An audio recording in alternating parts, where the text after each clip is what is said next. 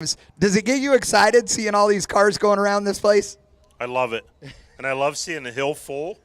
Thanks all the locals for coming.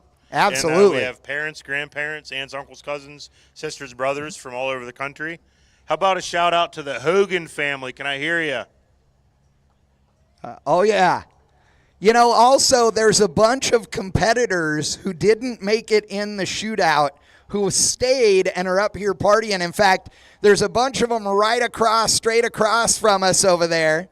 We got Cunningham, we got the Reinhardts, we got a bunch of fun folks that are over there having a good time. So we love you guys. Thanks for coming out. Lots of great people. The people in the big toter home with the cool patio, we're going to call those the bougie folks. Look, they brought a motorhome to the fence. I know. Chris Reinhardt's in the house, the All Over Nova. Dude, Reinhardt's my dude. I was over there talking to him and his lovely bride just a little bit ago, and I have to tell you, they are fired up. They have beverages, they have snacks, and they're in for the long haul. And we're going to be here until like 10 or 11 o'clock tonight probably. There's a lot of racing to do. In fact, the reality is I'm going to leave here, go pick up my suitcase that I already packed at the hotel, and then drive 4 hours to Philadelphia to fly home. So a non-sleeping night is in my future, but it's all right. You know who else is here? Who? Everyone in the Brackman Chevrolet VIP area down there in NASCAR 1. Dude, that's all the people that didn't make it, and then some other special folks who are down there now going to party like rock stars all night long. Anyone listening down in the VIP area? Oh, yeah, I can see them waving down there in the corner.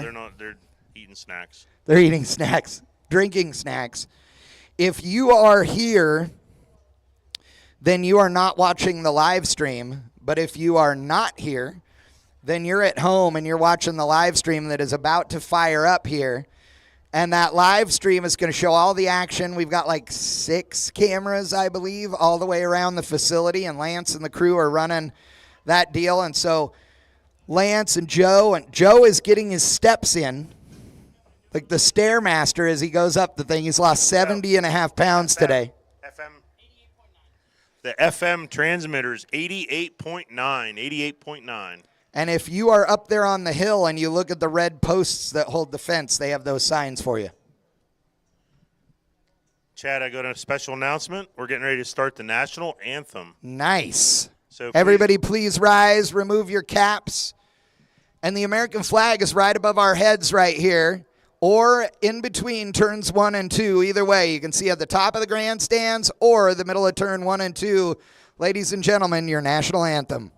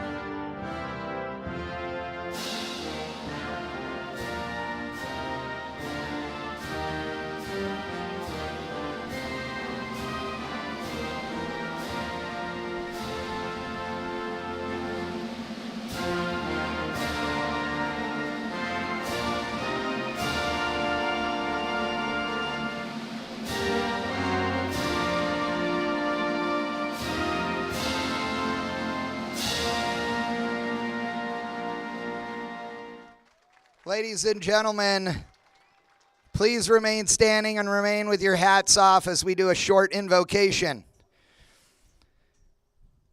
Lord, please bless this racetrack tonight.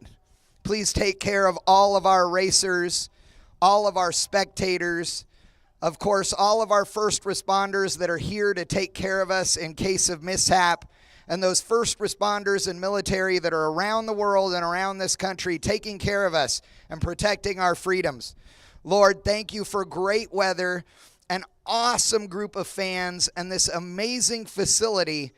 We wouldn't be here without you. We appreciate you and your looks, your protection, your blessings here at UMI Motorsports Park tonight. Thank you. In Jesus' name, amen. All right, folks, let's fire up some race cars. Drivers, get in those bad boys. Kenny Edwards, I'm glad to see you on the third row, big dog. Let's get this happening.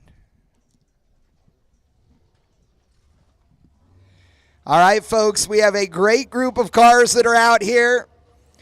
We're going to be talking about them all night, but right now we want you to enjoy the sights and the sounds of literally thousands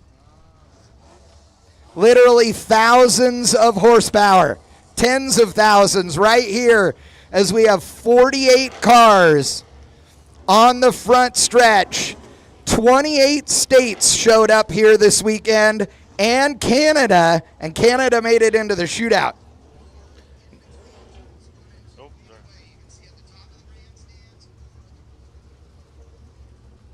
That's the 72 Datsun, a Mike Wolf turbocharged, 700 horsepower. That thing rips, so take a look at that throughout the night. We'll see how far he gets in the turn 1 48 car shootout. Yeah, that car is pretty awesome. It makes all the right kind of whooshy noises. We have some really unique rides out here as well. While we've got, the first gen and second gen and third gen Camaros you expect, as well as Mustangs and Chevelles and Corvettes and Vipers, we've also got an International Harvester Scout out there. Tyler Gibson driving that bad boy. We've got, of course, Evos. We've got RX-8, an actual Cobalt front-wheel drive Cobalt out there. And it is going to be a night of excitement as we see all of these cars throwing down in 4 different classes. Tell them in there. So on the front row, we have Mark Golovin in the turn 1 Corvette. Ashley in the UMI Z28 Camaro, UMI Performance Equipped. On the front row, you see some nice flags we have there. They are your turn 1 shootout fastest qualifiers. John Vittenvoss in the Mazda RX-8. Josh Leesinger in the Team Summit 64 Camaro, I believe. Yep. Andrew Chenoweth also won the OSS Rookie of the Year award for being the fastest qualifier. First time ever on the property, and he lit it up. And then up top, we have Josh Luster, SCCA National Champion, super late fastest qualifier. Luster is going to be one of the cars to watch. In the second row, more Leisingers. You got Chris Smith, and out on the outside in the 66 Mustang, Kenny Edwards out of New York. And on the inside, the Cone Vault, the one and only front-wheel drive car out of Gregory Automotive Specialties. The Cone Vault is way faster than anybody expected it to be out here when it started running a couple of years ago, and that is going to be one of the cars to watch. Row 3, Tim Gordon, Gordon Automotive Specialties. Team Gordo is the late model class sponsor this year. We appreciate all their help. I see Jared Leesinger there, P2 in one of the Team Summit cars.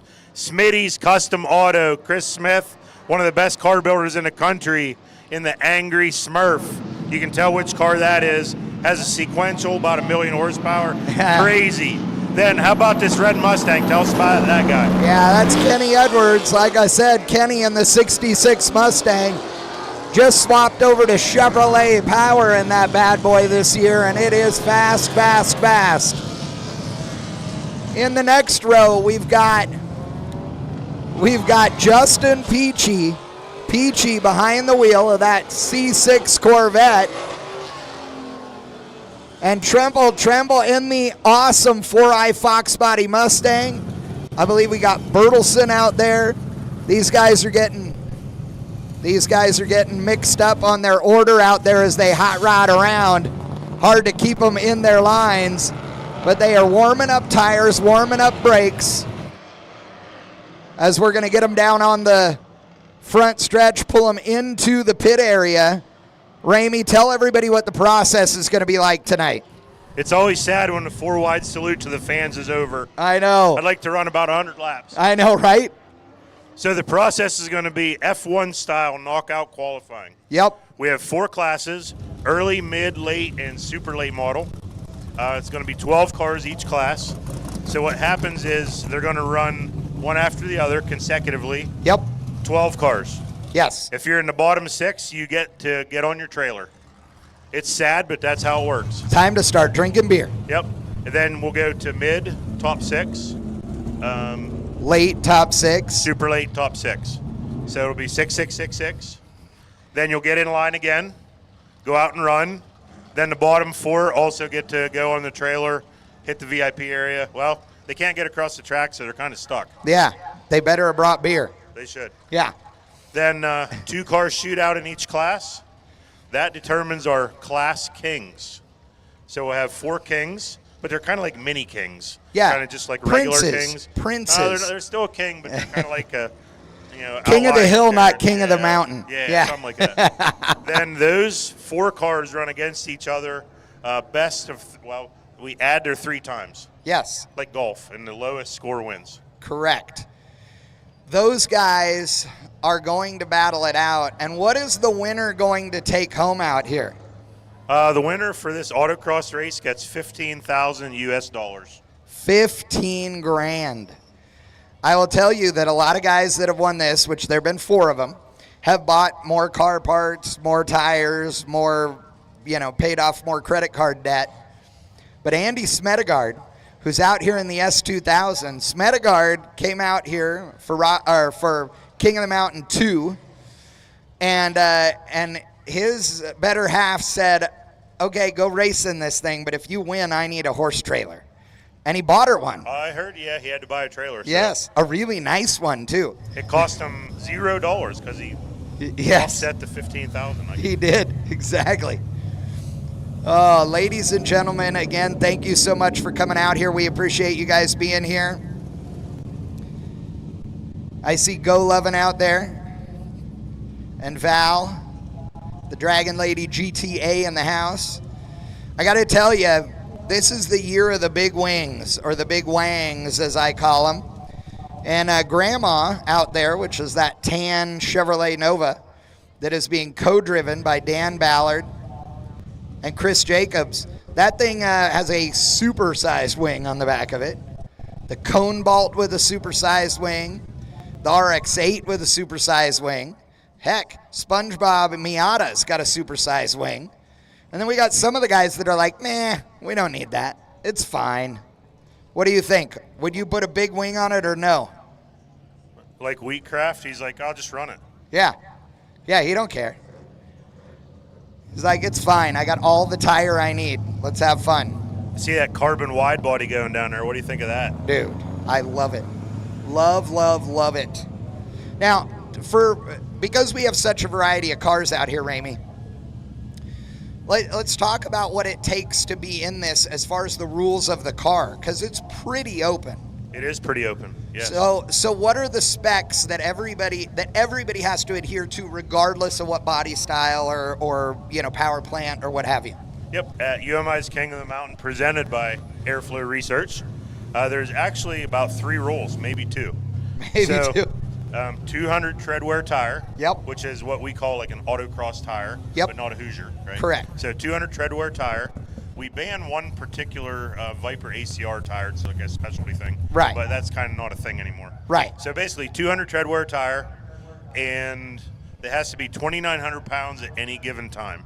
So if Roger Irvine pulls you to the scales mid race, yeah, and you're 28.99, you get a couple chances to prove yourself, get it fixed. If not, you go home. Right.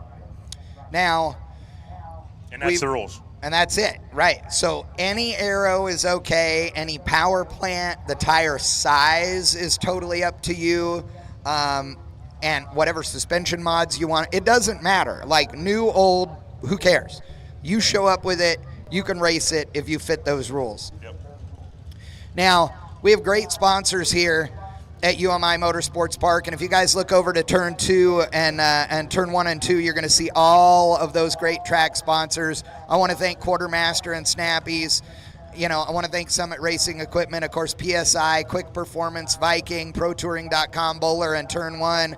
We got Ron Francis and Forgeline.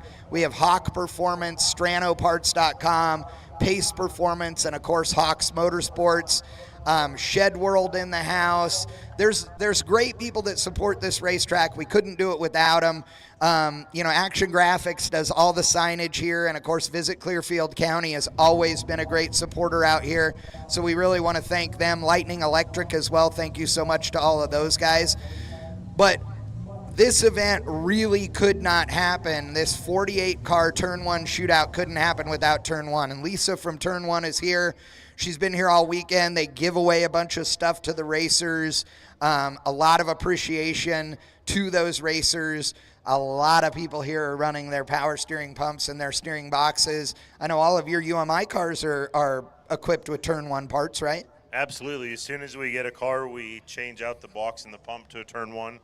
Our 99 Camaro that won Summit Racing Autocross Week has a Turn 1 rebuilt rack and Turn 1 pump. So basically the steering feels tremendous. They work great. They never break. They feel awesome. Just good stuff all around. Yeah, you know, I was talking to Lisa yesterday about a project that I have. I have an 83 square body Chevy that I'm putting together. Real mild deal with an LS swap and what have you. And it's got a Hydro Boost on it. So I said, do I need a special pump for that? And she said, yeah, it's just got to be a higher pressure pump. All you do is tell us that. It's fine. And then she asked me what I was going to do for a steering box. And quite frankly, I was going to go with another brand new box and put on it. And she said, well, you know, what's wrong with the box that's on it? I said, oh, it leaks and all this stuff and it's loose. And she goes, but the housing is fine. I said, yeah. She goes, well, send it in. We have a whole awesome kit, a variety of ratios available. You choose your ratio. We rebuild your unit. It comes back to you brand new, and it's American made instead of Chinese. And I'm like, hell yeah, that's what I want to do. So I'm going to do that. I'm going to send it to them. I might wash it first so I don't feel bad for sending her a greasy part, but, you know, whatever. Yeah. So big thanks to Turn 1. And, again, not only for being a sponsor, for being here in person as well. And right next to them, Airflow Research. If you are looking for the finest cylinder heads on the planet, whether you got Cathedral Port LS, you got Rec Port, you got a big block Chevrolet, big block Ford, small block Chevrolet, small block Ford, you name it, they have cylinder heads for it in a variety of price points and performance levels, from the absolute craziest on down to what I would consider mild performance, which is going to be like 500 or 600 horsepower on up. So, you know, AFR, they are a great company. They've got a great display going on there. They are now part of a group that has a bunch of other cool parts, including SCAT and Procar and some others. So you can get a lot of stuff through them. Great, great company. And again, they are the presenting sponsor here at UMI's King of the Mountain 5.0. It's like the Ford edition because it's 5.0. It is. It's like a 5.0. Another cool thing we have going on right now, you and I are standing on this awesome new deck up here. It's cool. And I like it. The live video feed this year is once again presented by Viking Performance. You know, the guys at Viking have done so much with you guys. I mean, I know that UMI has really been one of the companies that like jumped right in with Viking from the start. You guys have them as like the highest end option shock absorbers on your suspension systems. You work with them a lot on valving and custom products. How did that relationship start? When I started at UMI, you know, Viking was also just getting started, and we started using their Warrior double adjustables. So it was now it's their baseline shock, you know, but Warrior was pretty tricked back, you know, 8-9 years ago. Right. And you know, they got the Warrior dialed in, and some of the autocross cars, actually most of the autocross cars, you know, need a a high rebound shock, high rebound control to tie the front end down through slalom, etc. So Viking, not for us, but in general, knew that and developed the Crusader valving. So then that was a little too stiff, so they developed the Berserker valving that all follows the Viking theme, right? Right. Well, then sometimes we need to do a couple other things with the damper. So they have triples now, so that you can control the high-speed compression. Yeah, so a triple adjustable rebound, and then high-speed and low-speed compression. That's and that's, it sounds funny to say, and the average person that's here, you know, sitting up on the mountain's got some cool hot rod and wants to go have a good time on off-ramp, you probably don't need a triple adjustable. But when you do, man, it's a world of difference, isn't it? I see a special-looking test run down there. I do, too. Must be going to test the course. Looks like probably UMI's car chief, Roger Irvine. You know, Roger has the greatest job at UMI because he comes out here and sets up autocross courses and then tests them. I'm using air quotes. Because, you know, then when Ryan goes, hey, dude, are you about done out there? No, man, boss, I'm going to need another 2 or 3 days of racing your car with your fuel while getting paid. It's awesome. And I make fun. Roger works so hard, and he is such a great dude, and everybody here appreciates all of his efforts. And he's getting to go out for a run. Yep. So the UMI Camaro 427-inch LS built by Conklin Racing Engines in Morrisdale, PA. Nice. A lot of people on the hill probably run a Conklin Racing engine. It's actually airflow research equipped, if you can imagine that. Well, hello. Yep, and has a lot of good stuff on it. And full UMI corner max. Take a look here. Oh, Roger's leading the parade laps. That's what they're doing. There you go. So they wanted the competitors to take a look at the track, you know, so they can get a feel for where everything is now that the course is set up. But they are getting this look in a lead-follow scenario, so they do not just get to go out there and make a hard hit at it. This is the equivalent of them walking the racetrack. Now, they've already had the opportunity to do that earlier, but this is their first time in the car, and they're going around the racetrack. And what you're going to find, though, is cars like the Grandma Nova that's in the middle of turn number 1, that car has 2 drivers. So Dan Ballard owns the car and is driving it right now. Chris Jacobs is driving the car, also rides shotgun in it right now. They do not get to each make a parade lap. So they have to decide who's going to drive and who's going to ride, and they are going to talk their way around this racetrack and go, oh, I think you need to be here. Oh, I think you need to be there. I wonder what these clowns are going to do on the crossover. I think it's going to be awesome. Hopefully Tyler Gibson doesn't get T-boned. Right. He'll be all right. Tyler Gibson out there in the International Scout. Tyler marches to the beat of a different drummer, and I say that with all the love and respect deserved. I've known Tyler for years. That dude is a certifiable badass. Take a look at that Factory 5 Cobra out there. Dude, it's the only way to make a Cobra worth driving. Get a Factory 5. And Josh Smathers, first time here at UMI Motorsports Park. Made it count. Earned his way into the early model portion of the Turn 1 shootout. You know, he's been doing a great job all day. That car's gotten quicker and quicker. Team Nails in the house. Of course, Kenny Edwards getting in the shootout as well. We did have a couple of cars that were hurt after the qualifying too. So there's a couple of guys that got into this that thought they were on the outside looking in. It'll be really interesting if one of them takes a spot when they weren't even supposed to be in. That's what makes this exciting. How about A-plus powder coaters Bob Bertelsen in the Solar Flare, number 14? Dude, Bob Bertelsen in that yellow Corvette, that thing is bad to the bone, one of a typical Bertelsen build. It is awesome. Bob's a great guy, one of the great supporters and sponsors here. In fact, we have our finish line pavilion up on the hill. Bertelsen and A-plus powder coaters donating all of the cooking and kitchen equipment there, along with Kenny Edwards in that 66 Mustang down there. Kenny thought, hey dude, I'm not gonna be in the shootout, I'm gonna start enjoying snacks. And then we went, no dude, you're in the shootout. Oh, I gotta tell you, there are a lot of people here I love, like genuinely great friends of mine, and who I emotionally would love to see win. But I got to tell you, if I use my brain also, I got to tell you, Andy Smedegaard, who won 2.0, that dude is one to watch. That ASM S2000 that's going to be right here pulling out right now, that thing is nitrous oxide equipped, and I swear to you, they have not been using the nitrous yet this weekend. You actually never know what Smedegaard is going to be up to. He's a drifter, not in the old West sense, but right. A drifter as in sideways going around corners, a road racer, a champion, and who knows how many divisions. We got SpongeBob behind him, so an LS3 powered Miata. Crazy. Yeah, it is, and I'm calling that thing short wide this weekend because he normally runs a narrow, tiny 15-inch tire.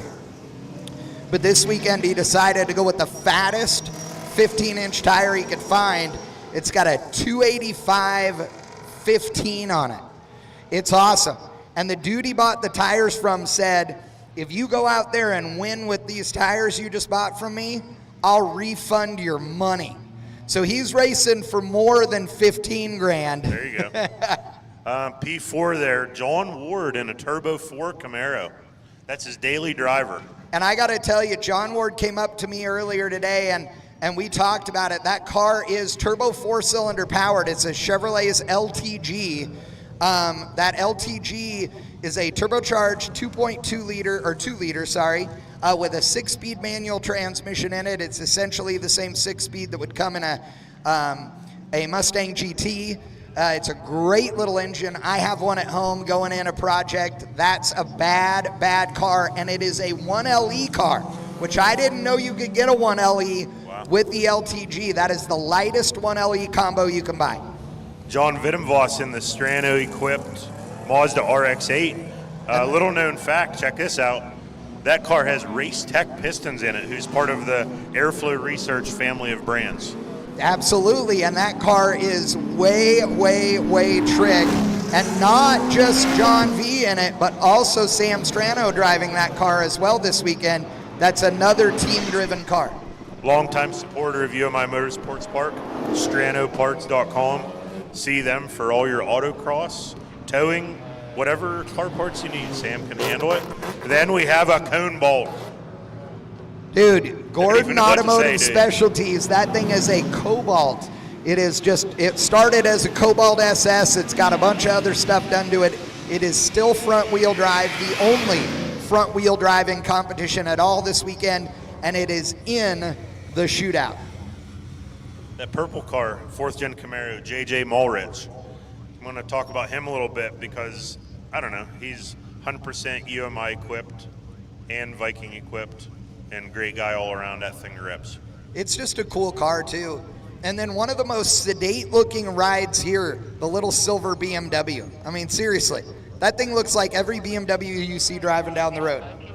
If every BMW has about 18-inch brakes on it. True. Good point. Josh Lippman. Then another Team Gordo, Tim Gordon.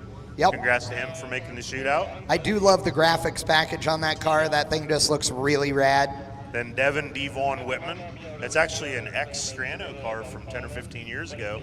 And Devin is UMI equipped, so that's pretty cool. Here, Devin is known as Devin Don't Do Any More Burnouts, Whitman, because Ryan hates it when he does burnouts. I, however, ladies and gentlemen, am a red-blooded American like you, and I love it when Devin does burnouts. So I am going to encourage those behaviors. In an orange Mustang, Chris Brown. So that's a supercharged car. He put a Torque Storm on it a couple months ago. Yep. And that's actually an operational speed supply car. Another one of our great sponsors here at UMI Motorsports Park. A great group of cars that have come out so far as we are getting done with our second grouping. Next up will be late model. Yep. So late model is from 8. Oh, where'd mids go? Oh, they went in different order.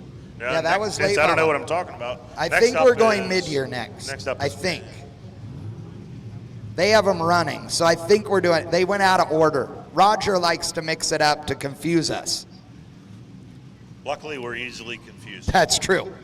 Okay, so what's your favorite car in the mid-year category? Don't worry, they can't hear you. It'll be In fine. the mid-year category? Yes.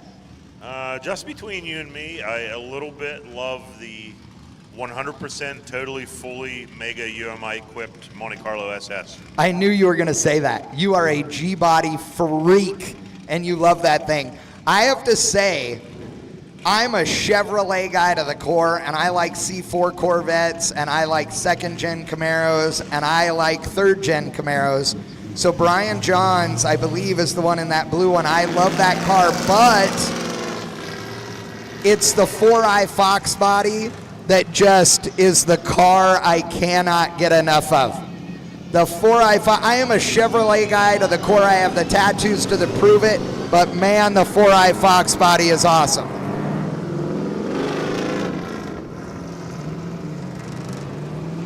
So Roger Irvine in the UMI Camaro is leading Andrew Chenoweth, the first time here at UMI Motorsports Park. Also your Operational Speed Supply Rookie of the Year. Behind him, Chris Jensen, who went all the way to the finals 1-2 years ago, not sure, in the Tetanus Missile. That thing shouldn't be as fast as it is, but it's twice as fast as it shouldn't be. Chris Wheatcraft, also UMI Cornermax equipped. And that's another car that looks so mellow, like it looks so tame compared to some of these other cars. And it's just proof that if you got the right combo and it's set up right and you know how to drive it, you can be stupid fast. Chris Smith in the Smitty's Custom Auto Angry Smurf. Smitty hopped on board as a UMI Motorsports Park track sponsor this year, so we super appreciate that. Thanks so much. And behind him, Showtime! JB Boyer in that silver, awesome C4 Corvette.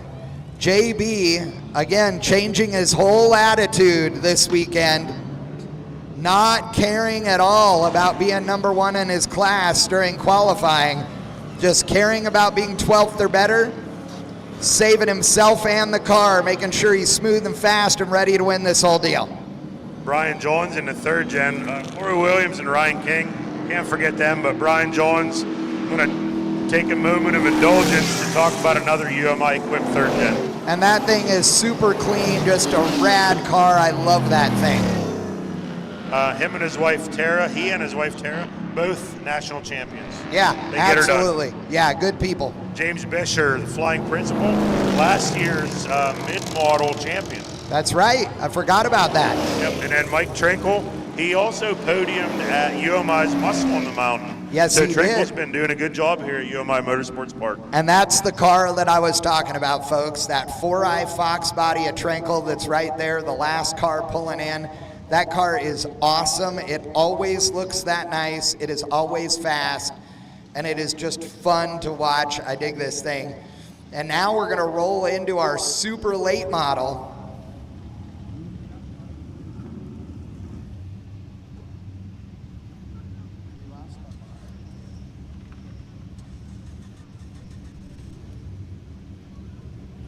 Super late model. We're going to start off with one of the Peachies.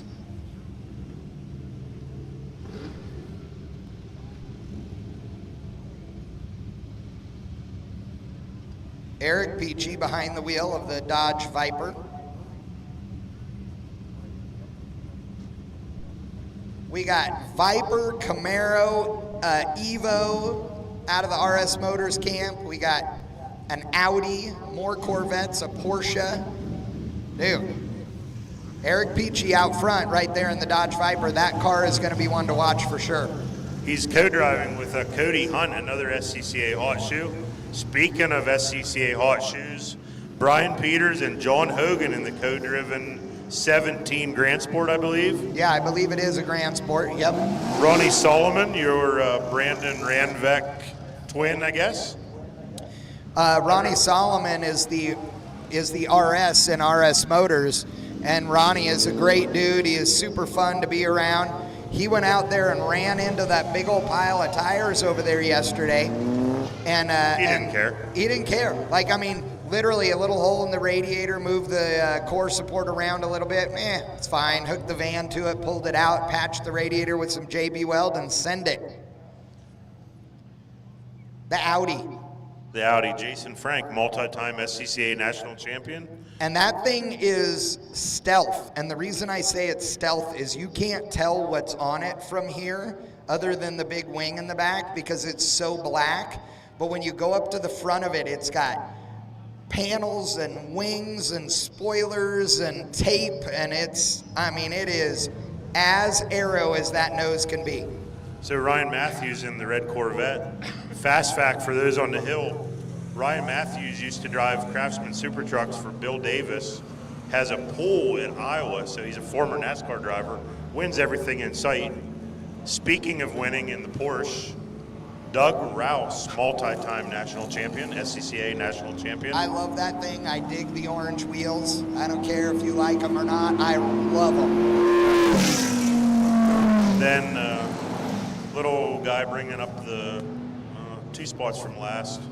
Your number 1 qualifier, Josh Luster, co-driving with Aaron Shue. Aaron Shue's a hot shoe. Josh Luster is High Luster, I like to call him. And he could be one to watch. Yeah, I think he's definitely going to be one to watch. And behind him, Justin Peachy in the Hawk Performance. Has he raced here before? Yeah, only a few times. Yeah, you got the Hawk Performance C6 Corvette. That thing is bad to the bone. And no doubt, the Peachy brothers are in the house, and they're going to be ones to watch. Then who's that guy in last place right now? He was the guy that finished in the first place last year. Sean Krebsbach, your KOTM 4.0 champion in the mighty Evo. He's running strong this weekend yet again. Could we have our first repeat champion? It could be. You got him and you got Andy Smedegard. Those are the only 2 who have won this before that are still in it. But I believe we have five racers that have been in every King of the Mountain that are here, I think. Let me think of that. So probably Peachy. I know Ron Scott. Yes, Ron Scott, Chris Jacobs. I'll have to look up that list. I know. Oh, Jeremy McCauley. Oh, yeah. Yeah. So that's 4. I think there's a 5th, but I can't be sure. We're going to have to look that up. We'll go to the stat guy. And by the stat guy, it means we'll look that up in a minute. Yeah, exactly. All right, ladies and gentlemen, we are going to get started very shortly, okay? So if you need a drink or anything else, you need to make that snappy pappy because we're about to get it on. We should probably remind people to look on UMI TV on YouTube. That's true. We are yes, we are streaming this live on UMI TV on YouTube as well as the UMI Performance Facebook page and on my website bangshift.com, our YouTube channel. So if you want to watch this live at home and you are not watching it and you have family at home and they may want to watch it, send them a text message and tell them UMI TV, bangshift.com, Facebook and YouTube. They'll be able to watch it there. Again, we have like 6 cameras that are out here. I believe it's 6. One of them, unfortunately, is on us. I know. So take a look down on the start-finish line. My buddy Mike McClusick down there. Is Mike listening? Hi, Mike. Hi, Mike. Is he listening? He's listening. So we want to give a shout out to our timing team.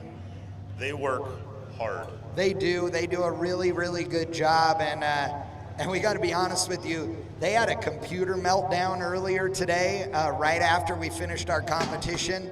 And we're actually a little bit late this evening because of it. But I am telling you that not because you care, but just because I got to thank them for their diligence and their dedication and the fact that they didn't just light it on fire. I know, yeah. Our timing team times probably 2,000 runs each event. At least. It's pretty incredible. So shout out to the timing team. And they're great. And when we say team, we mean it. Not only do we have a great crew of folks doing all the timing, but we've got awesome folks that are out there on the racetrack wearing these yellow vests. We call them the cone crew. They are an integral part of all of the timing and scoring here because they are the ones that are saying they hit a cone. They are the ones that call that in. They are the ones that are calling for a course stop if somebody spins. They are part of the safety crew, part of the timing crew, and we couldn't do it without them. We appreciate them. They don't get any of the love they deserve rarely, but really, really appreciate you guys. Also want to thank Clearfield Ambulance. They are in the house. They are here to make sure that everybody is taken care of if there is a problem. We would never race without the proper safety equipment and safety crew here, and they are an integral part of that, so we really want to send out our appreciation and thanks for them being here tonight. You don't listen to the bad man. Tell you what, Chad, I'm excited. I am too. I'm ready to go. This is probably my favorite and most stressful night of the year. I know. I gotta tell you, I'm disappointed because I should have got us like $20 worth of quarters, so we could bet a quarter per pair or something. We could bet up here and see how many of it, who won. By the time we're done, you know, math is hard, so I think one of us would have ended up with like $8 and the other one was $6 or something. I see Roger down there. I do too. Oh, something new for this year I forgot about. Dude, I forgot too. So, Aerial Jim PA is our drone flyer. And if you look up and over your left-hand shoulder on the grandstands, there's one of the drone. We have 2 drones here right now. So, Jim flew 156 miles yesterday, a quarter mile at a time. That's so awesome. So he records the racers. Yes. And then for a very small fee, and I'm talking ridiculously small. Yeah, like starting at $10 small. He sends them their video, and they can watch, you know, this is a game of milliseconds. Oh, right? yeah. Autocross. You know, 1 inch off a cone versus 3 inches off a cone can make the difference between $15,000 or not. Right. So Jim sells those drone footage, and you know, the racers get faster because of it. Pretty You know, cool. and it's way cool. And one of the things that's really neat about it is that he follows them from the starting line around the racetrack as they race. And the footage is super cool. I appreciate it because until tonight, I announced from down there in the middle of the racetrack, and he gives me a screen so I get to see what he sees, which makes some fun play-by-play, and I love that. He's a great dude, super fun to be around. They have a few different drones that are out here. They are actually in that gray and green Easy Up that's next to the black and red one in the middle of the racetrack. They have the small POV drone that he's driving with VR glasses, and it's super fast. And then they have a big one. They have one that's like 3 or 4 feet across. Like, I think it could pick up a kid, and it's rad, and they are using that one as well. So we're getting cool footage. That is going to be part of the live stream. That's the cool thing, is not only are they shooting that footage, it's going to be part of the live stream you can watch, so it's going to be great. All right, who's running? Well, are we starting early model, or did they do a cone flip, or what? I think we're doing early, mid, late, super late. Okay.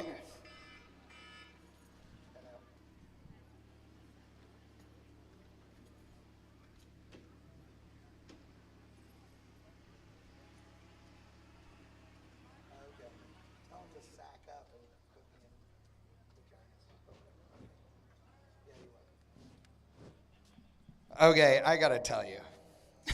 So, Ramey, how many times did you race at this racetrack? 180. 180. How many times did you crash at this racetrack? 7 or 9 or something. 70, 11 times. How many times were you out here making heat laps or qualifying runs before it was dark? We usually started heat races around this time. Okay. And then the features were always under the lights. Okay. I say this because Roger said that there's some blinding areas out here that he was having a hard time seeing through the windshield because of the sun. So we're going to wait like 10 minutes. I made a smart aleck remark to the person that told me this because I say, sack up and race. But that's me, and I'm a loudmouth, so whatever. But everybody's getting a last-minute time to check their tire pressure, make adjustments that they want, and we are going to start racing in about 10 minutes. So I'm telling you that because now is the time to get a beverage or ice cream or whatever you need, ladies and gentlemen. If you are up on the mountain, now is the time to stand up and turn around and go grab another Frosty Pop out of the cooler.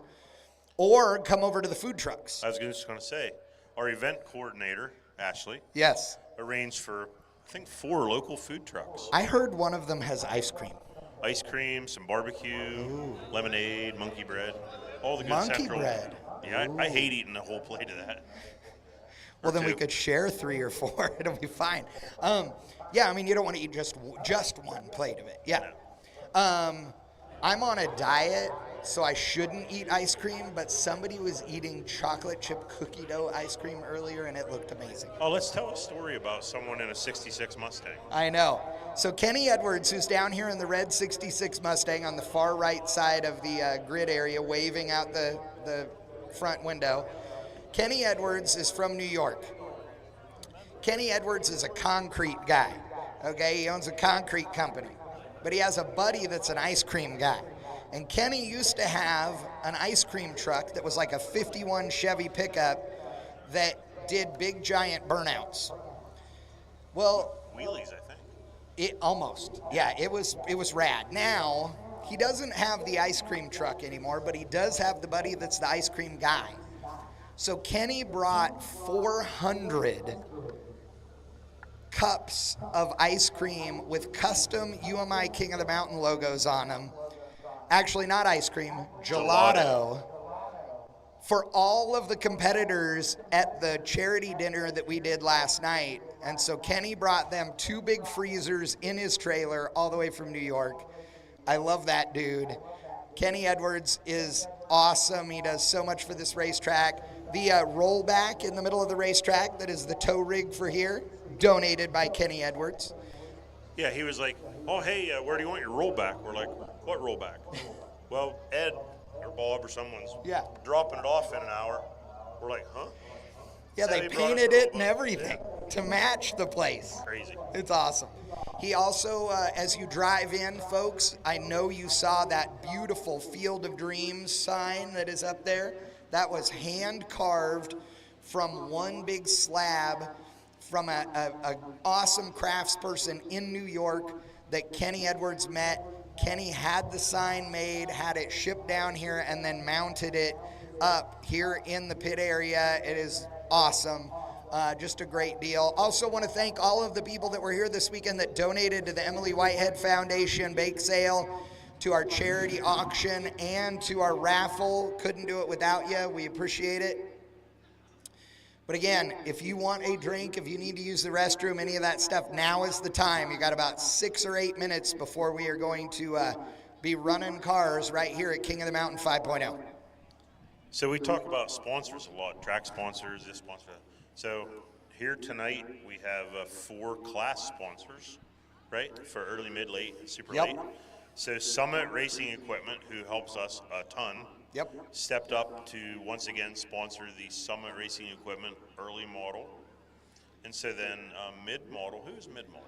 That is Chris Smith, Smitty's Custom Auto. So, Oh, yeah, he's running in mid-model. He is. With 2 cars. Yes, he is. The Angry Smurf and with his son Jason in the 3rd gen. Yeah, or as I like to call him, Little Smitty. Yeah, Little Smitty. Although he's soon to be, there's a he's going to be medium Smitty. Yeah, exactly. So that's Smitty's Custom Auto from Tiffin, Ohio. One of the best builders in the country. Smitty! And He's then, too focused. Yeah, exactly. And then we have Gordon Automotive Specialties is our late model sponsor. Yep, one of the best paint shops in the country, right? Yeah, those so dudes are badass. He doesn't just paint. He buffs and fluffs and shines and blends and good stuff, right? So he's fixed some cars for us. So that's late model. And then super late is Track Spec Motorsports. So they make a lot of the hood vents that make these cars cool. So they make a lot of heat, so they need some vents. So Track Spec Motorsports, shout out to them.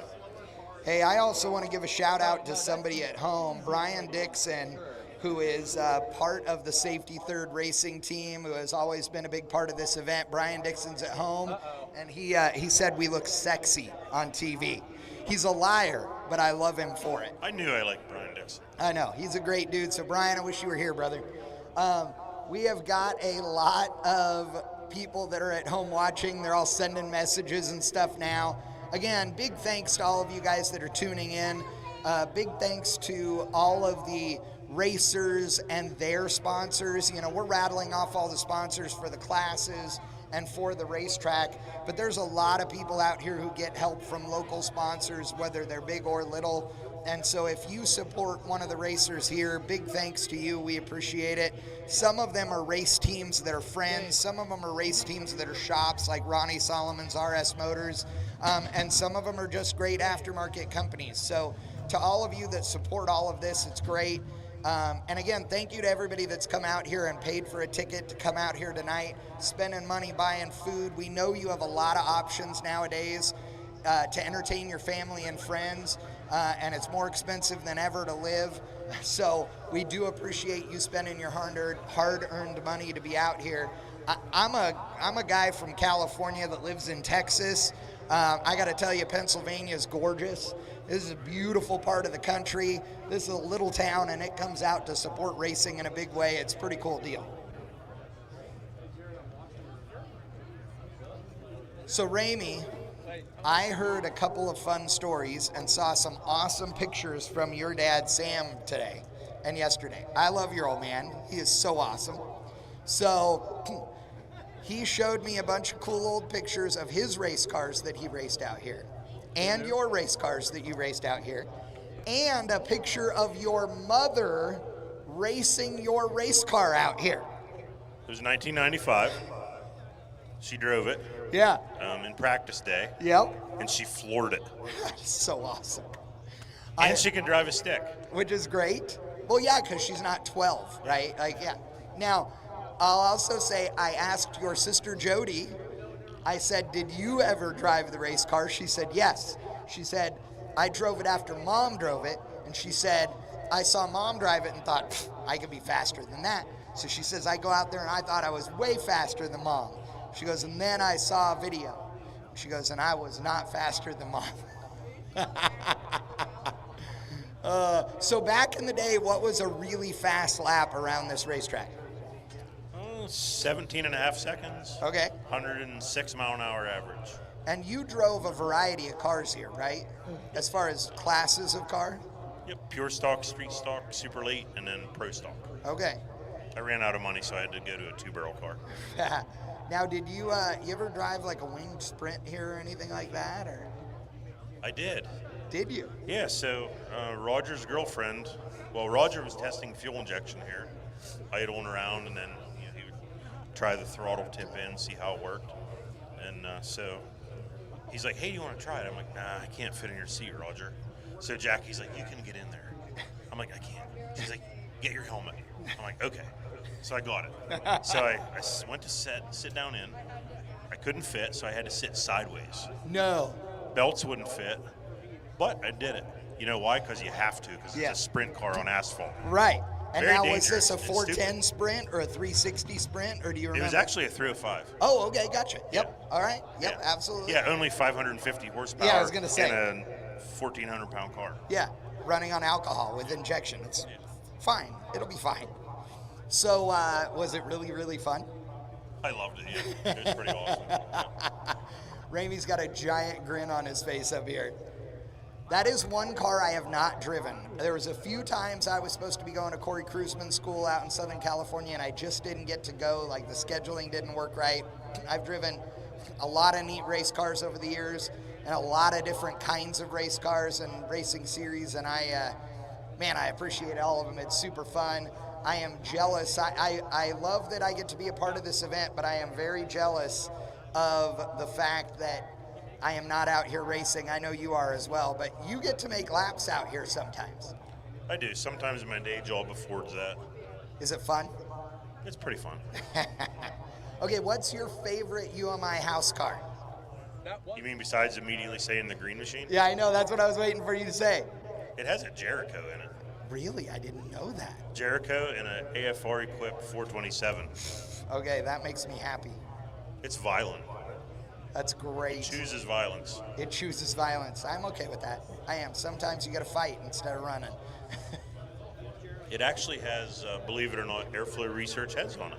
Which is badass. And you said it's a 427 LS in that thing now? No, Dart SHP. Oh, nice. Small block. Traditional small block with AFR heads. Yep. That's a great combo. And actually, Rick down at the Dart or the AFR tent used to work for Dart. He did. And he helped me spec out the 427 for the green machine. And if you are not familiar with the Dart SHP combos, they are awesome. They make really good power. It made 520 rear wheel with a carburetor. Yep. We had a 377 Dart SHP combo with an AFR 195 head that we ran at West Tech all the time with a very mild hydraulic roller camshaft. And that thing made 520 to 525 on the engine dyno every day. Again, 377 inches. So that goes about with what you're talking about, with yours being a 427. Great combo. Put literally thousands of runs on that engine on the engine dyno, including one time when I went out there and used it to do some nitrous testing. Nice. And we were trying to see how much horsepower we could make with the same nitrous jet by going leaner and leaner.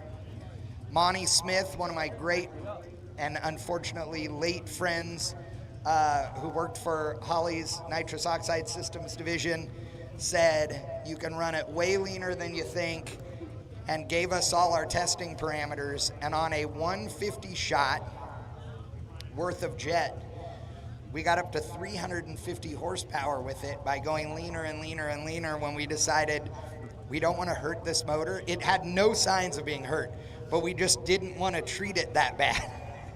So we stopped, but a great combo. Absolutely great combo. I see something down on the front stretch, Chad. I do. Kenny Edwards going to start it off. I'm ready to go. I think Ryan is like calling on the radio asking people if they're ready. We're ready. You Thumbs just up. send them. Don't ask questions. Tell them to go.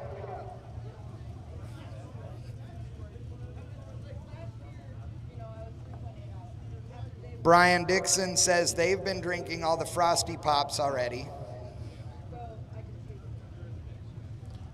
I see Ken Edwards is staged here on the timing computer.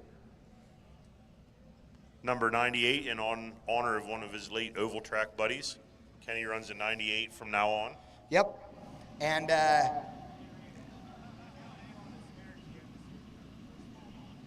attention in the pits, attention in the pits. Does anybody have a spare GM distributor? Gen 1 small block, so a standard small block Chevrolet distributor. It does not matter what it is. If you have a small block, well, or a big block distributor, we need a big block Chevrolet or small block Chevrolet distributor. Kenny Edwards behind the wheel of his 66 Mustang. Chevrolet LS for power. Kenny knows how to be quick. We'll see what kind of number he can run out here as he goes through turn number 2. Our first car to race in the 48 car. Turn 1 shootout here at King of the Mountain 5.0. Kenny in the middle of the racetrack, diving down to the slow section, hard on the brakes, gonna let the car roll, hard on the throttle. Kenny trying to make a big move right there in the middle as he goes around Corn Dog Corner. That new LS7 pulls hard, Chad. It does, makes a lot more power than the ultra high winding small block Ford he had before, and a lot more drivable. Kenny looking good out there. This is a conservative run, but he needs to not hit cones. I hope it's not too conservative though, as Kenny looking good. He's gonna lay down the big power to the finish line right here. Kenny Edwards, 61.533. Kenny Edwards, 61.533. It is so hard right now. Again, this is for the 6 fast out of 12, and you can't hit a cone. If you hit a cone, it's a 2-second penalty, you're out, okay? It's impossible to win with a 2-second penalty. I mean, it just is. But God, if you're too conservative, you're never going to be fast enough. Tyler Gibson out there behind the wheel of the International Harvester Scout. Tyler, an absolute badass, driving weird things. God, out of shape, almost misses 2 gates. Tyler not going to be happy. He's driving it hard. I don't know if he's going to be able to make it up from that one. Tyler Gibson out there in the middle. Oh, I don't know. Those bobbles out there in between turn 2 is going to be tough to figure out and to overcome, but he's driving it hard. Tyler Gibson made it into the shootout on his last run of the day. Jumped 3 spots to take the number 12 position. That's pretty cool. Heck yeah. We will see if the truck, the only one in the entire shootout, by the way. Oh, and on the brakes when he shouldn't have been right there. That is familiarity with the track being hard. 62-106. 62-106 for Tyler Gibson. Wow. Man, I know he is going to be mad at himself about a few runs out there. Remember, first run around the track at speed. It is so hard to be on, and this is for big money. The pressure is there. Justin Knoll, Vector Force Industries, valued UMI dealer on deck here. 1,000 horsepower, 66. That yellow Chevelle. Yeah, this thing has 408 cubic inches of LS power with twin turbos under the hood. We call him Team Nails.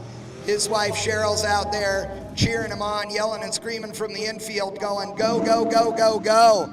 Cheryl drives that car sometimes too. She does, and when I tell her to quit messing around and to hold her foot to the floor for longer, she does it and goes faster, so she's going to try and send the same advice right now. Justin, sideways, looking good early.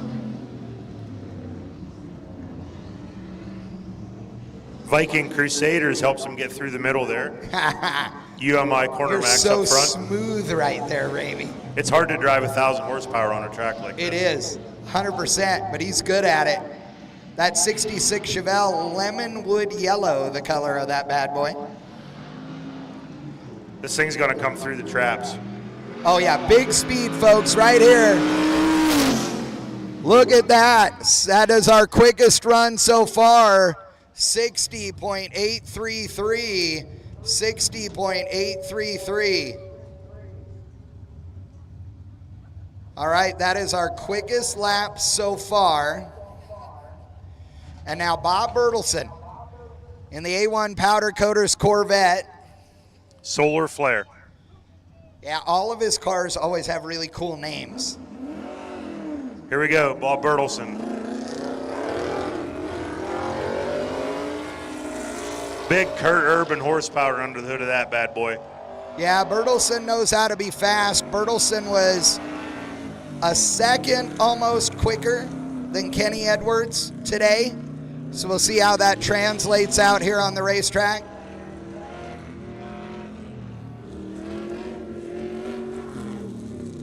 Bertelsen looking good there in the middle. Oh, I think it was a little early on the brakes there, Bobby. Come on, Bobby.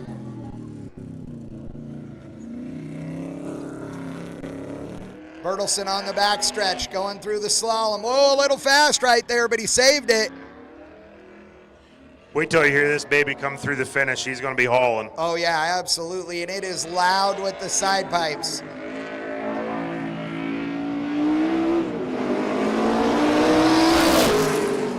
Bertelsen with a 61,008.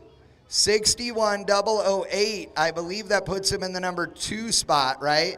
That is number 2 right now, yep. So it's Justin Knoll, Bob Bertelsen, Kenny Edwards, and then Tyler Gibson, who had 2 cone penalties also, by the way. So the numbers you're seeing up on the scoreboard are not including any cone penalties. Oh, he missed a Josh shift. Mathers might have missed a little bit of a shift there. Yeah, absolutely. In a game of milliseconds, that's not good. But we'll see. This is his first trip to UMI Motorsports Park. Great guy. Had a lot of fun talking to him. Factory 5 Cobra. Open cockpit. Nice roll cage in it. Absolutely. Going through the middle of the course. That is the slowest spot right there. Right there is the slowest place.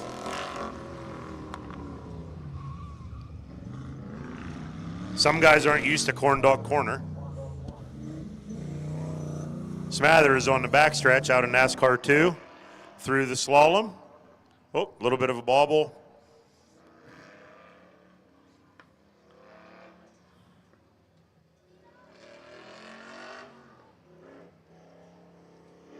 Okay, hard on the throttle.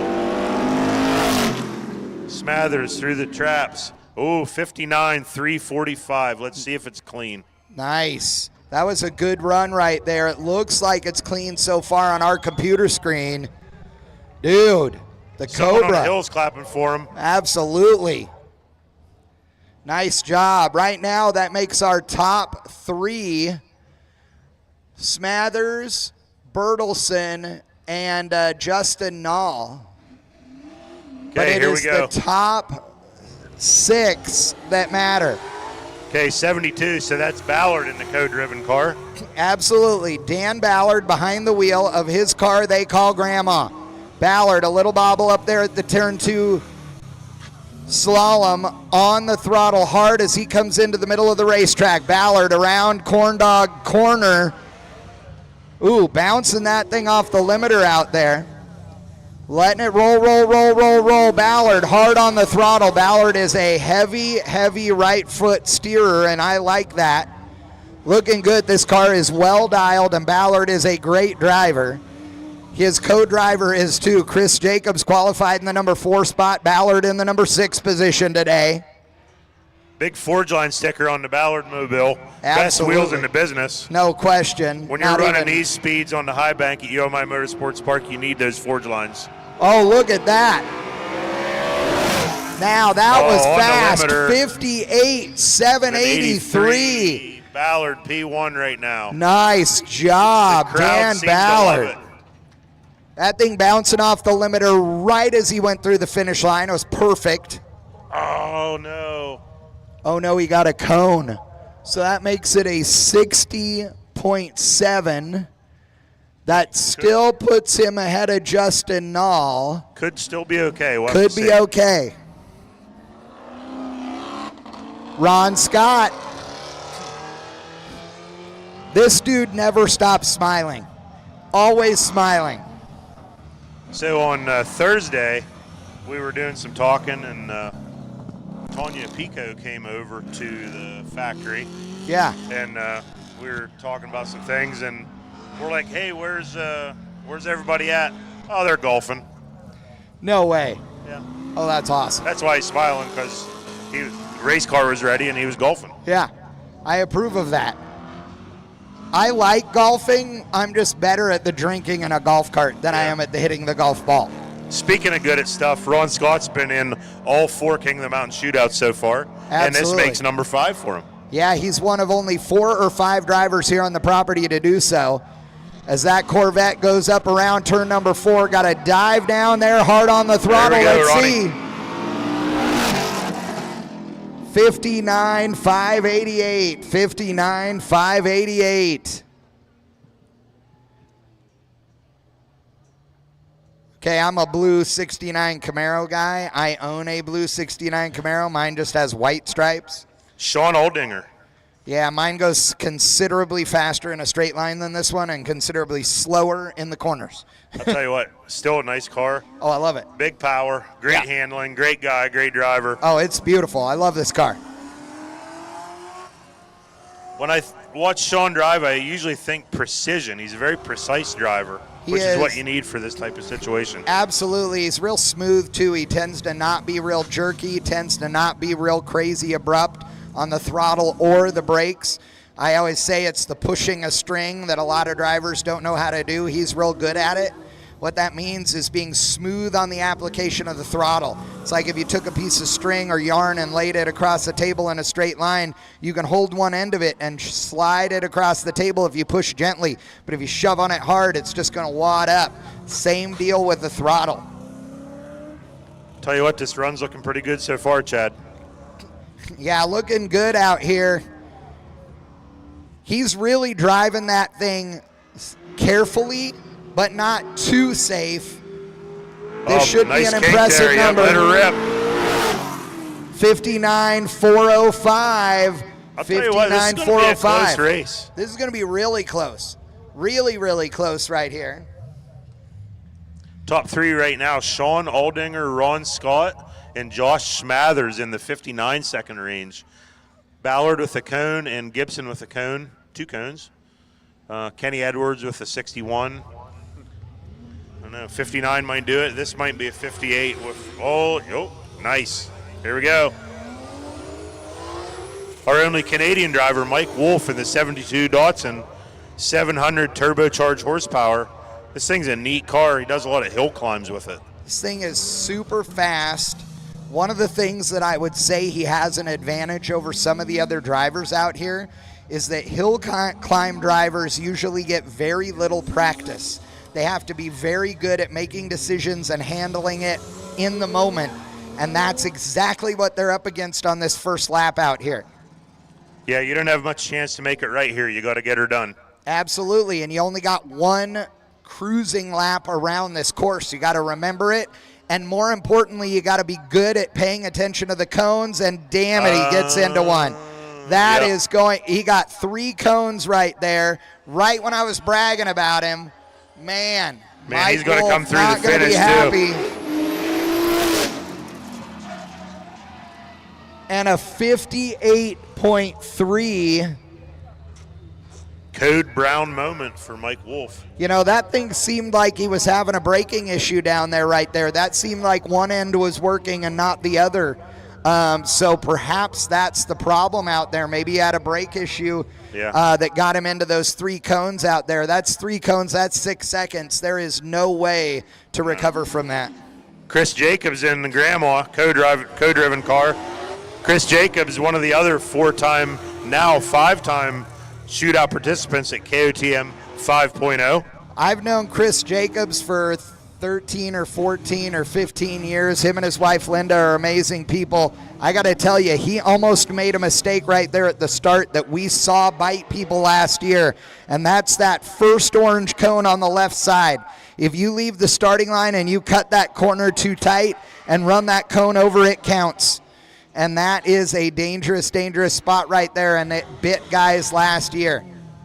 Chris Jacobs looking really good and smooth, though. He is always fast.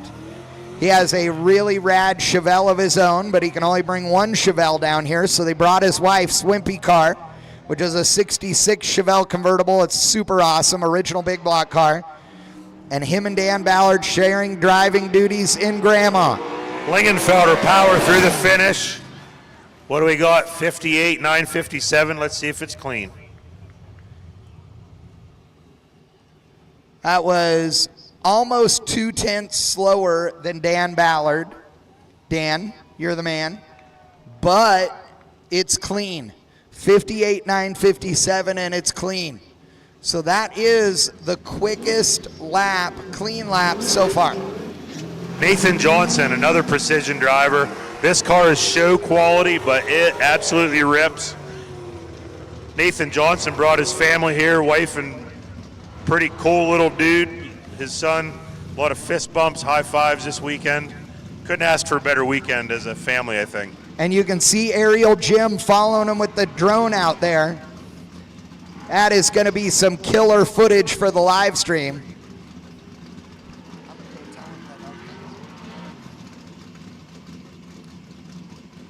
Nathan Johnson through Corn Dog Corner, up around on the NASCAR backstretch. Gets out of there clean, puts the power down through the slalom. There we go, through NASCAR 3 and 4 in the kink. Up on the top, final kink. Puts the power down through the finish. Look at that, 59.034. That's a run right there. I'll tell you what's pretty awesome is this drone footage on our monitor. It's super cool. Our monitor is up and working now up here in our perch, and it is super cool what we're getting to see. Yeah, I dig this. This is awesome. Jared Leesinger in the 64 Roadster, the open cockpit Roadster, big wing on the back. Big thundering horsepower. Warren Johnson horsepower. Warren Johnson, the WJ from NHRA Pro Stock fame, is their engine builder. If any of you people on the Hill drag race or on YouTube land drag race, you may have heard of Warren Johnson. Absolutely. All my bang shifters have. Those guys know for sure. As Leesinger is out there in the 64 Roadster. through the kink.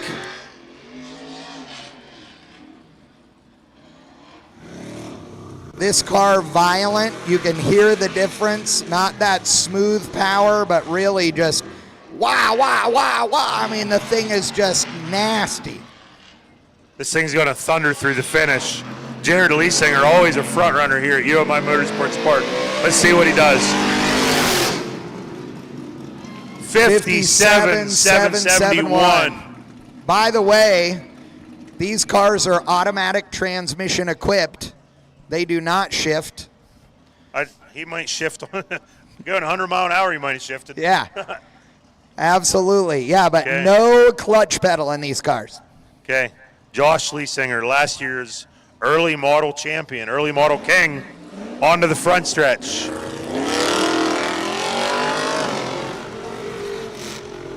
I heard a second gear right there. Oh, yeah. Well, they're shifting it, but it's an automatic transmission. So manual valve body or a paddle shift, I'm not sure which they have.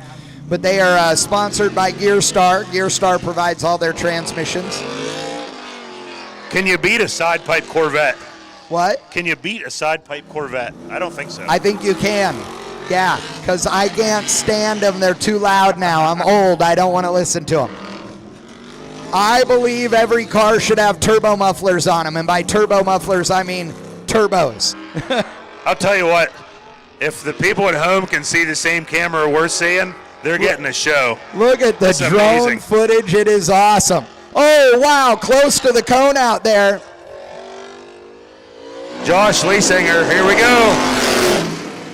56. Holy moly. 417. 56, 417. Man, what a run.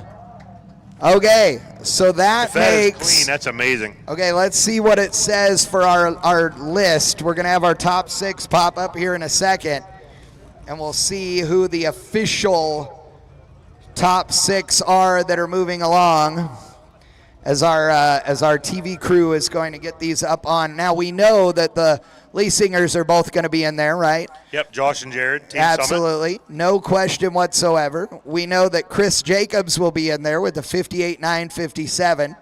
Okay, we know that the 59.0 of Nate Johnson is going to be in there. Yep. And then I believe that we are going to be Smathers and then Sean Aldinger. Is that right? I believe right. that is right. We'll wait for the Official, timing and but I scoring, believe that's that the is thing where that's we're gonna at. go. It's heartbreaking to go in the trailer, but Roger Irvine, our car chief and our course designer, etc., runs Pennsylvania sprint car races every weekend. Right. And they have 70 cars, and almost everyone goes home. Yeah, how many cars go to the main? 24. Wow. Wow. And Roger's usually in the main and often on the podium. Wow. So he doesn't just look pretty and set up good racetracks.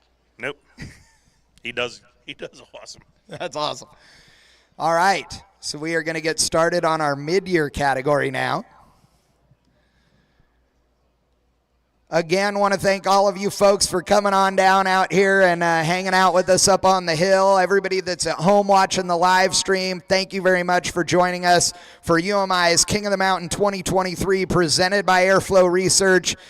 AFR, the finest cylinder heads in the business, absolutely supporting this event, along with Turn 1, who is the sponsor of this Turn 1 48-car shootout. Okay, I see our infographic here from the fine folks in the... Ooh. Here we go. Josh Smathers, first time here at UMI Motorsports Park. Moving on.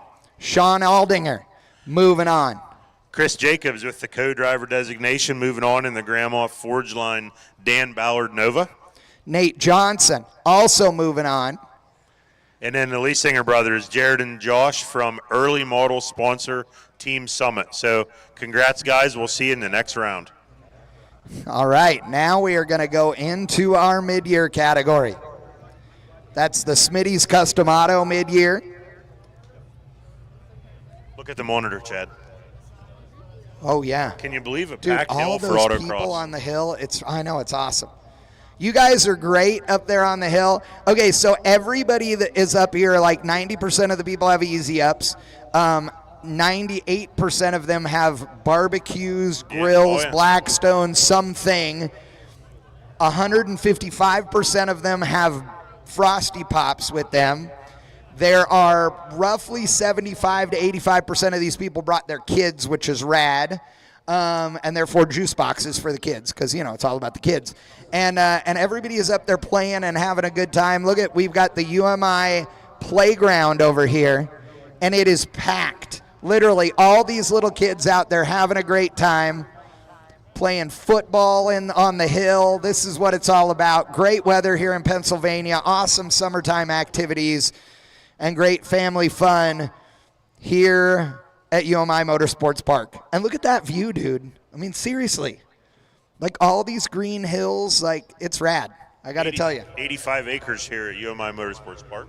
And there are amazing deer out here. There are beautiful grounds. We have an awesome campground. There are trails to ride fun toys on. And plenty of other fun activities like the food trucks. We got great restrooms. We got VIP areas.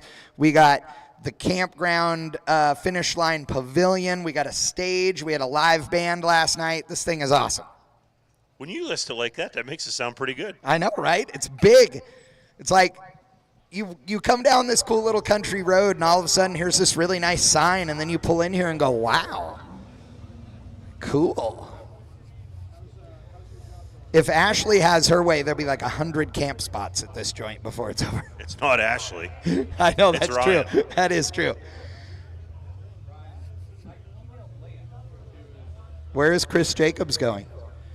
Are they moving it? Oh, they're moving the top 6 into position. Oh, yeah, they're going to restage. Okay. They're like, hey, bottom 6, you need to So go you know away. what'd be awesome? We could do that while the mid-year guys go. I don't know. Just saying. I don't want to watch cars move. I want to watch cars race. I'm impatient. Here we and go. Speaking of, look at all our media guys, too. Taking pictures, video, following cars around. It looks pretty professional, actually. It does, right? I don't even know who that guy is. I don't either, but he looks good. Mike Trinkle in the carbon wide body.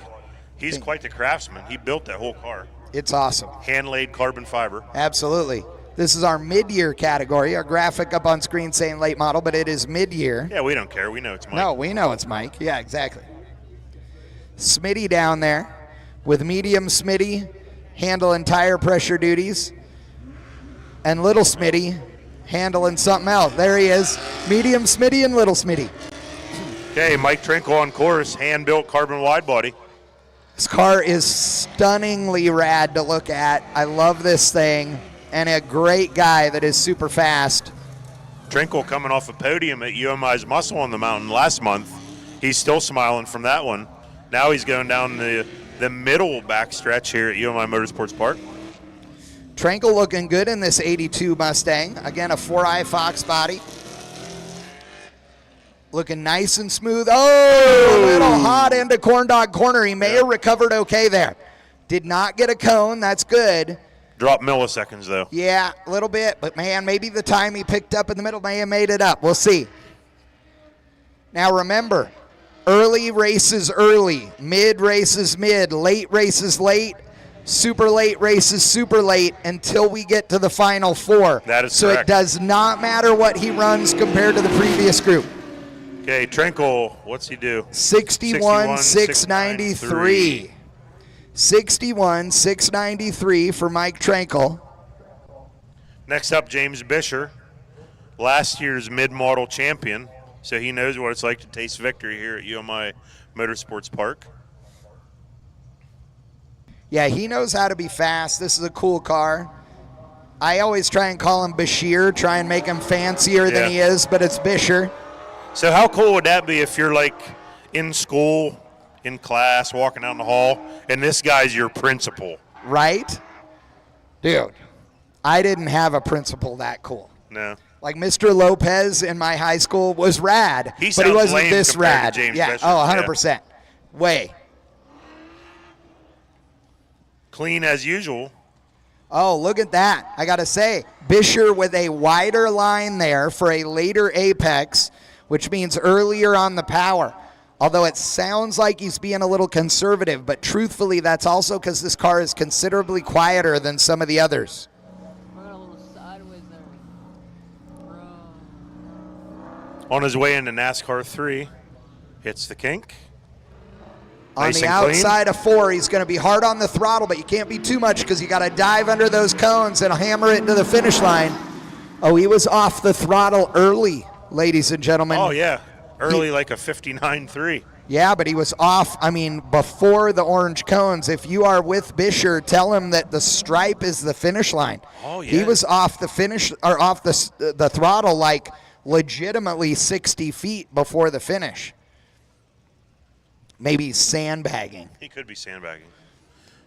Brian Johns in this cool third-gen Camaro, I dig. This is another show quality third gen. Brian and Tara Johns built, both SCCA national champions, so they can get it done behind the wheel. And it's UMI equipped, so I super like it. I'm sensing a theme here, Ramey. I don't care who knows I like UMI. I know. I'm good with that. I got to tell you. There's a good reason, too. You're one of the engineers there. Okay, it's not just... Right. Yeah, and I say that because... Little- Johns gets a cone in Corn Dog Corner.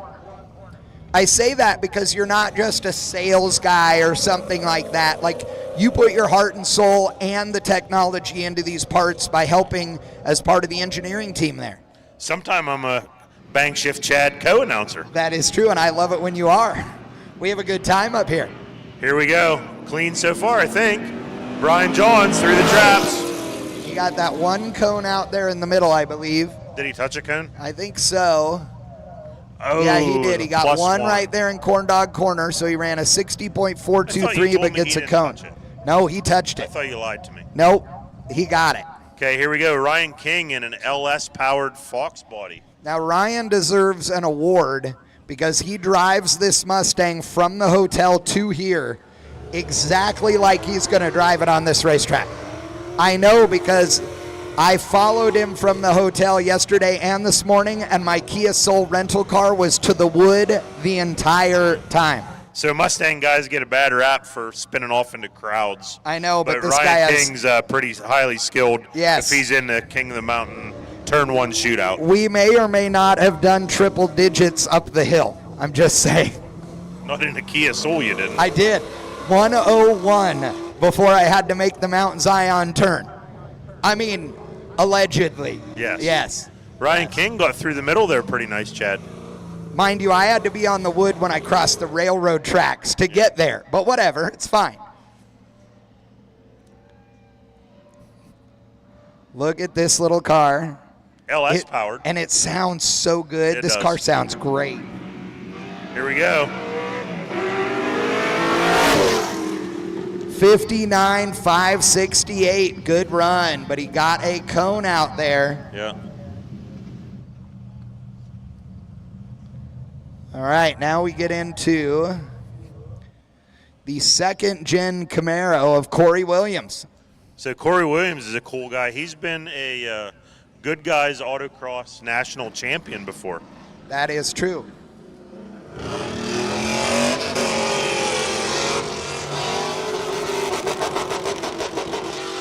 Oh, he's going to need to shift it. I think he thought he could run that in second gear and be okay, but it was bouncing off the limiter for a long time.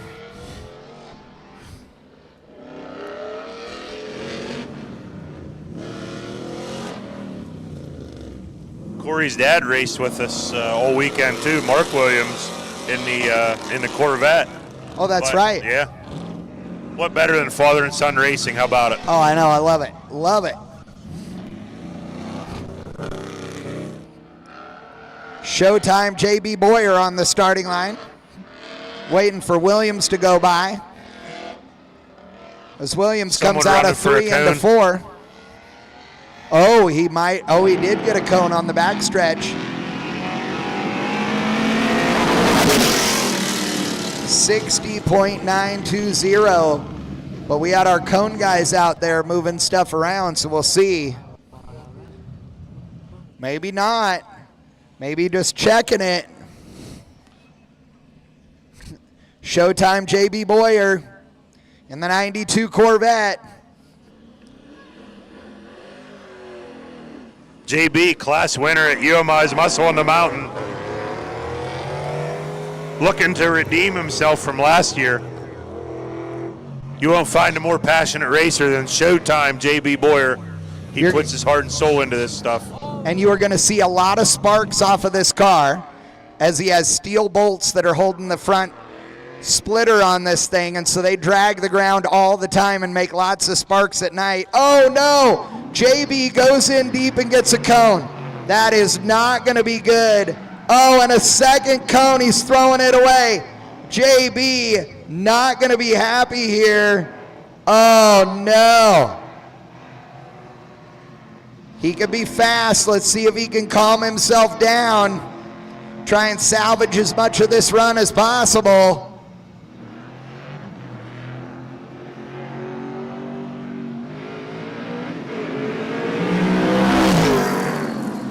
$58,719 for Boyer, but he got 2 cones.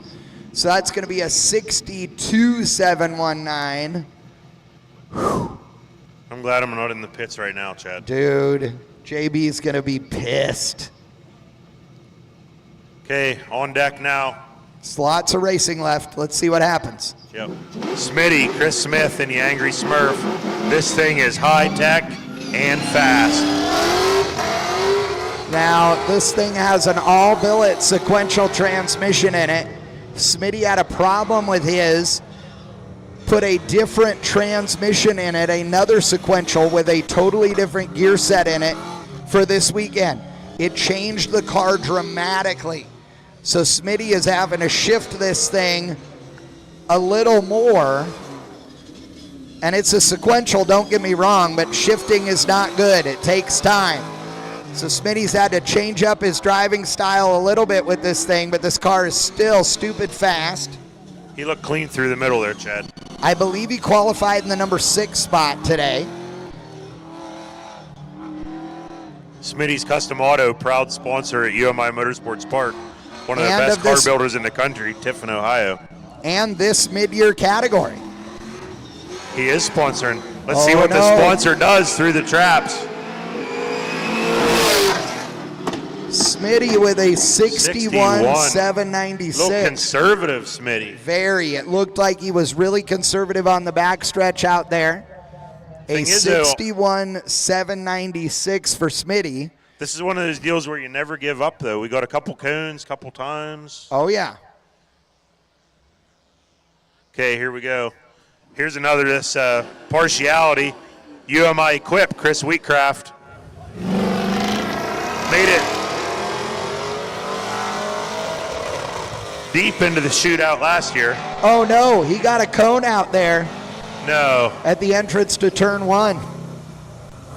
100%.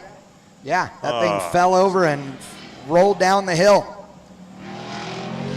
That's bad when it comes up on the penalty computer immediately. Absolutely. Wheatcraft for sure getting into Still, one. though, he has to run a good number just in case. Absolutely. There are plenty of guys in this class that already have hit cones. So he's going to need to keep it up. Wheatcraft looking good as he goes up onto the backstretch. I need a drink.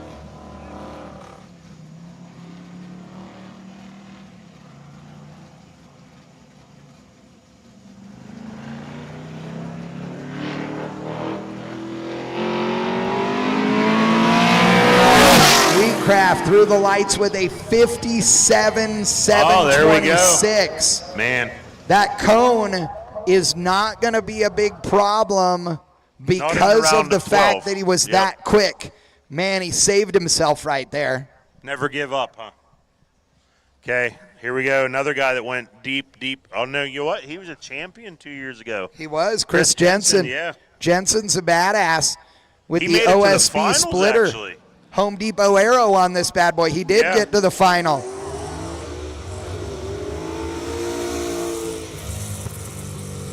He got to the final, and if I remember right, he hit a cone at the entrance to turn number 1 in the final.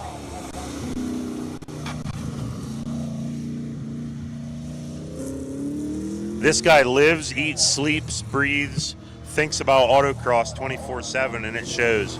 He's a tremendous driver, builds an incredible car. Fit and finish ain't so great, but who cares? It rips. Didn't he run JB's Corvette at the Autocross Challenge? Didn't they share driving duties? Oh, no, that was Jansen Fisher. Oh, that was Jansen. Yeah. That's right. That's right. Jansen Fisher. So here's Chris Jensen on the backstretch. Man, the drone footage is rad. I can't quit watching it. I know, the headlights looking great. Okay, Jensen, what do you got? 59,352. That is going to work. 59,352. Live to fight another day in this class tonight. Okay, here we go. The big dog of the class so far, Andrew Chenoweth. It's his first time at UMI Motorsports Park. He don't care.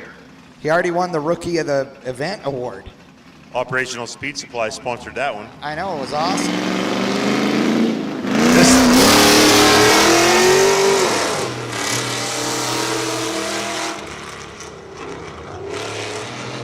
I think this might be a Warren Johnson powered unit too. It sounds like it anyway. It has about 9 million horsepower. Exactly. If you go by volume, he might be winning. This car is quick. Looking good across the middle. Big aero on it. Yeah, really big wing out back. Okay, through the middle, how we looking? Around Corn Dog Corner, up the hill, down the hill. You can't really tell it from up here, but there is some elevation change over there. Out onto the backstretch. Gets onto that backstretch going through the slalom. He's going to need to pick it up. Remember, Smitty went through there a little conservatively, but it is really hard to win if you run over a cone. Oh, sideways, saves it. 56,779. 56,779. If that's clean, that's pretty awesome. That was impressive.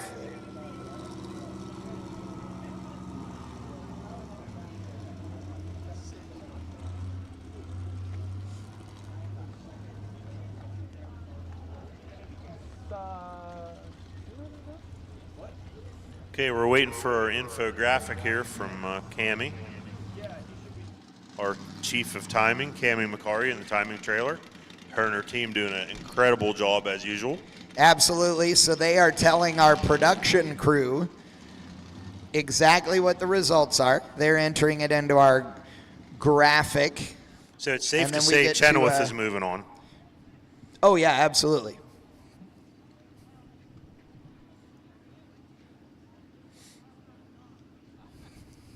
So we had, looks like, how many cars with cones in this? 1, 2, 3, 4, 5 cars with cones in this. I know. I was just counting that. That's the crazy part right here, is that, you know, we've been talking about the fact that you can't win this thing if you're running over cones, but the truth of the matter in this class, it's, I mean, yes, that's going to hurt them, but we've got some cars that are so quick that they've made up for it, which is nearly impossible with a 2-second penalty.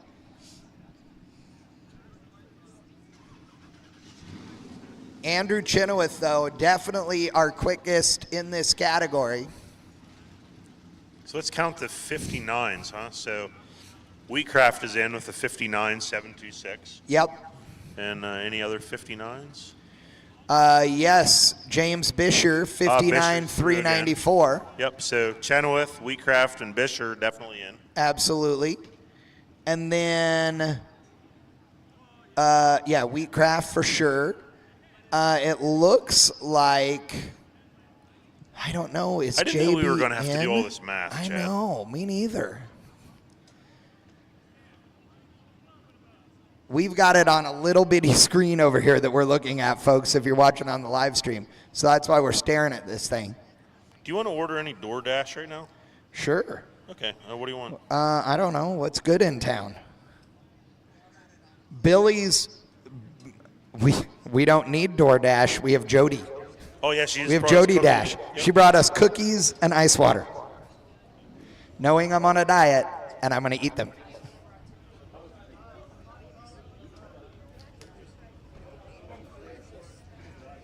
Okay, let's see. We got James Bisher, Ryan King moves on, Corey Williams, Chris Wheatcraft, Chris Jensen, and Andrew Chenoweth, P1 through P6. Yes.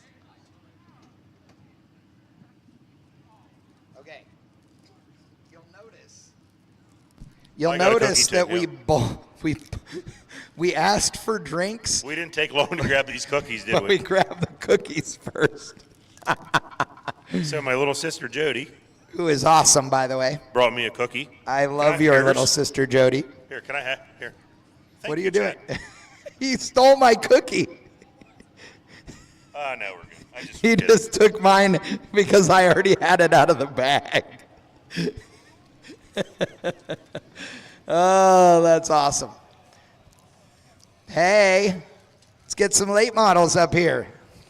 So we are taking a little break between each class. We were supposed to announce that, I think. We're busy eating cookies. See, but on my schedule, it said we were not taking a break between classes. We were only taking a break between in between the finals for each class and our King of the Mountain 4-car shootout. Gotcha. Okay. On deck. Ooh, good cookies. It's pretty good. I know. Buddy Chris Brown, Operational Speed Supply rep in the nice orange Mustang, Torque Storm Supercharged. I like orange. Orange is a good color. What's better than announcing King of the Mountain 5.0 and eating cookies? I don't know. I got to tell you, the Emily Whitehead Foundation bake sale that goes on at all these events is full of tasty treats.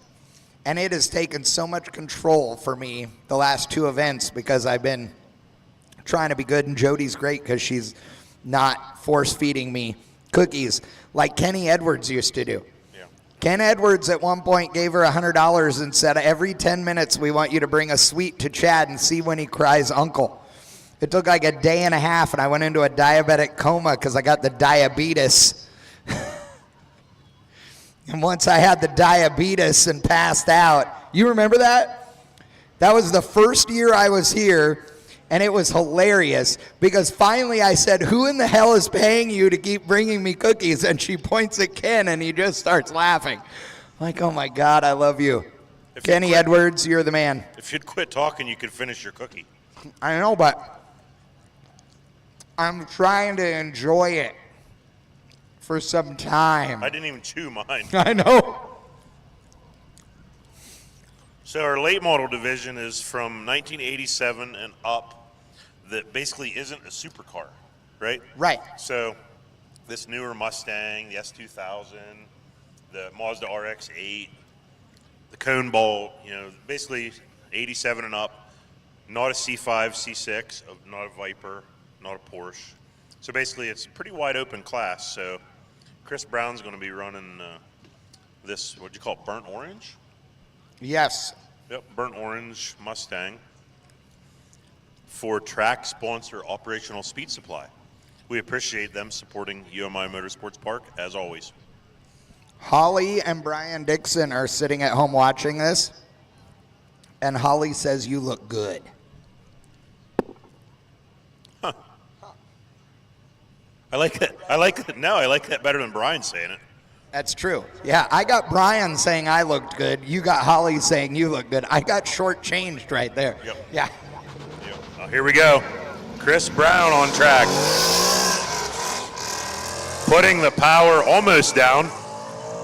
Aerial Jim PA following within 1 inch of the Chris Brown mobile. Earlier today, Aerial Jim PA almost got into the wing on the back of an S10 pickup truck. It was pretty awesome. The footage was amazing. Listen to that. That's horsepower is coming out of that. It is. It's letting the horsepower out when he lets off the throttle. You can hear when he lifts off the throttle before the exhaust even, because you will hear that. That's letting the boost pressure out of the intake tube so that it's not trying to fold the throttle blades over when you close them and everything else. So that centrifugal supercharger on there sounding good. Oh, see, but you moly. don't want to hear that. Oh, and that was him shifting. So that sounded good, but I see a +2. That's not good. 60.581, 60.581 for Chris Brown. And Devon Whitman. Devon, I like to do the burnouts, Whitman. Here we go. That's it, brother. UMI equipped. I want tire smoke. If Devin wins this thing, he will blow the tires off of the back of this car on this front stretch. I guarantee it. I mean 100% guarantee it. Devin will boil the tires until they blow both of them off of the back of this car. Quarter panels be damned. It'll be awesome. Let's keep it clean, Devin. Keep it clean. Looking good, dude. It's a man on a mission today. Been in the top 10 yesterday and today, almost all day until the very end today. Was in the number 13 spot, I believe, when one of the competitors broke and he got bumped up into the show. I know. What if he makes it work? Oh, dude, it's awesome. Onto You the can't back win stretch. if you ain't in, so let's see. Through the slalom. How's it look, Chad? Looking pretty good out there on the backstretch. He's doing a nice job, a little conservative, I gotta say. I'm looking at him thinking that's Smitty paced right now, and I know normally that would mean hauling the mail, but Here we go. I Let's think see it what might does. be a little slow on the backstretch. Let's see. 62.555. Yeah. Not gonna be real thrilled with that, but You never know. you never know. Never know. 62.555. Well, right now, he's in the lead of the two cars, right? Because Chris Brown got 2 cones and ran a 60.5. So, Okay. there you go. Tim Gordon, Gordon Automotive Specialties, and also a friend of Operational Speed Supply. So, Tim, Tim's likes a lot of our friends. I guess that's Absolutely. good. Here we go.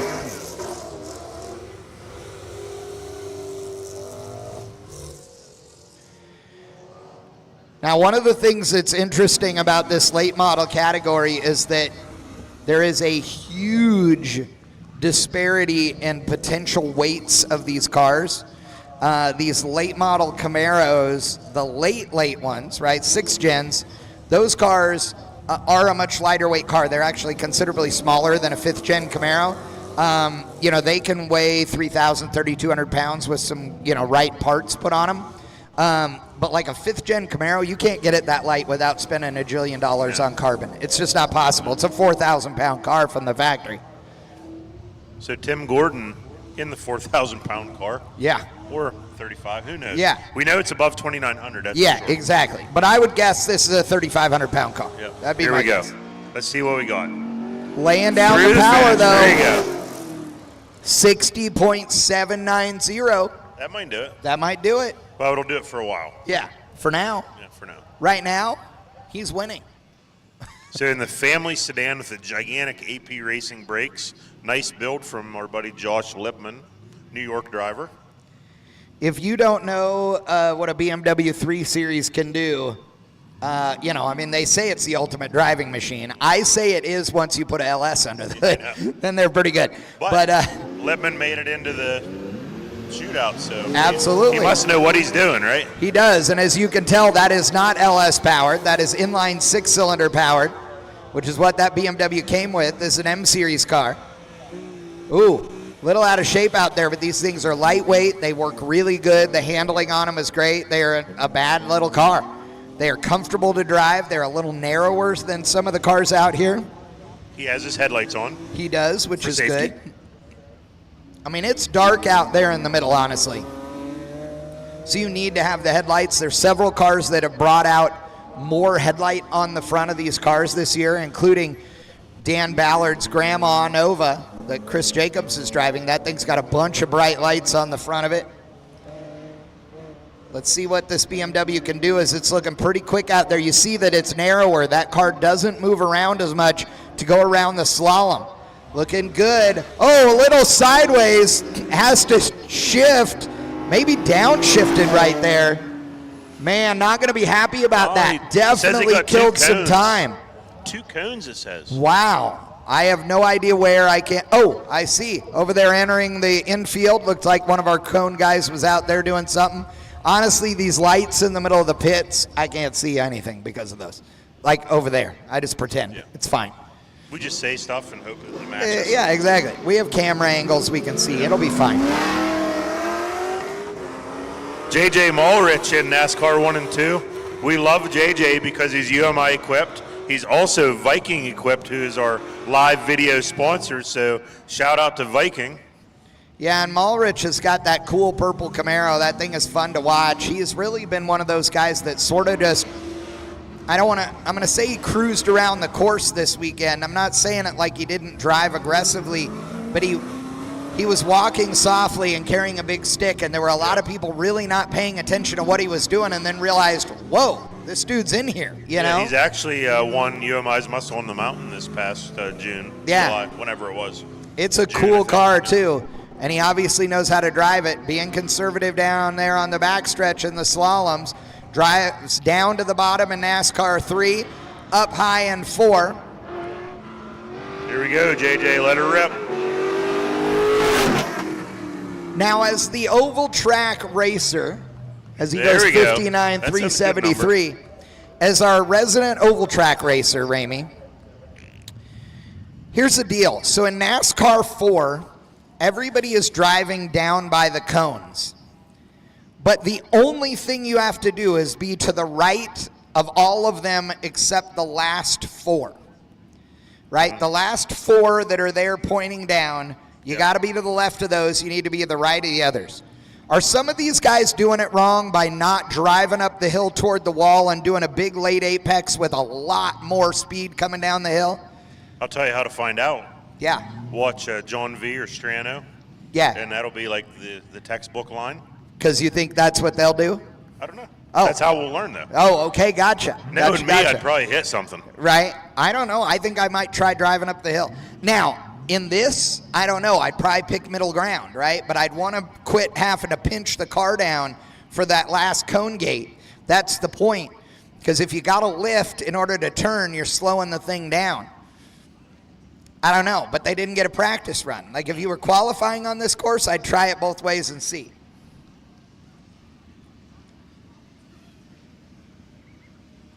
So the cone bolt's sitting here. Oh, here we go. Jeff Gordon, Gordon Automotive Specialist in the cone bolt.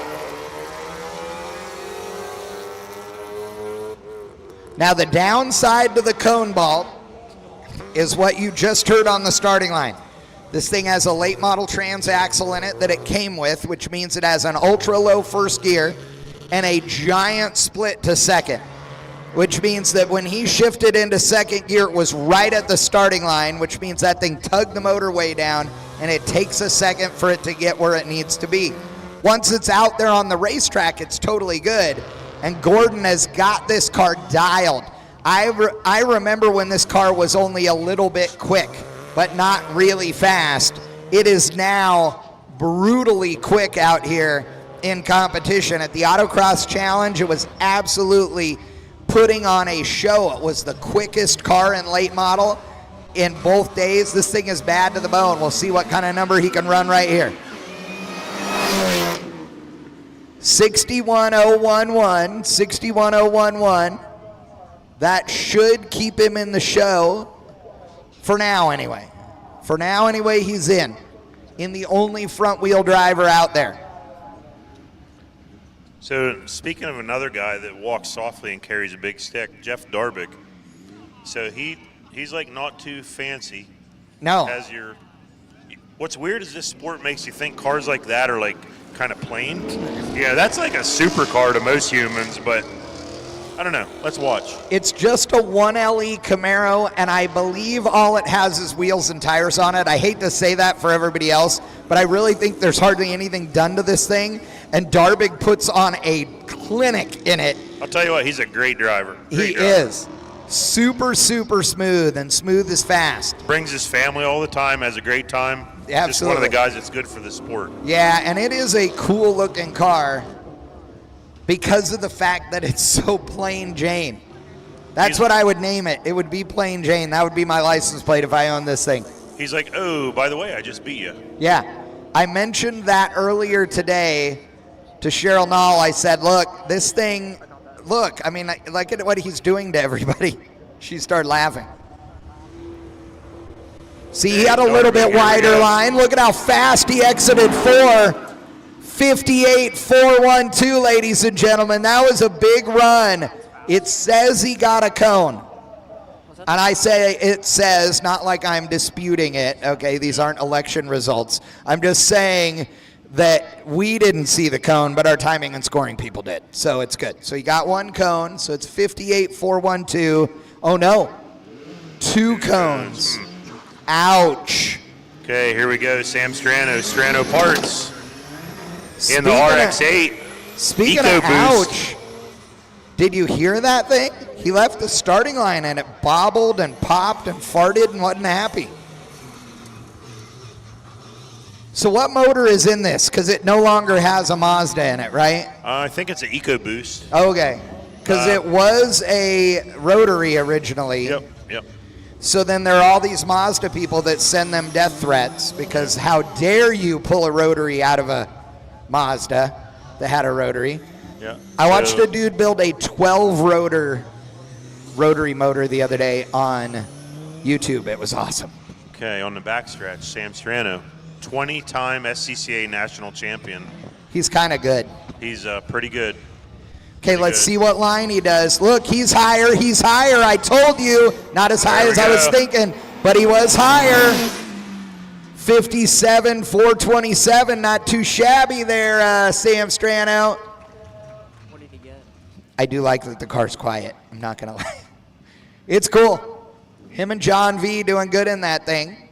John V, the owner, shares driving duties with Strano. Okay, who's this? I'll tell you in a sec. Oh, this is John Ward. This is my new buddy, John Ward. There you go. So he has the 4-cylinder turbo Camaro. I love this guy. The LTG 6-speed equipped 1LE Camaro. I believe it's a 2022 model. Is that right? Oh, we don't have him up there. There he is. Yep. Oh, it doesn't say what year. I believe it's a 2022 model. Again, 2-liter, 4-cylinder, turbocharged, makes 275 horsepower and 278 foot-pounds of torque from the factory with a low-drag, ultra-low rotating assembly, 6-speed manual transmission from Tremec behind it. All factory and a 1LE package, which means it has the brakes and suspension for all the road racy goodness that Chevrolet can stuff in it. This is a bad car from the factory. Oh, and he gets a cone on the backstretch. In the slalom, knocking one over, tumbling it along. Gets 2 of them. Another one in turn 3. No, Ward, what are you doing to me, dude? No, 60.265, and he gets 2 cones. God, that's not good. On deck. Doug Lutz. Oh, Doug Lutz. Doug Lutz. I'm not crying, you're crying. Says, we're watching on YouTube at home on our deck eating sushi. You know what we're not eating on this deck? Sushi. We did get a cookie. We did get a cookie, but if somebody brought us sushi, that'd be rad. Do you have good sushi in Clearfield? I don't know. Yeah, I was going to say, I don't know. I don't want to be judgmental, but doesn't here we make me go, feel Macaulay, real SpongeBob. AKA short wide. A 15-inch wheel and tire on this car. The only one in competition in the shootout. Local hero, Jeremy Macaulay. Absolutely. Altoona, Pennsylvania. You know what? He just started to turn in too early down there, which means he didn't drive it far enough before getting on the brakes. I know he's smacking himself for that. This is a great little car. You can see the sparks flying as this thing is bottoming out. 285 15 tires on it.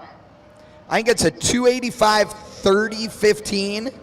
Again, I call it short wide.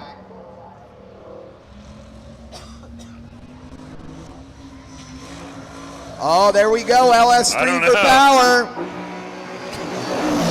Oh, on the limiter for a long time. Holy 56,787.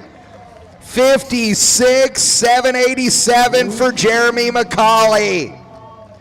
And his wife goes wild. Wow. Macaulay.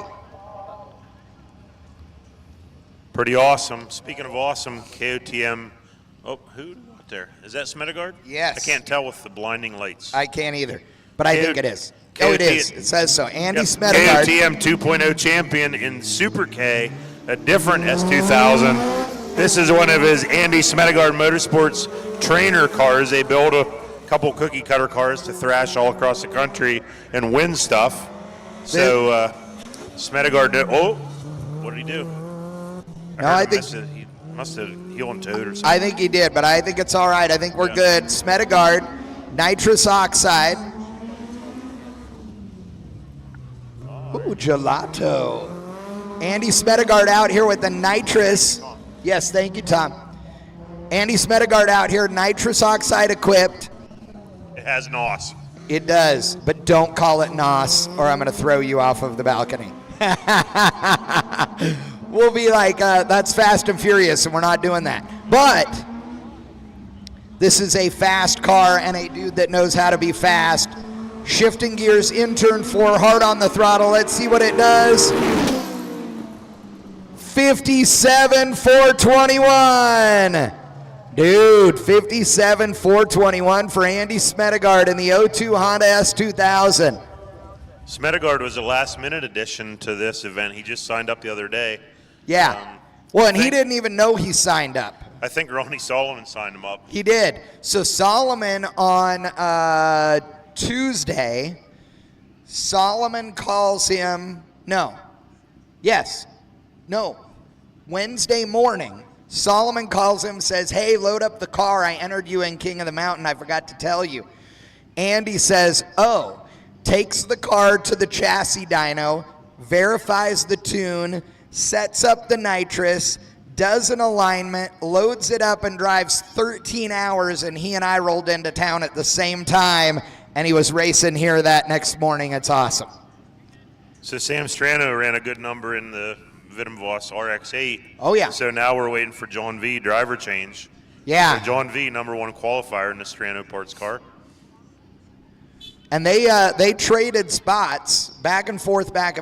Sam Strano and John V. They traded back and forth 1 and 2 yesterday and today. So let's see what John V is going to do. I don't know what they're doing over there. It's been several cars since Strano ran. Oh, Roger is pointing at his watch. We do not allow shenanigans. So you got to get the car and go. Oh, wait, are they having a problem with this thing? They are. There is a problem with John V's car.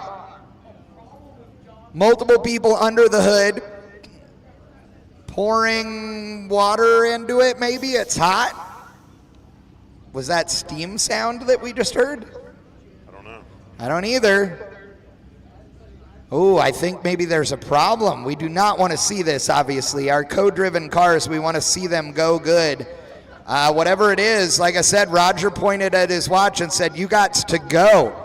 That's Strano that was working on that thing right there, it looked like. We have headlights. Yep. Okay, Shut we're the good. hood and here we go. Okay. Here we go.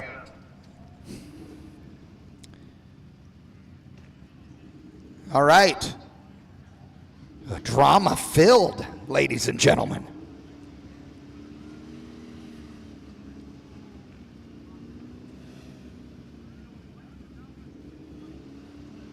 This is a high-tech car, so you never know when something. Right. Yeah. No, I agree. And the truth of the matter is that, you know, these co-driven cars are making twice as many runs as everybody else's cars out here this weekend. So they really have to be even better sorted and more reliable than the rest. And you just, I mean, these are race cars. You never know. Like, something is going to go wrong at some point on any car out here. And John V and Sam Strano, they know how to prep stuff. They've got, you know, they've got this car dialed. It has been absolutely reliable all weekend. And maybe there isn't a problem. Maybe they just, you know, we're taking a little extra time. We'll see. Hope not. Like 6:30. And then this is now taking. Mike Cunningham's over there flashing us with the world's most powerful flashlight. Did he text you? Oh, yeah. Doug Lutz says that the live stream is phenomenal.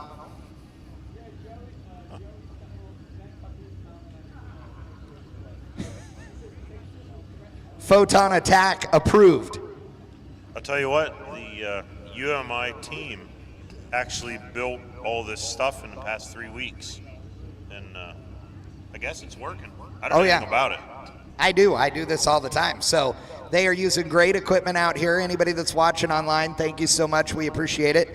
Lance and Joe and the rest of the crew doing a great job. Rented some really good equipment, awesome wireless stuff that we use on our Bang Shift live broadcasts as well, and then some other technology that none of you people at home are going to care about. But what it means is we have cameras all over the place, and they're really rad. Okay, speaking of rad, John V launches, so that is great news, great news. I'm not allowed to play favorites, but I love these guys. Yeah, I got to tell you, this car looking real good right now. The only thing I would say about it as it left the starting line is a lot of wastegate exhaust coming out under the right front fender, as that thing was definitely shooting some fire out. You can hear it bouncing off the gate out there, and that's good. The gate's doing its job. That's fine. The wastegate is designed to release exhaust pressure so that it can control boost. The car sounds great, and John V looking good out there. That thing is moving along fast. Looks real good in the slalom. Oh, a little slow there in the middle, but that's okay. See what kind of line John V does. Again, high line, look at that. Dives down, hard on the throttle through the lights. 56, 756. Oh, he got a cone. 56, 756. Here's the funny thing. Macaulay, right. Oh, yeah, didn't hurt it. It doesn't look like. Macaulay ran 56, 787. And Strano ran 57.4. John V looking good out there in that thing. I think the car's fine. I will say he's not going to be happy about that cone, but I think he's going to be okay. For the next run. Yeah, and I think he's still going to be okay. I'm pretty sure that's still going to put him in the field.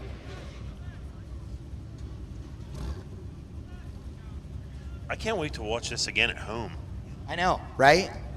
You know, it sounds funny because we really do have the best seats in the house, but we're paying attention to such little things that sometimes you miss the big picture. And so, yeah, I'm with you. Okay, here we go. Our infographic comes up from the fine people in the press box. We have Tim Gordon moving on, Team Gordo. JJ Mulrich moving on. Sam Strano moving on.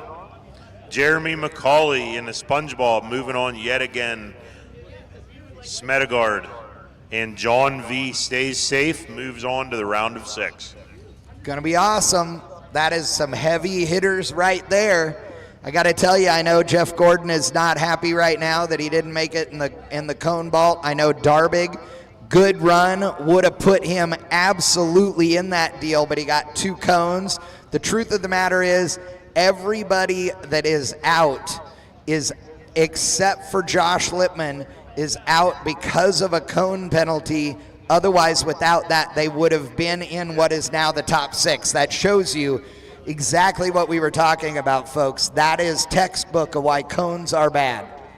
Tim Gordon with the Gordon Automotive Specialties late model sponsorship. Yeah. And also operational speed supply rep, so that's pretty cool. JJ Mulrich runs UMI, so we love him, of course. Sam Strano and John V with StranoParts.com. Maybe the best parts supplier in the business for an autocross team. Pretty incredible. And Jeremy McCauley. I believe of this whole group, has Strano been in every shootout we've ever, every King of the Mountain? He had to miss one year. Okay, so I think the only one in late class that's been in every 48-car shootout is Jeremy McCauley in the SpongeBob Miata. I drove that thing one time. It is vicious. It is. And the thing that's funny is he makes it look so sedate the way he drives it. It's brutal. It's a go-kart. It's so rad. Because of the skills. Then Your last qualifier that we haven't talked about yet, Andy Smedegard, KOTM 2.0 champion. So he obviously knows how to get it done behind the wheel here at UMI. Absolutely. Andy's sitting down there. So they're making sure the nitrous bottles are warm. I'm sure he has his laptop out. Probably. I have to tell you that one of the things that I find most frustrating in the pro touring and you know, muscle car and pro touring style road racing events, as a drag racer, who most of these people would refer to as dumb drag racers. Now I road race and race at Bonneville and all those things, but drag racers would not make a single run down a drag strip without logging data and then reviewing said data in order to make the car better the next run. And there are so many people that don't take advantage of the great technology we have out here. So when I see somebody like Ronnie Solomon and Andy Smedegard and these guys who actually do look at their data and they go, oh my God, I need to make an adjustment there, that's great. That is awesome. As a nerd, as the geeky guy who loves that stuff, I love watching that. I love the process. I love seeing different people and their way of tuning cars and getting up on the wheel and getting excited about it. Andy Smedegard is going to be one of the guys to watch today, I'm telling you. But Strano and John V, I mean, those dudes could be the top two in the class in one car. Like, that's possible. And it would be interesting, right? All right. A little bit of a break, and then we'll be in super late model. Absolutely. Absolutely. So by the numbers, we get a lot of questions about the all-wheel drive cars and this car and that car and like that. Yeah. But mathematically, strangely enough, we've only had one all-wheel drive King of the Mountain. That is true. That was last year. Yeah. Before that, actually, KOTM 1.0, we need to give a shout out to Jeremy Swenson. Yep. So Swenson is like the icon for me. Oh, he was bad. Yep. And bad fast, I mean. And GLTC champion last year. Yeah. And working on it this year, wheel to wheel, full contact. I don't know if I'd fight Swenson. I don't know that I would either. No. I have to tell you, I have raced a lot of autocross, a lot of time attack stuff, a lot of road race things. I think that when you race wheel to wheel, it makes you a better racer when you're not wheel to wheel. It does. I think that it helps you know where the limits of your car are. And when I say the limits, I mean physical limits as far as where's the edge, right? And I think that's a really important part. And also, it's so much fun racing wheel to wheel. And here we go with Speaking Eric of Peachy. racing, Eric Peachy. Eric Peachy behind the wheel of that Viper. This thing is bad. Like, it's bad fast, and he knows how to drive it. Oh, that was close to the cone down there in the corner, but he saved it. These cars are stupid twitchy. They are like as tail happy as a 911 Porsche. Oh, I thought he missed a shift there for a second, but he just mellowed himself out. That thing looks quick out there as he goes into turn 4, going up high. More guys going up high after watching John V and Strano do it. Big speed to the finish line, 57.050. I don't see any cone penalties yet, so we'll see if that stays clean. That looked like a good run right there. One of my favorite stories of KOTM on deck, John Hogan. So Pennsylvania guy lives in California, drives a transporter from California to here to visit his family, and stops off to drive at King of the Mountain. That is awesome. I love that. He also makes really good cookies. That is true, like world champion cookies. Oh, nice job diving into the middle, hanging the right-hander down the hill, up the hill, over the bump, right past the corn dog stand. In the middle, hard on the brakes as he's going to make this sharp left-hander. One thing I have not noticed yet today, any glowing brakes. In previous years, we have seen lots of glowing brakes. Wow, pushing it a little hard into corn dog corner, but he saves it. Onto the back stretch. Looks clean so far. It does look good. A little bobble there as he enters the slalom. Looking pretty quick out there. Slows it down going into turn 3, diving it down low. Up, down, trying to go a little tight. Oh no, a bobble right there. He was one gate early, trying to turn left. 56,675. Okay, people. Oh, he got a cone. He got a cone, but let me tell you, that wasn't good. Like, that was ugly. That run was, I mean, there were a half a second of badness out there.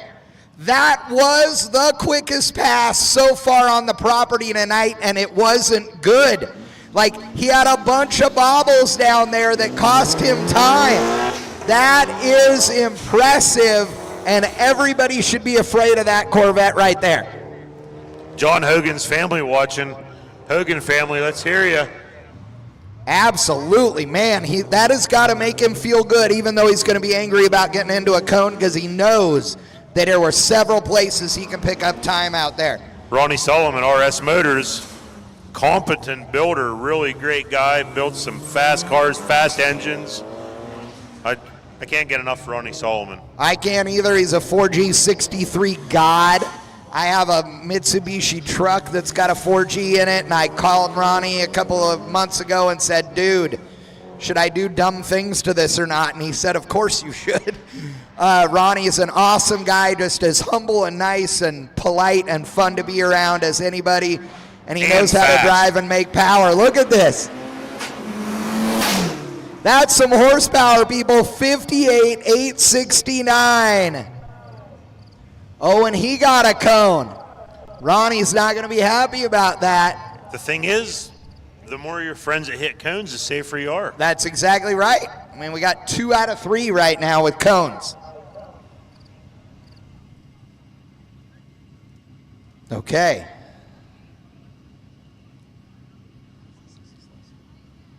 So this is the Evo, so this is going to be Aaron's shoe, I think. Oh, it's a shoe. Okay. Yeah.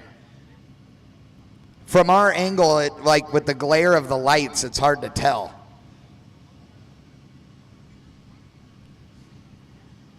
So Aaron Shue showed up at Summit Racing Autocross Week, won the whole thing.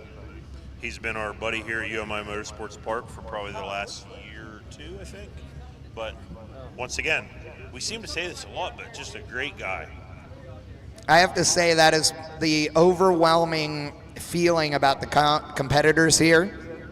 And quite frankly, I don't mean to sound mean, but if you're not fun, you're out of here. Yeah, you don't fit in here, and then people don't really want you to be here, and you know it, and so they just don't come back. The people that just can't have fun anywhere, they tend not to come back here because we like to have a good time. And that doesn't mean the competition isn't crazy. I mean, don't get me wrong, like, it is brutal. But dude, if you can't party with us on Friday night, then sorry, not sorry. There are other races. Okay, Aaron Shue on deck. All right. Hard to tell what he's doing. Adjusting the radio. Well, it looks like our starter is calling in the car number. I'm guessing that's what it is. See, when we get to this hour, it gets harder and harder for our timing and scoring folks who are up on the hill over here to see the numbers on the cars. And so we're idiots. That's actually Jason Frank. Oh my God, it's the Audi. See that? Stupid. I'm so dumb. Why don't we look at our monitor? I don't know, because we're not very smart. So There's a TV up here that look at that thing over there. Let's hire these guys. Yeah, exactly. Multi-time SCCA national champion Jason Frank, not Aaron Shue. No. Duh. Yeah. In the Audi. Maybe that's why they're hearing us say Shue and they're like, I don't think that's who that is. Should we verify? Please don't listen to us. Part of the JXB Performance stable, so Jay Bullington owns this car. Jason Frank driving for him this weekend. It's a 2014 Audi S4. This is the one that had all the aero last year. They kept removing it to get the balance right. And now we're back to what we call like some basic aero. Right. It had multiple wings on the front of this car last year. Oh, he gets a cone. Got a cone coming out of turn number 2. I mean, it literally had wings on the front that you had to look through to drive. It was awesome. Yeah, the cone populated already. Not good. But if all his friends hit cones, no problem. Right. We're watching on one of the cameras falling with the drone. It's crazy, the drone. Oh, yeah.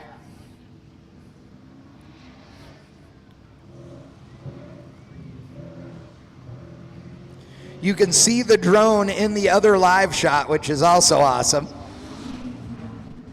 Oh, look at that arc through there. Nice. See, I told you the high line is long. Look at the speed in that thing.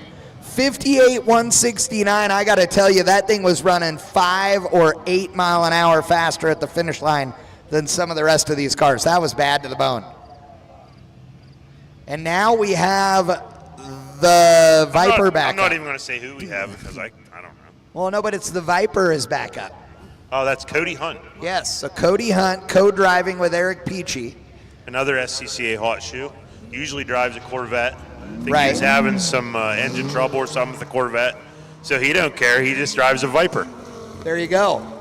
Which, by the way, while you look at a Viper and a Corvette and think, oh yeah, 2 awesome sports cars, one might as well be a Freightliner dump truck compared to a 747. That's how different these two things are, right? They both have brake pedals and throttles. They do not handle or drive at all alike.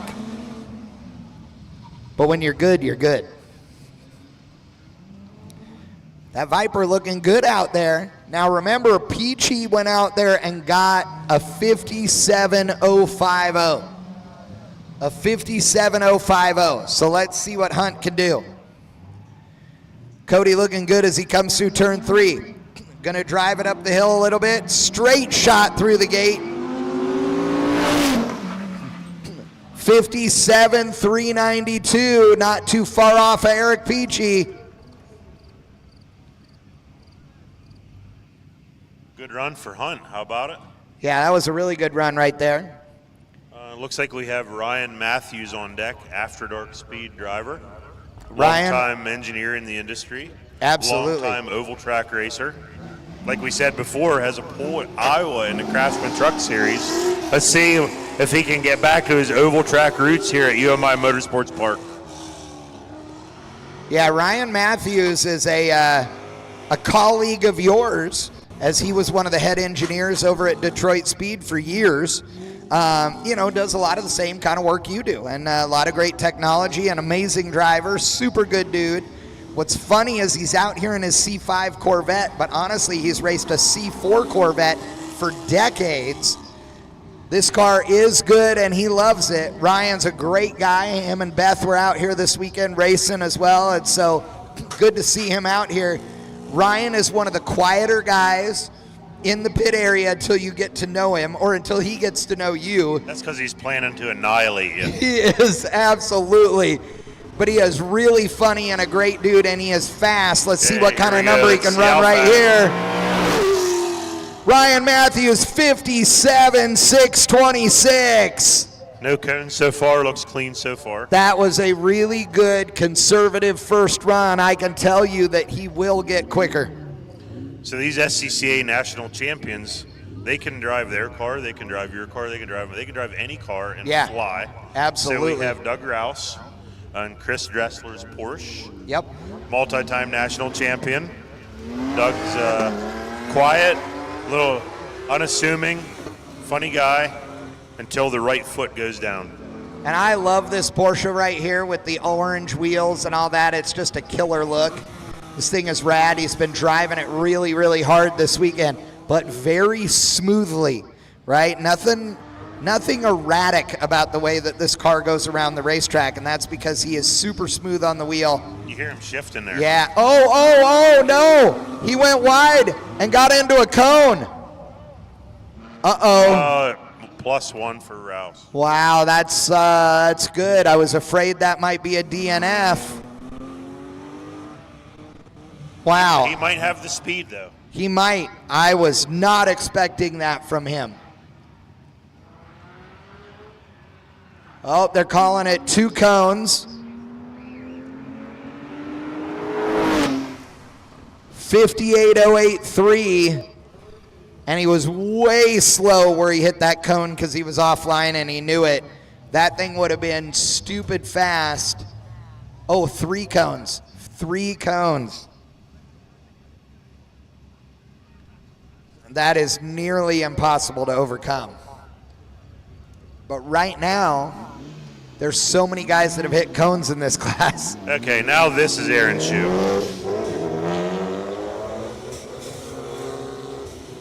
Co-driven Evo with his buddy Josh Luster, both of them in the top 6 in qualifying. He was stupid fast today in this thing.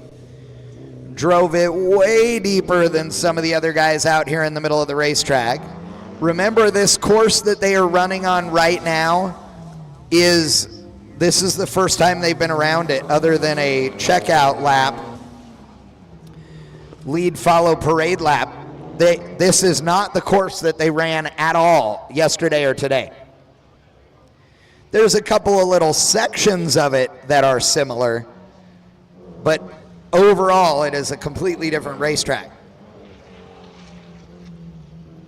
Oh, it sounded like he got up there in the marbles or something.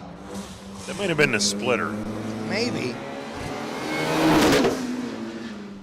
Little flame out of there, 57.817. 57.817, that's a good run. That's a good time, yeah. Shoe hits the limiter right at the start finish. Yep. Right where you're supposed to.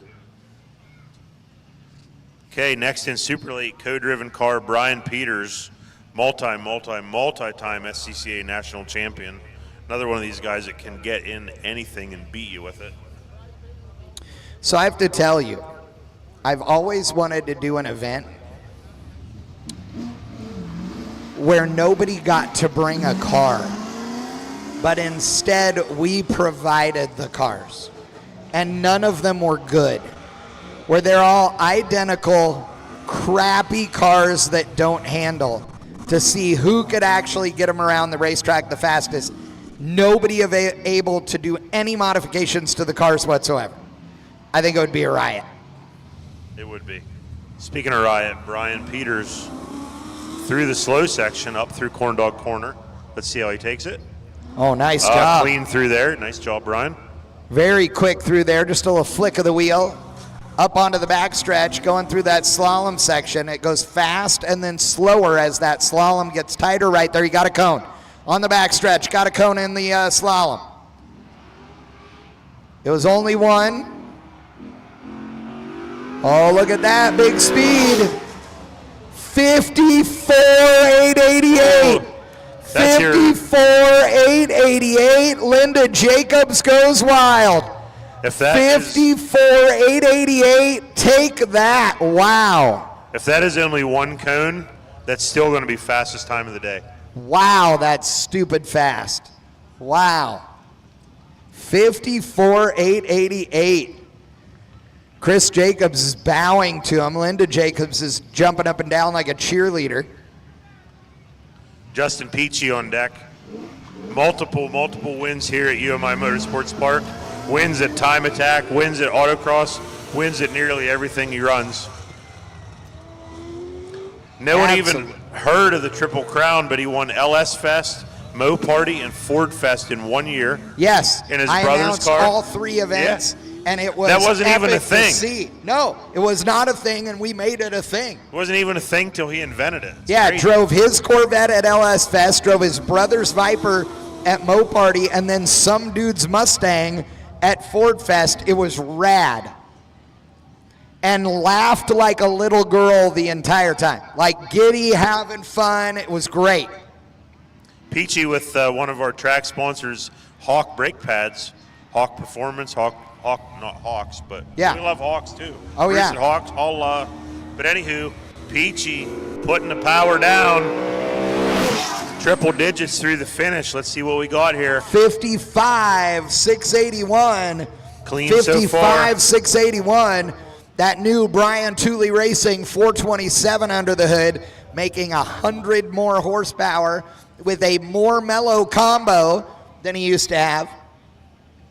I have to tell you, you're talking about Hawk brake pads. I've been a Hawk user for many years. They have great stuff. Love them regardless of the brakes brand that you use, whether you're a Bear Brakes person or Willwood or whomever. They have pads for all of them, as well as factory calipers, and they're great. On track now, Sean Krebsbach, KOTM 4.0 overall champion, took home that big $15,000 check. Yes, has an opportunity to do it again tonight. Absolutely, he is your reigning champion. We have had nobody has ever won it back-to-back, but he could be the guy. Sean, absolutely killer all weekend long. The car's been flawless, so is he.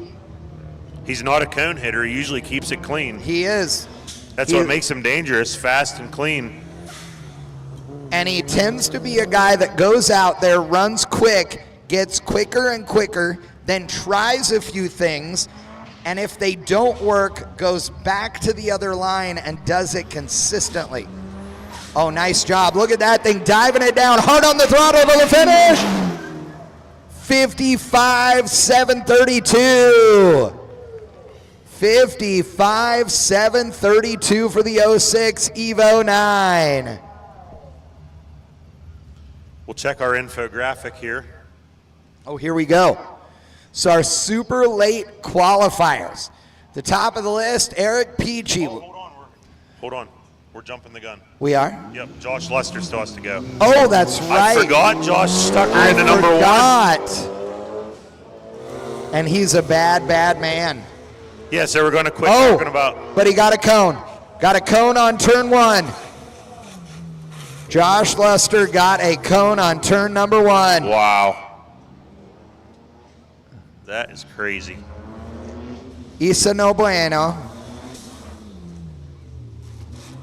Not going to be happy about that. Comes around the middle. Again, this class has hit all the cones, though, so it's fine. Or maybe fine. It's probably fine. It might be okay. Yeah, it'll be all right. It's fine.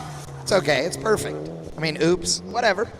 The round of 12 is the time to do it if you're going to do it. 100%. Yeah, you got no other choice. All right, here he goes.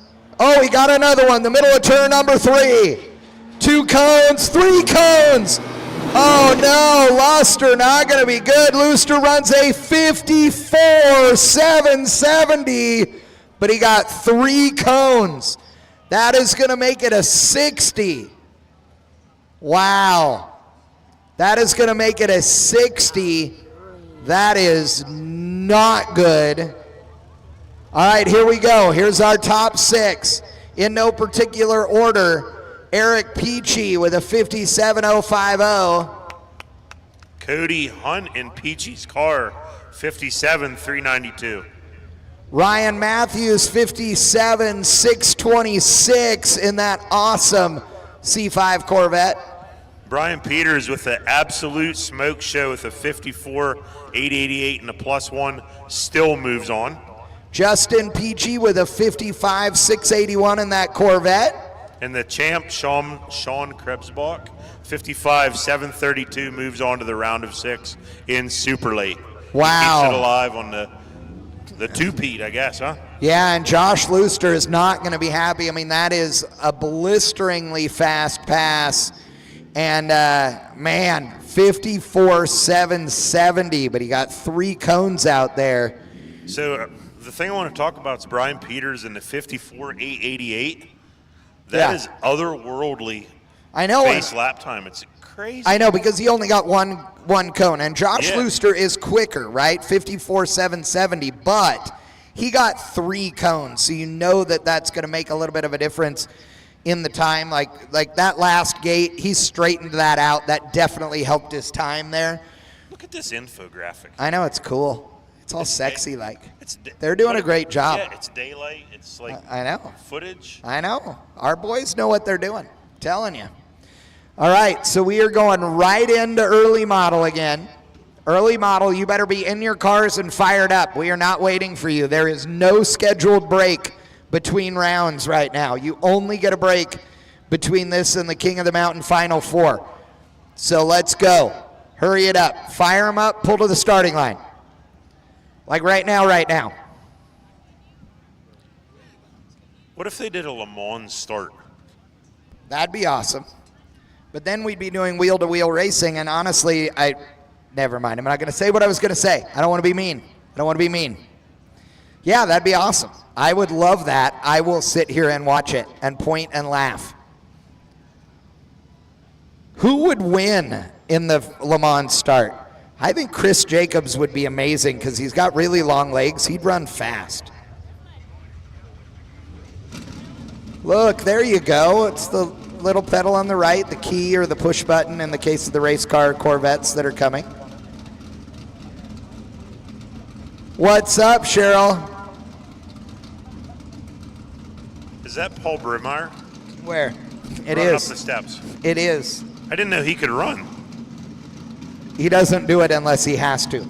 I only run when I'm being chased. He has a nice 69 Camaro that he built. Anybody that has a 69 Camaro is okay in my book. He also has a third gen he's building that we're going to give him a slight discount on UMI performance parts. Nice. 3% off. That's awesome. That's good. That's perfect. Because what are friends for? Yes, exactly. Okay, All right. round of 6 in early model. We are going to cut out 4 of these 6 so that we only have 2 left. On paper, the Leasingers are the 2 right now. On paper. But we don't race on paper. No, we race on asphalt. And last Because year, dirt's for farming. right. And last year, favorites also, and lost it in this round. Yep. So, let's see what happens. A lot can go on in F1 style knockout qualifying. You got to get her done. Absolutely. Okay, it looks like we're going to have the Cobra up first. Okay, Josh Smathers, first time at UMI Motorsports Park, Factory 5, added, I think, 300 pounds of lead to get up to 2,900 pounds. But The good thing about that is he was able to put it exactly where he wanted in that car. Yep. The truth of the matter is, no matter what kind of racing you're doing, you want the car to be 100, 200 pounds lighter than it needs to be so that you can then put the weight where you want it to be. And a lot of people that don't know will say they want their autocross car or whatever to be 50-50, and the truth of the matter is that's not correct necessarily. It depends on the combo, the suspension geometry, etc. so Chief Starter Jerry Mondock lets Josh Smathers go. How would you like to be an autocrosser and find yourself under the lights with 1,000 people watching and who knows how many online? I love that. It's crazy. I think it's rad. And it's Yeah. cool. The lights are awesome out here. Everybody having a good time. We appreciate all you guys up there on the hill partying.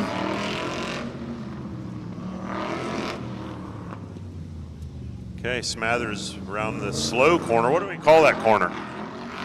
I don't know. It's the parking corner over Yeah. there. My God, it's Okay. so slow. He It's makes like- it through Corn Dog nice and clean. Yep, absolutely. Heading out onto the backstretch again at the exit of turn number 2. Up the hill, down the hill. Now that's where the slalom tightens up, right there. Yeah, you can see him hesitate, not in a bad way, but No. I mean, that's just how Roger designed it. Absolutely. And Let's then check the picking up finish here. speed again. There we go, nice and clean. Smathers, 60.842, 60.842. we'll see how that stacks up in early model. Okay, Sean Aldinger, You note that the temperature just dropped. 12 like degrees, yep. A bunch. Which means there's probably cloud cover coming around somewhere, but wow. Or actually probably going away.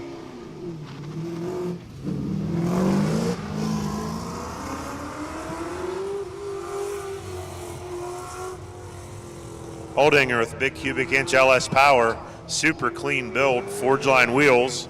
Shout out to them, best wheels in the business. Absolutely, one of our great sponsors out here. The Shart family, great people, love them. Been all over the country with them. Several Cars and Cones events. In fact, if you guys want to go on a great event that's a cool road trip where you also get to autocross and run on some of the killer roads of the Smoky Mountains, this year's FM3 road trip Cars and Cones is the jam as he gets into a cone in Corn Dog Corner. Yep, If you go to fm3roadtrip.com, That event is coming up later in the year, I believe in October, and it's going to be awesome. He got late and got another cone, I think. Oh, no.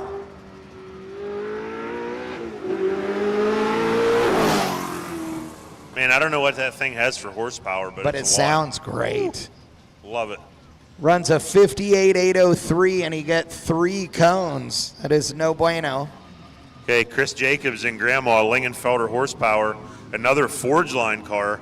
I think all the top cars run Forge Lines, at least they should. Absolutely. Chris Jacobs again behind the wheel of Dan Ballard's grandma. Dan Fifth. Ballard standing there on the starting line watching. 5th time for Jacobs in the Turn 1 shootout here at UMI's King of the Mountain 5.0. 5-time shootout participant. I just want to watch this thing and listen. Did you ever ride in that car? Oh, yeah. Oh, it rips. It's fun. I've ridden in this car, well, I've ridden in this body, which has been like 5 different cars over the years. It is so significantly different that only the body shell is the same. I've ridden in several of the iterations. I actually rode in it with Danny Pop. I think I may have driven this car at a Good Guys show, actually. Dan would have to verify that, but it may have been 10 years ago, but I think I did. So how's he looking? Looking pretty good. I can't see right out there on the back stretch all the way, but it looked like it was clean. Let's check the finish for Chris Jacobs in the Little Grandma Nova. conservative, I think. 59.072. 59.072. If that stays clean, he might be okay. Yeah, it puts him in the top position so far, as we have had 3 of our 6 run. So he needs 2 of them to be slower than he is. 59.072. Nathan Johnson on deck. Hey, Dan Ballard, your grandma is awesome. Okay, Nathan. Let her rip, buddy.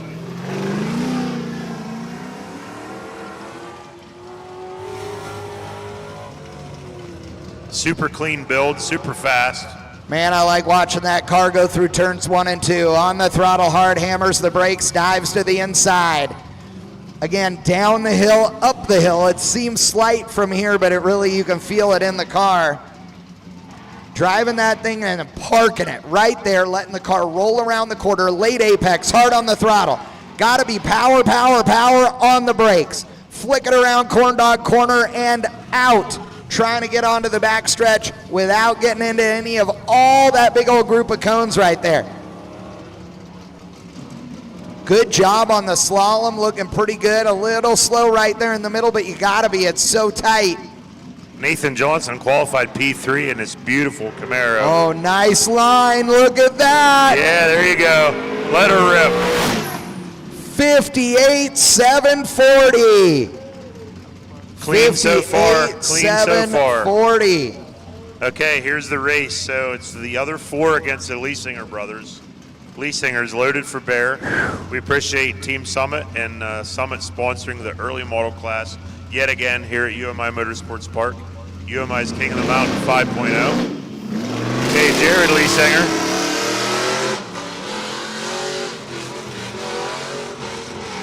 In the open top roadster. Tremendous candle power on the front end of that car. Yeah, it makes it hard to watch. Head on, it is blinding. Oh, I don't know. I can't tell out there in the dark in the middle, but man, that looked close to a cone. Looks okay so far. Looks clean.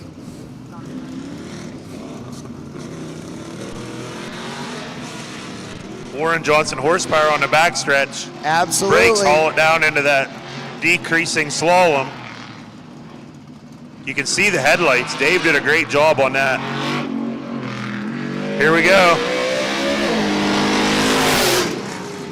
58.414, 58.414, 58.414. So right now, our quick 2 are Jared and then Nate Johnson. Everybody else is on the outside looking in. We are going to 2, remember, folks. So right now it is Jared and Nate with Chris Jacobs just outside looking in. Josh Leesinger, last year's Summit Racing Equipment early model champion on NASCAR 1 and 2, looks pretty good. Horsepower, handling, brakes, and driving skill.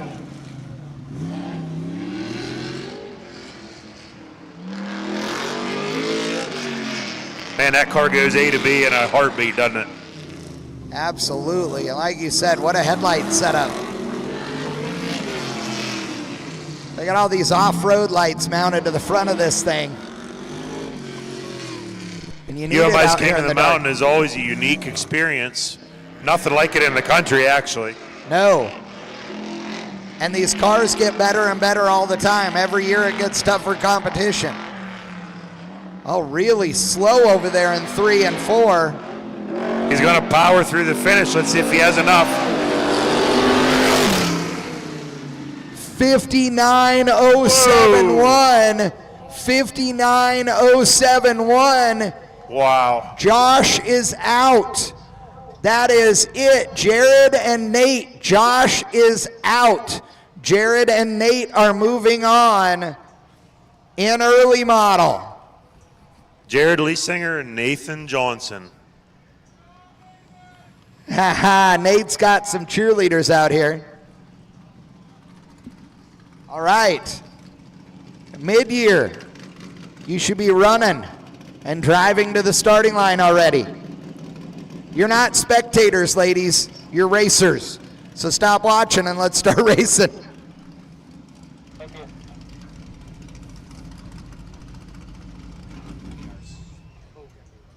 Which I know we're late start.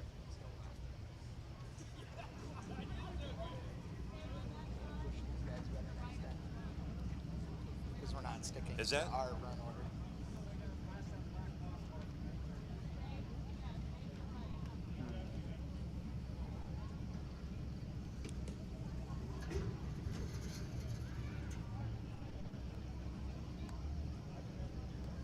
I'll tell you what, folks, we're having a great time here at the Turn 1 shootout. 48 cars, 12 times 4. Then we go to 6. Now we're getting down to the round of 2, chiseling it down to the top competitors on the property. We got to thank Turn 1, though. Pretty incredible steering system. We use it on all the UMI performance cars. I'll tell you what, we have an 8-to-1 box on all 3 of our autocross cars. It's like, I never drove a fighter plane, but it's like driving a fighter plane. Yeah, it's actually the 8-to-1 box is really hard for some people to get used to because it is so fast, and you just think about moving your hands and that thing turns. It is a whole other experience, and it's super fun. This live stream, we're getting some text that it's pretty okay.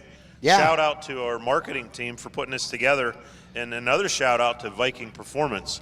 So they sponsored it for the 2nd year in a row, maybe the 3rd year, not sure. It all runs together. Yeah, exactly. But one thing with Viking is, I don't know how many wins a year they get, but it has to be in the hundreds, maybe thousands. I'm sure. Want to thank them for being the live broadcast sponsor here at UMI Performance King of the Mountain 2023, presented by Airflow Research. We do appreciate you guys. Yeah, Rick from Airflow Research spent the weekend with us. He also, the group of companies has Pro Car Seats, Scat Crankshafts, and also Race Tech Pistons. So John V's car has a set of Race Tech Pistons in it. And then a cool thing is they're also Vortec and Paxton superchargers.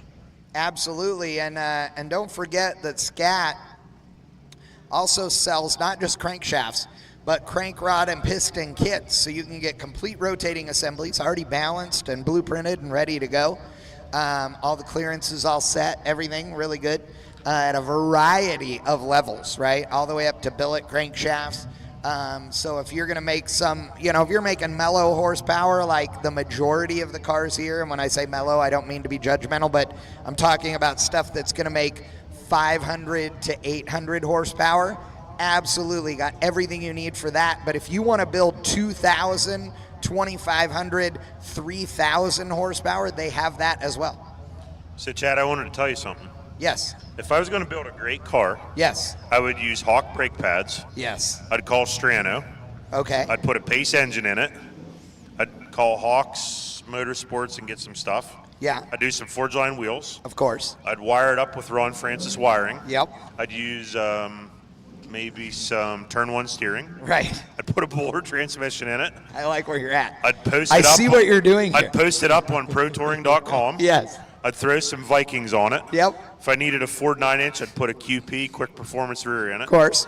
With my LS swap, I'd use a PSI conversion harness. I'd probably buy a lot of it from Summit Racing. Yeah. You Then know. I'd send a bunch of stuff to Bob Bertelson and get it powder coated at A+ powder coaters. You know. Then if I needed a camshaft, I'd call Eli at Tech and he'd spec one out for me. Yeah, absolutely. Or when you needed some help with your 6-speed transmission, he Yeah. also could help with some of the parts like the cross member kit and stuff Yeah. too. So, And you know. all that takes a lot of effort and such, so I'd probably go get a coffee and maybe some donuts at Snappy's. Then I'd come back and put in my quartermaster clutch. There you go. I see what you did there. You're so good. I mean, subtle too. No one would really, notice. Nobody will notice. Then Not I'd, at all. I'd chat up, visit Clearfield County, Well, yeah, I know. I love those and tell people. them what I was building. Yes. And what else would I do? I don't know. I got nothing. who do we- Oh, well, when you wanted stickers made for I'd your go race to car, Action you'd go to Action Graphics. Graphics. Yeah. Exactly. Then See? I'd get a shed and a golf cart from Shed Good World. World. Yes. And then absolutely. my garage is kind of dim a little bit nowadays. So you call Lightning Electric. I would. So you could see better while you're building it. Yes. Yes. And make sure the air conditioning had enough power. And if Tor Harvey's here, so fast fact, I went to kindergarten with him. Oh, no way. Yeah, how could you do any better? You went to school with a bunch of people here at various levels, like primary school, middle school, high school, and college. I heard you in College with Cunningham. Mike Cunningham, Yeah, yeah. exactly. And Rob Beck, that drives the 3rd-gen Firebird, was one of my crew guys on my oval track car. Nice. All right, we got Bisher on the starting line. Okay, James Bisher, last year's Hey, mid-model Roger. champion. What are we doing here? I mean, I love you and everything, but let's go. Oh, Roger is doing a timing test, I believe. That's why he was walking through the start. Yep, 28.209. There we Roger go. was not going 100. You are good at that, Roger. Great job. Let's go. Okay, Bisher, let's see what we got. First car in mid-model. Last year's mid-model Smitty's Custom Auto Champion.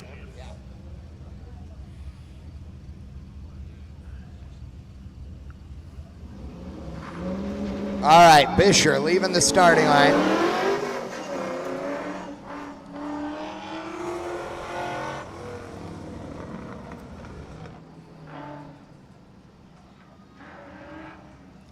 Diving in out of turn number 2 to the infield. Bisher banging the splitter on the ground. There are plenty of places to drag your super low car around here. So Bisher was keeping it conservative earlier in the event. He corded a tire, and you're not allowed to change tires. So Oh, that's right. Yeah, so he's actually running on less than optimal right front tire. He showed it to me earlier in the day, but he made it into the shootout and obviously made it into the round of 6. So still keeping it going. So unless you have a catastrophic failure, you're not allowed to change tires, right? Yep. And you Okay, can't like Bisher. drill a hole in it for your own catastrophic failure. no. You're right. Okay, Bisher, let's see if he uses the Oh, Chad yeah. Reynolds line. Absolutely, he does. Okay, Bisher. 60.766, Ramey. 60.766. That might be a pretty good time.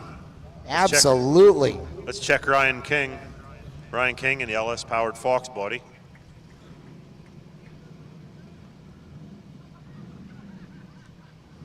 Ryan King has the dirtiest car in the shootout. And I'm not saying that to be judgmental. I'm just saying that like we drove in the rain and all that, and he's just been going fast. So it has dirt all down the side of it. Look at that. That is not from getting off of the racetrack. That is from driving it in the rain back and forth to the hotel and on the dirt road out here, while most of the cars here just stayed here all weekend. He's been driving it back and forth. And I love him for it. Plus, who doesn't love a Fox body with an LS in it?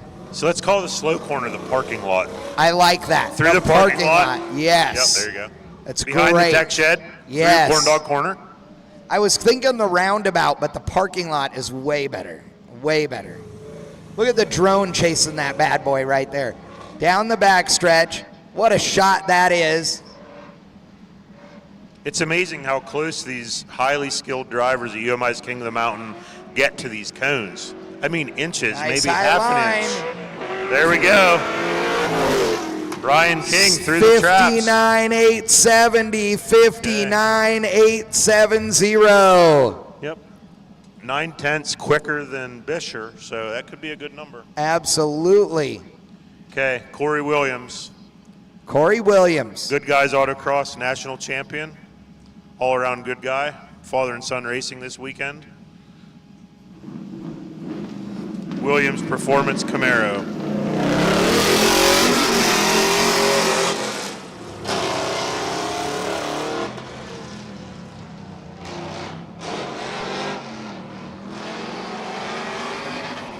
Downshifted out there in the middle, like he went up to third gear, didn't like it, downshifted to second. That is not a good way to go.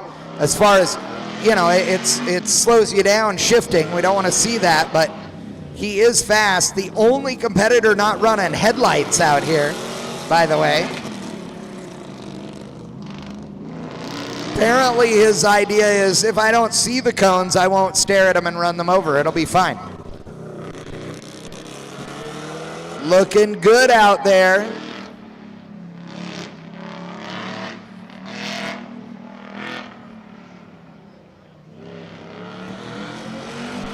Driving up the hill. Oh, he's not going wide, so he dives down to the bottom. 60.833. 60.833. All right, well, that means Corey Williams is out. 60.833. He is in third right now. Yep, so he is out. Got to stay in the top two. This is high stakes business right now. Ryan King and James Bisher, currently P1 and P2.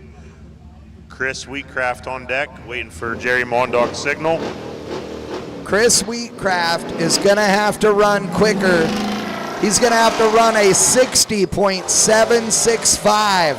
60.765 to be in the hunt. Wheatcraft hard on the throttle as he comes into the inside of the racetrack. Flying by the old concession stand as he heads toward the parking lot. That works, Ramey. That really does. Like it. I do too. Oh, he's a little wide, late apex on the throttle early. See if he can salvage it. Looking good around Corn Dog Corner. Again, a 60.765 or better is going to be required for him to stay in the show right now. I can see the UMI Corner Max arms underneath with the camera work. Oh, I'm sure. I'm sure. I saw him, serious. Wheatcraft, NASCAR 3 and 4, puts the power down. What do we got on the finish for Wheatcraft? 60.765 is going to be what he needs. 58,761. Is it clean? 58,761. I know the scoreboard didn't update, but ladies and gentlemen, 58,761 is the number. That puts him in the number 1 spot right now, and Ryan King in the number 2 spot. That means James Bisher is out, as is Corey Williams. Chris Jensen in the tetanus missile, plywood splitter, Plywood baling splitter. wire, duct tape. Who knows what else is in there, but All we of know it. it's an awesome machine. It is stupid fast, it's ugly, but we don't care, and neither does he. This thing is good, and it has always been good and always been fast. Part of the Safety Third Racing crew. So Jensen needs to run a 59,869 or better to move on. Look at the sparks flying out of the front of that bad boy. Again, a 59,869 or better in order to move on. Oh, he looks slow to me on the back stretch right now. Sometimes slow is fast, though, so let's see. Oh, but he's good right there. On the throttle, hard, diving it down, aiming it at the finish line. 59,869 or better. 58,505. Fastest time so far. 58,505. That means that it is Chris Jensen and Chris Wheatcraft who are currently your top two in mid-model. We have one more competitor to run. So we know that Chris Jensen is in, but will Wheatcraft be safe?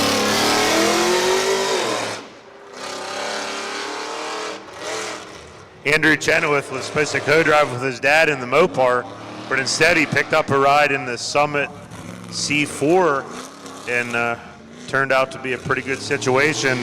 He won the Operational Speed Supply Rookie of the Year award, first time here at UMI Motorsports Park.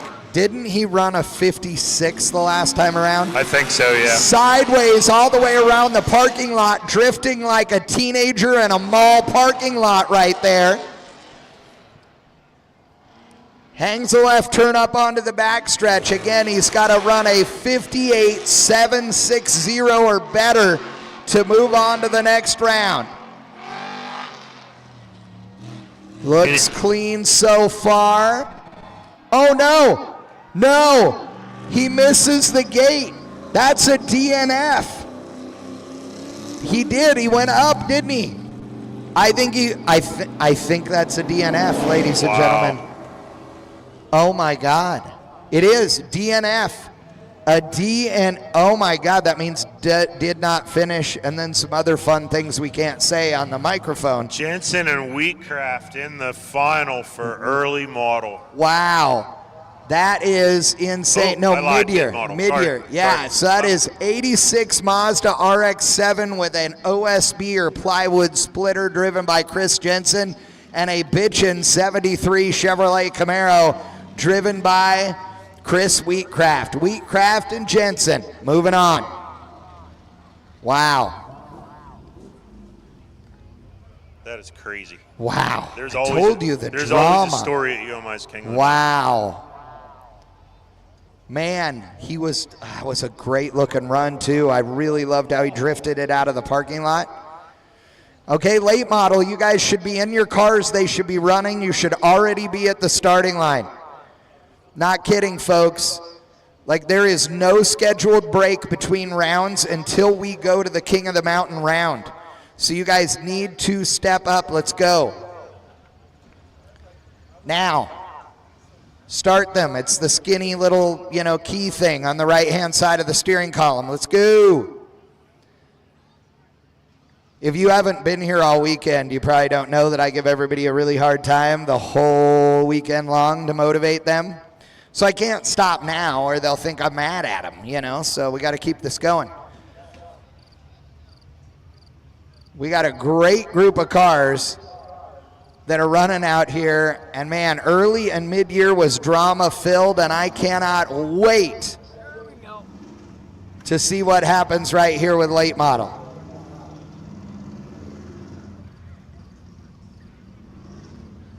Where's Bob Bertelsen going?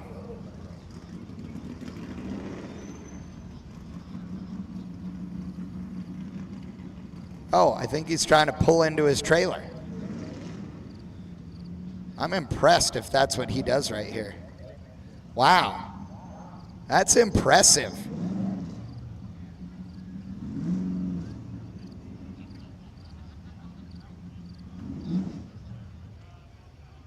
Wah, wah.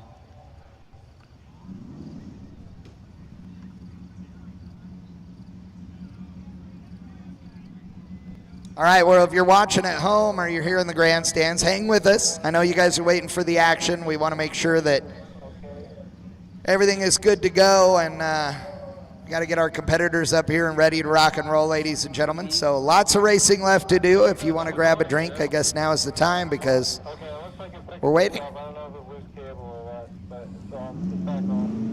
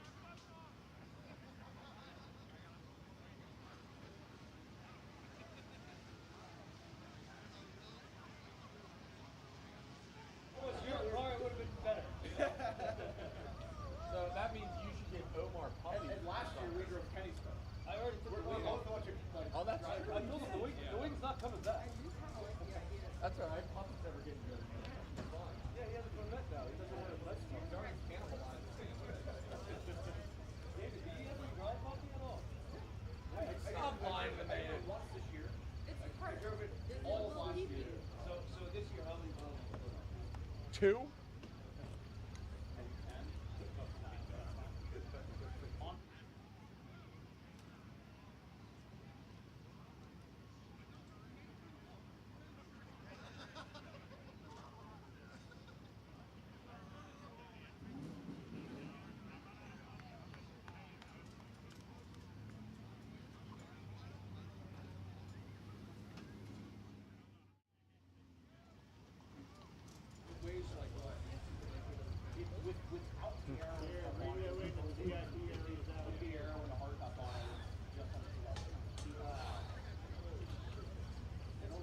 That means I'm out of beer too. I don't know.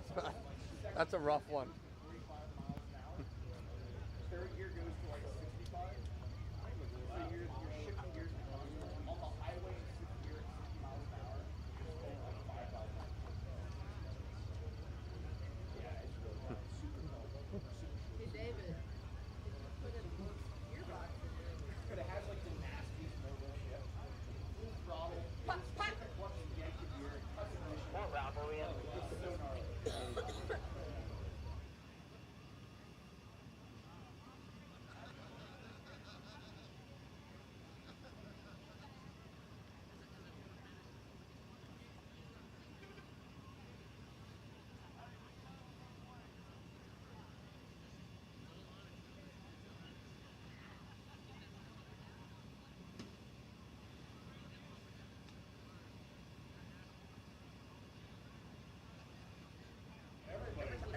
Every time we make a critique, we have to remind ourselves that we're up here. We would have advanced. We would have advanced in every other class. Yeah, every other class.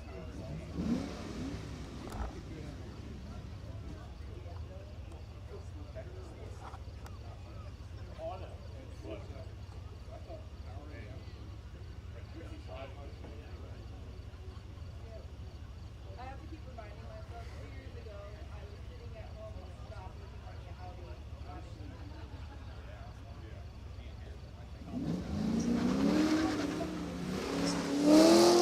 So here we go. Tim Gordon, operational speed supply, on track.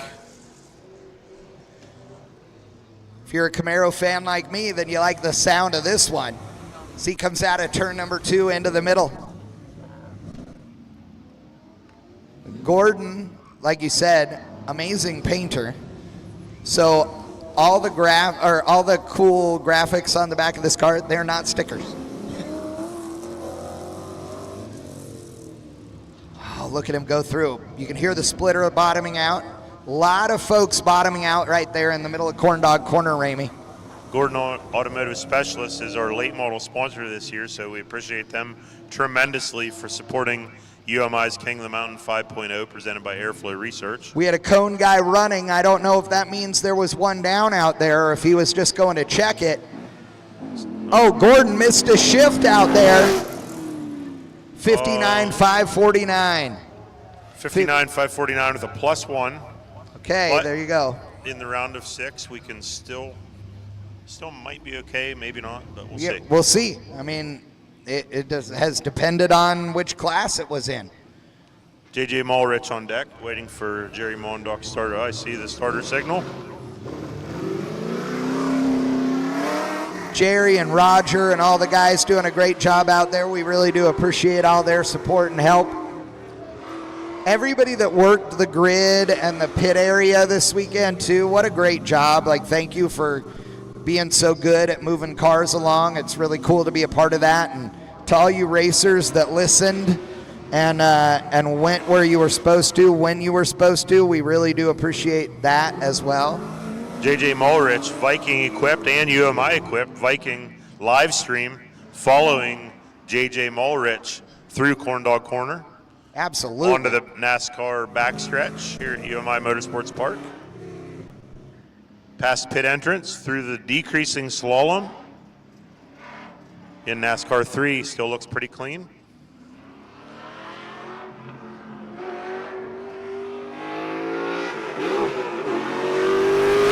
Nice job. 58,514 it looks like. 58,514. That's a really nice run right there.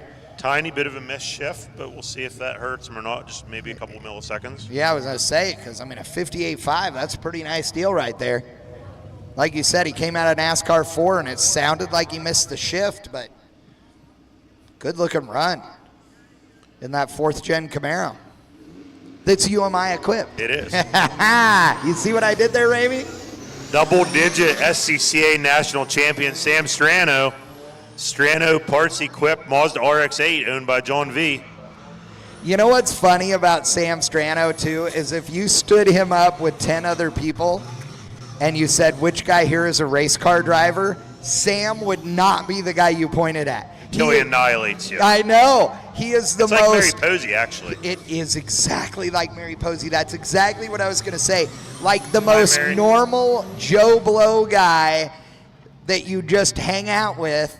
He's got a great personality, super fun, and he will absolutely murder you in a race car.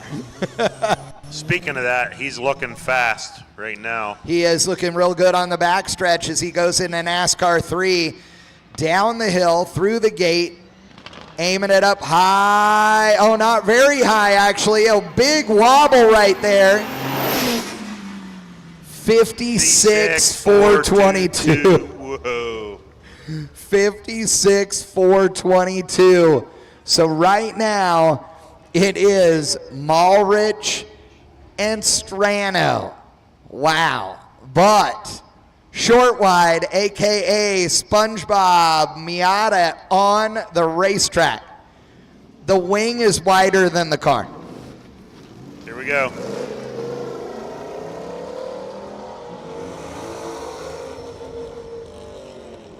I love that Jeremy drives this thing with the top down all the time because I am a convertible owner and I say you have to have the top down unless it's pouring rain inside it.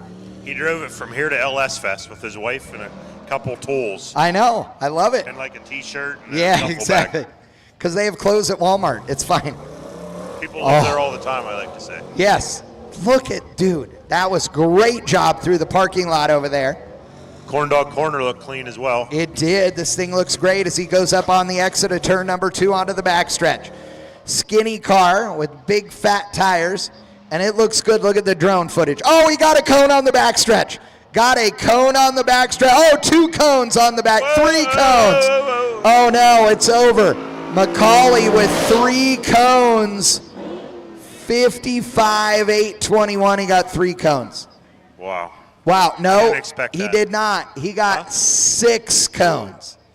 Well, you know what? If you're going to shoot your wad, you might as well do it all right there and just be done. So you're not like, oh, man, if I had only hit 1 less cone, it would have been fine. No, hit them all. Hit them all. Smedegaard purged some NOS. He did. Nitrous oxide. I'm going to beat you with this microphone. Oxygen-bearing fuel additive. You know, it is. I love nitrous. I'm a nitrous fan. I'm a Power Adder fan in general, actually. Okay. Smedegaard just did the thing I haven't seen anybody do, and I've been thinking about it. He turned wide off the start, then drove it up high past the second gate to straighten out the entrance into 2. And it just oh, blew up. No. No, that is, I saw a puff over here in turn number 2. I don't know if that's smoke or steam. Oh, it's on fire. We have fire. Our fire crew heading that way. There is a fire under the back of it. Andy getting out of the car. Great job, Andy. Hopefully pulling the fire system in that bad boy.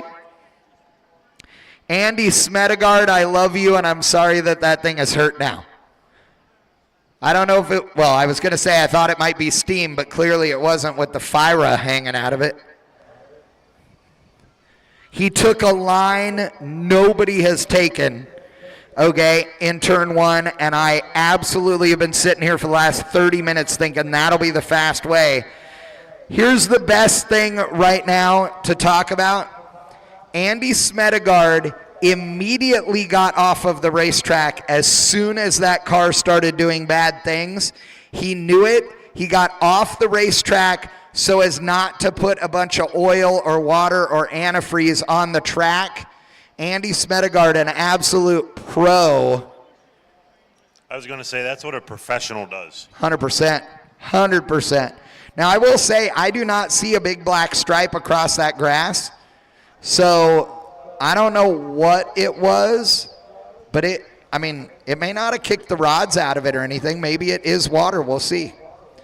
And there he is, a pro also, because he's going to put his tow hook in the front so that it can get towed off. You see Bob Bertelson out there. I am absolutely sure that the rollback is moving. Oh, no, they just parked it again. Maybe they don't need it.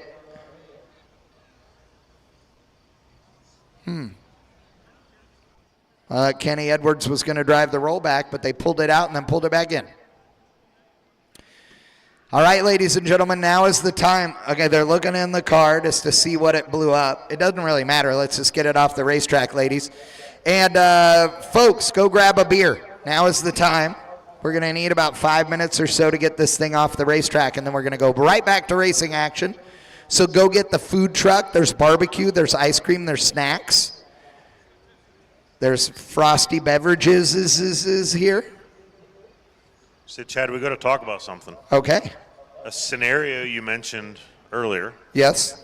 So look what happens on our little timing computer here. Yes. Look who's on deck. Oh, I know. And guess who's on Well, yeah. P1? Well, because right now, Sam Strano is in the number 1 spot, and J.J. Malrich is in the 2nd spot, okay? Because McCauley hit all the cones. Smedegard blowed his stuff up, okay? So right now, that's where we're at, right? It's Strano and Malrich.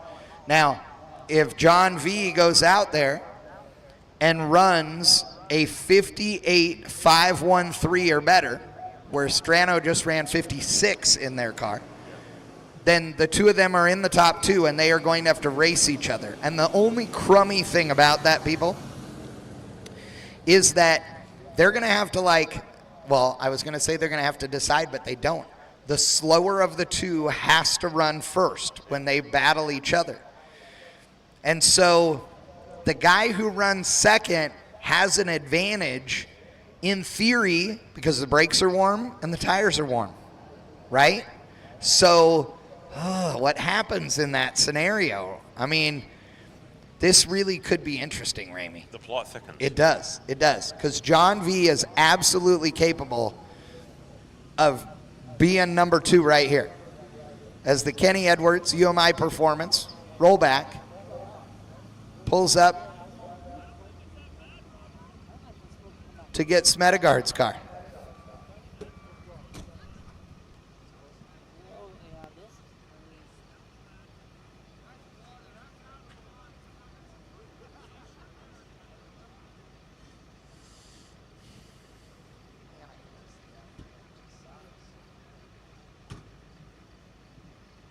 You know he'll have that fixed in about a day.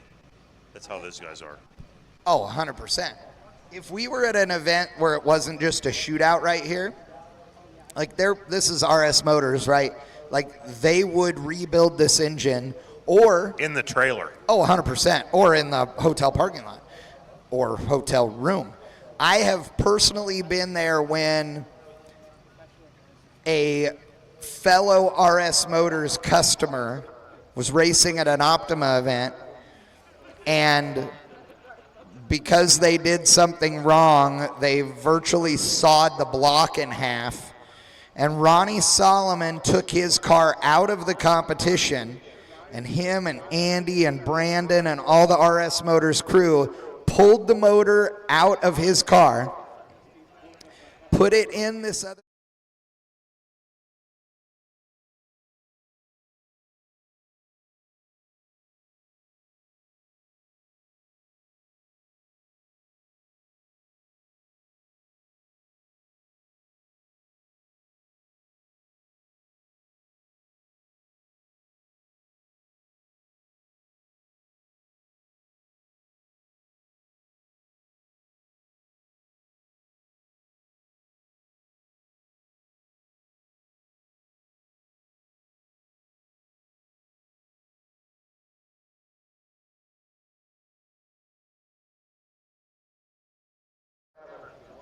We can fix it. I can't believe we're watching an autocross with a replay. Oh, it's awesome. I love the replay. Actually, every single minute of our live stream has a replay, even if we don't replay it. It's all DVR. It's YouTube. You can watch everything a million times. So if you're watching at home and you're like, oh my God, I want to watch that again, Chad, do a replay. I don't need to. All you have to do is grab the little red ball and go, ring, ring, ring, and you can watch things 554 times. It's totally up to you. It's magic. The technology is great.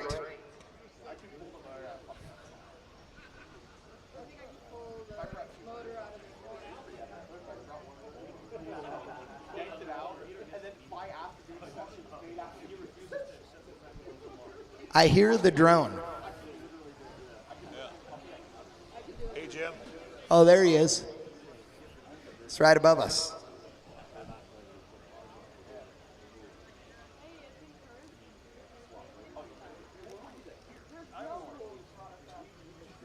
So another important thing to remember, Chad, is P1 and P2 both pay In class. in class. Correct. Yes. What is the pay? Do you remember? 15, 5, 2, and 1, and then $500 for P2. Oh, nice. Okay. Should Very make good. back your gas money. Yeah. It's pretty nice. I like it. Want to give a big thank you to all of you guys out here, all of our great sponsors, all of the spectators and racers, and all of you fans up there on the hill. Look at all the people still up on the hill. I'll bet you there are a bunch of sleeping children up there. Yeah, one of my favorite things is on our new perch. Yeah. When the crowd cheers, we can hear it. I know. I like and that's that. just like pretty cool. It is. It's great. Aerial All Jim's right. doing some drone footage above the crowd right now. I know. Look at that. So Man, they're- what a cool view of the hill. So they're 2 and 3 deep, actually. It's crazy. I know. For autocross. Yes. I mean, look at all the easy ups. And I love that there are people that brought their motorhome and parked it across from their spot. There's a bunch of that. Yeah, so there's more than 100 spots filled. Oh, God, yes. Maybe Absolutely. 200. Yeah. So there's 3 people that are late. I wouldn't worry about it. No, I was going to say, I don't know why they're not here, but whatever. Okay, looks like the ASM S2000's on the rollback now. Well, and if we have 100 spots up there, and let's say 95 of them are full right now, just for the sake of argument, I'm going to say that the average is like 5 to 10 people per space. Like a bunch of them have a ton of people. So let's just say the average was 7, right? So there's like, 680 people or whatever up there. And then all the people in the grandstands and stuff. Like you said, we got 1,200 people probably here. It's To awesome. watch an autocross. I know. We appreciate the local support. We Absolutely. appreciate all the Facebook views. Yep. We appreciate all the sponsors. We're And- just appreciating everything. We appreciate the food truck folks for coming out here to give everybody a good time as well. So, yes, thank you. Thank you, thank you, thank you. Okay, Oh, let's see. Carrie Strange sending me a message, says, why is it called Corn Dog Corner? So if you're looking out in the middle of this racetrack right now, every time I say it goes around Corn Dog Corner, you see that little building that is sitting there? Well, when this was a circle track only, the spectators are all on the outside of it, right? So you guys have like concessions here and bathrooms and all that. But all of the racers are in the middle of the racetrack, and they needed a concession stand. So that little building was a concession stand, and it used to have a big sign on it that said corn dogs, and it was like $1.50 or whatever, and it was an old sign. And I just started calling it, whatever, 5-6 years ago now. Wow, I've been coming here a while now. I started calling it Corn Dog Corner with Chris Reinhardt. Chris was one of the people that said it. Chris even dressed up as a corn dog one time and came and stood out here in Corn Dog Corner. It was excellent. He legitimately, Chris, you are my dude. I love you, dude. Oh my God, that makes me laugh. It makes my heart smile. So yes, that's why it is Corn Dog Corner, is because it was where they sold the corn dogs. And so it will always be Corn Dog Corner. I really want a sign on the end of the building, that I can see from over here. I want us to put a sign up there that says Corn Dog Corner, Maybe we'll get somebody to come out and hand letter one, like a mural. Maybe we'll do a poster, like a banner that we make that sits up there that is Chris Reinhardt dressed as the corn dog and then says Corn Dog Corner. It'd be great. I'm all over it. So yes, that's why Corn Dog Corner. We name lots of things here. We have all kind of options. We do. So the Andy Smedegard car is in the infield or in the pits now. Yep. So they're looking under it to try to diagnose, see what's up. I can see that on our excellent camera work. Absolutely. So one of our cameras just grabbed that. Right now we're looking down at the starting area, scanning that a little bit with the camera. All right, so John V, pull up to the starting line, please. John V, we need you. I also see one of our autocross challenge racers down there, Kurt Schneck. Kurt, there he is. Yeah, with the bow. How could you tell that was Kurt from here? I was watching the excellent camera work. Oh, you okay? Oh, I can't I'm see like, him dude, from here. No. you're just some dude in a yellow vest. But the camera, I got you. Now I'm picking up what you're putting down. Our cone workers have done a great job. Absolutely. I have done a horrible job of following along in the Bang Shift chat. So let me get on there to watch. Okay, I see John V igniting, lighting up. That's good. So let's see what we can do. Strano Parts Equipped RX-8, valued track sponsor here at UMI Motorsports Park. John Vittenvoss. With now crew chief Sam Strano. Half hour ago, he was driver Sam Strano. Oh, apparently we have a drinking game going in the chat. I don't know if it's the UMI chat or the Bang Shift chat.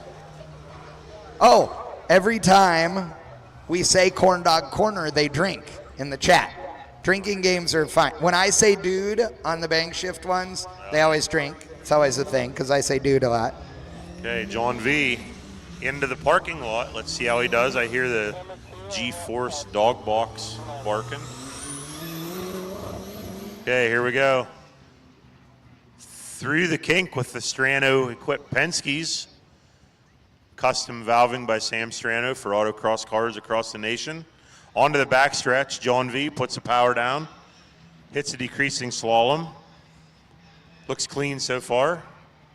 I can hear the straight cut gear whine. Turbo spools up. John V looking strong, nice and clean. Through the traps. 57.623. According to my calculations, we're going to see Sam Strano and John V head to head in the finals.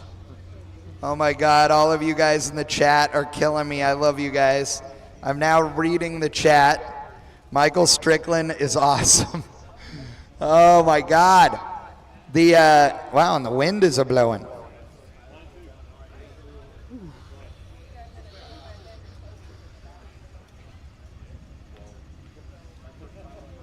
Okay, so that was our late model round of 2. So now I think we're going to be waiting for the next super late coming up. Flying Finch Motorsports says the drinking game has been going for the last 3 years of this. So that's awesome. All right, so John V ran a 57.623. Sam Strano ran a 56.422. And that means that the two of them are in it. Yeah. Like you said, the drama continues. Now they have to race each other. So that means they're going to take home at least $1,500. Absolutely. Because even if they're the slowest class, they'll get 1,000 and then 500. Absolutely. Hey, do you see who's walking down the front stretch over here? That's Danny Pop. It is. Danny Pop walking down the front stretch. I was talking to Danny earlier. He said, I wanted to just come hang out and watch the racing, and it's stupid.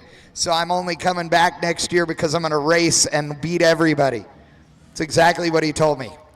So I've never been in Danny Pop's trophy room, but it is packed full. Oh, dude. Multi-time Optima champion, SCCA champion, NASA champion, wheel-to-wheel, autocross. He don't care. Nope. He'll race it.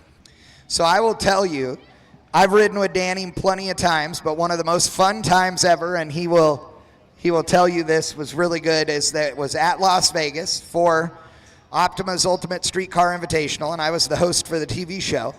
And I got in and rode shotgun in his famed blue Corvette for a full-on flying lap, nothing held back, not any other cars on the racetrack, pure clean track, and ran flat out while I was talking into the microphone for the TV deal, ran all the way around. He goes, man, I still don't know how you did that. The other fun one with Danny was that we used to do this event in Indiana that was called Battle of the Banks. And it was on this racetrack that literally is one of the highest banked oval tracks in the country. We'd go out there and they took a lunch break, and during the lunch break we were doing a live stream. I would get in all the ride tech cars, I had a lav mic hooked up on me, and I would drive them for an hour of the lunch break so we would stay live, and I would give a play-by-play of the racetrack and what each of the cars was like. And Danny comes up and goes, where the hell's Chad at? Somebody goes, he's in the car. He goes, oh my God, I can't believe this guy. So yeah, racing and announcing at the same time, always a good time.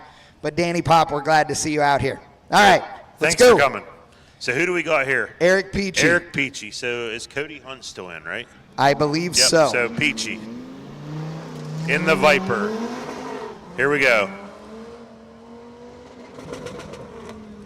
Bouncing it off the limiter, a little bit of a wobble out there. Man, he looks fast. Peachy recently won the impromptu shootout at Muscle on the Mountain. So we had all the class winners, but we also ran everyone head-to-head, all the winners head-to-head, and he won that Muscle on the Mountain championship. So, Nice. unofficially. Yeah. So Peachy through Corndog Corner. Look at that. Okay. So he's heading out to hit the exit of turn number 2.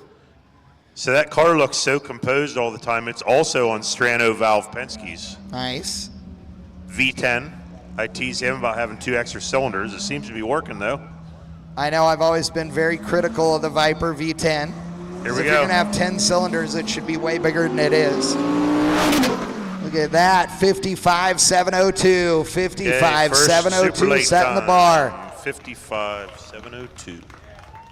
And no cone penalty yet, so could be clean. Team Zip Tie says they love how you say pop, because you say pop with the Pennsylvania accent and everybody online loves it, so it's pretty good. I don't have an accent, they do. Sure, Ramey, no accent. So Eric You know who's Peachy- got a great accent? Your dad. Oh, yeah. Sam has the great accent. I love it. Makes me smile every time. Okay, who do we got now? It's Hunt. Oh, I thought, is he pulling right up? Yes. Yes, he's pulling right up, and Hunt is getting in the car immediately. They have to run in order of slow, they're running in order of slow to fast or whatever, or I thought that was what we were supposed to be doing. So, man, this is either real good or real bad, right? guess we'll Either going to see. be awesome because all the heat is in it, or bad because all the heat is in it.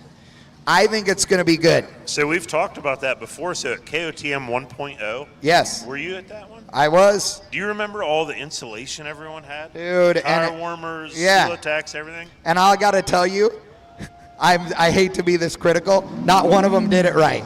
Oh my God. If anybody actually knew what they were doing to make really good tire warmers for rules that say you can't have tire warmers, call me. I'll hook you up. You're doing it wrong. But yes, and it was a huge bunch of drama. And they also took forever. You could have somebody come out and check your tires and do all that. And it was like, oh my God, it was horrible.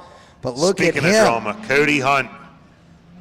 Looking good out there. Does Eric Peachy want him to do good, do bad? Do I the don't same as know. him? I don't know what. Well, I mean, they want to be the top 2, right? Hey, Cody Hunt. Normally a Corvette driver. I know, but he's doing a great job. That thing was moving through Corndog Corner out there on the backstretch now. Oh, by the way, if you're in the chat, Corndog Corner. Oh, look at that. Oh, no, he lifted earlier than I thought. 56.078. 56.078, 0.3 of a second slower. Okay. Actually, about Super- 3,800s, but still. Super late's a tough one, though. Ryan Matthews in the After Dark Speed Corvette. He's going to try his oval track routes here in turn 1 and 2 before he dives in the infield. And I don't have what their runs were. Like, we can't see what their first round runs were. We could, but it would be a lot of work. Okay, here we go, Ryan Matthews. Ryan, NASCAR another 1. one, change into the Andy Smedegaard line that I was talking about.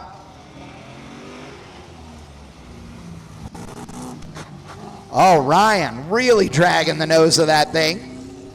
He changed up the line entering the inside, though, as well. Went wider on that corner. Not sure if it was on purpose or not. Through the parking lot, looking clean. The drone chasing him. Oh, look at that thing just burying itself in the ground. You can tell he's trying. How about it? Oh, I know, and I love. Oh, sideways. Little sideways. Keeps it going, though. Out onto the back stretch. Ryan Matthews looking good. I'm watching on the drone footage. He was tight on that slalom. Wow, really tight to the cones. High line, sideways, aiming toward the finish line. 56.920. Wait, why do they have him as a DNF? My computer says DNF. I know me gusta the understanding. Did he miss a gate? I didn't see him miss the gate, but We'll see if it goes away. yeah. We'll reserve judgment. How's Yes. that? Hey, Wow. Brian Peters. Well, honestly, it doesn't matter Oh, because of the time. because he's slower anyway. It Yep. doesn't even matter. Yep. Okay. Okay, so Brian Peters needs to run a 56.077 Yep. or Watch it. better. Yep. 56.077 or better. Peters, 8-time SCCA national champion. Gets it done behind the wheel of anything he drives. Comes here from Arizona. Arizona each year with John Hogan from California to Pennsylvania to race autocross at UMI Motorsports Park. All right, onto the back stretch. JDP powered Corvette. Jordan Nice. Priestley powered. Here we go. I know Jordan well. I know the head guy at Jordan's place. I mean, besides Jordan. Oh, punts a cone. Not just a little bit. We're talking all of Oh, it. 54.8. 54.8. Hold on. Nope, not enough. It's 56.810 with the penalty. He needed to be 56.077. He is going to be pissed. That number That- was huge. Huge number, 54.810. He had to absolutely crush the field.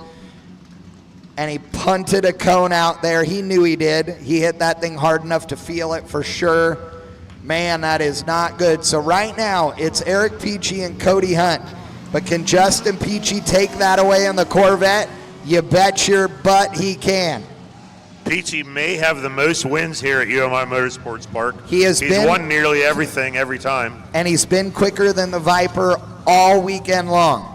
So if he can keep it clean, he should be able to do this. Again, he's got to run 56.077 or better.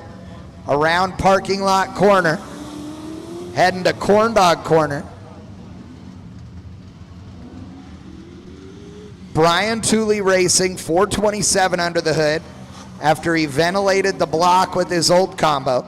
This engine has a more mellow combination and yet makes 100 horsepower more because Brian Tooley is a badass.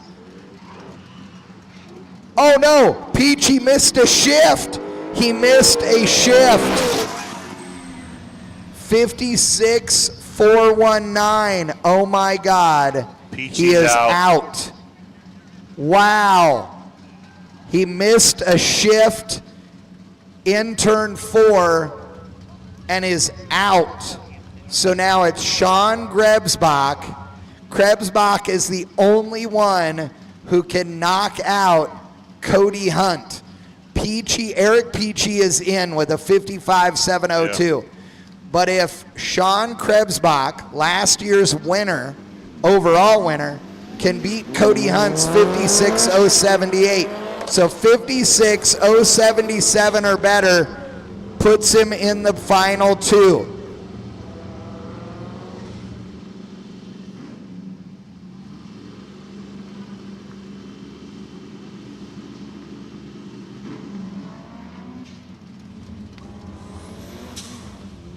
Krebsbach through the parking lot. Nice tight line through there. How's he do through Corn Dog? Nice job right there. Good flick. Hard on the throttle as he aims for the exit of turn number 2.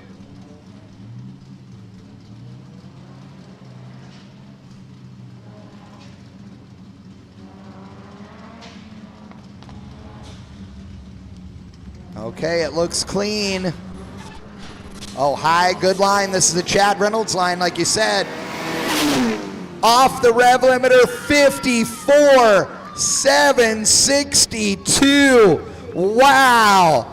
And it's Sean Krebsbach and Eric Peachy moving on as our final pair in late model, or super late model. Wow.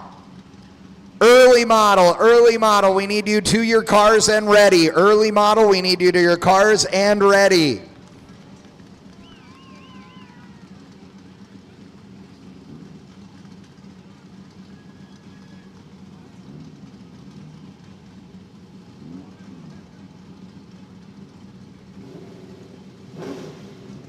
All right, here we go. We're going right into it.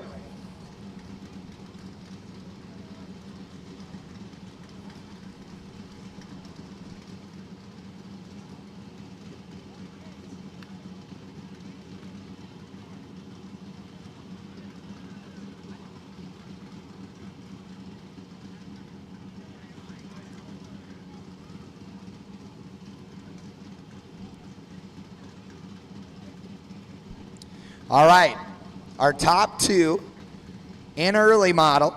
It's going to be Nathan Johnson in this 68 Camaro on the starting line and Jared Leisinger in the 64 Corvette Roadster.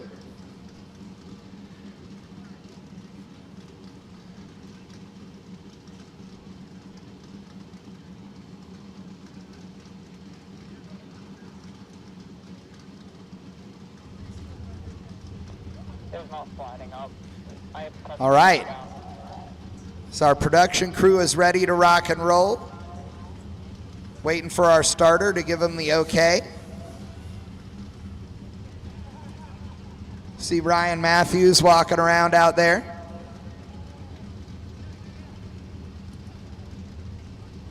I see Andy Smedegard in the pits down there drinking a beer, talking about blowing up his junk. Okay, ready for the early model class king, Nathan Johnson, NASCAR 1 and 2. He's been clean and smooth and fast all night, Chad. And I'm a first-gen Camaro guy to the core. I grew up with my dad as a 68 Z2080, bought brand new, so I am a Camaro guy.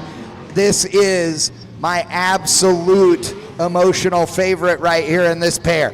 So I want to see him do good. Nathan Johnson, come on down. I do not need to be impartial to be the announcer, and I'm not going to pretend to be. Nate Johnson going around Corn Dog Corner on the exit of turn number 2, entering the back stretch slalom, and that Camaro looking sexy, sexy as it's moving on down through the corner.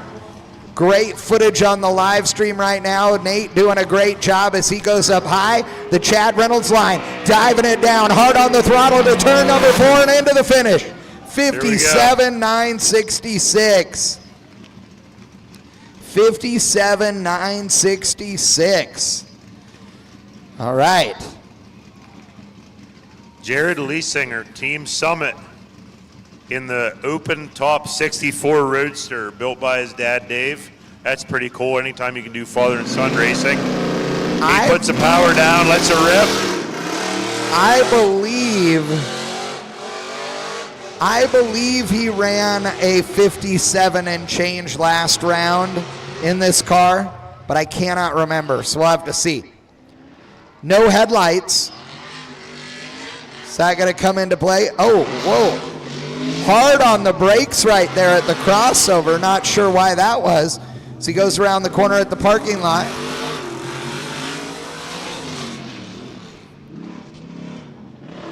Makes it clean through Corn Dog Corner, hard on the throttle. Sparks out the back as that skid plate or whatever he has touches down. Through the slalom. Oh, he's Watching here going on the really drone. wide and safe. Really wide and safe. Wow, parks it there at NASCAR 3.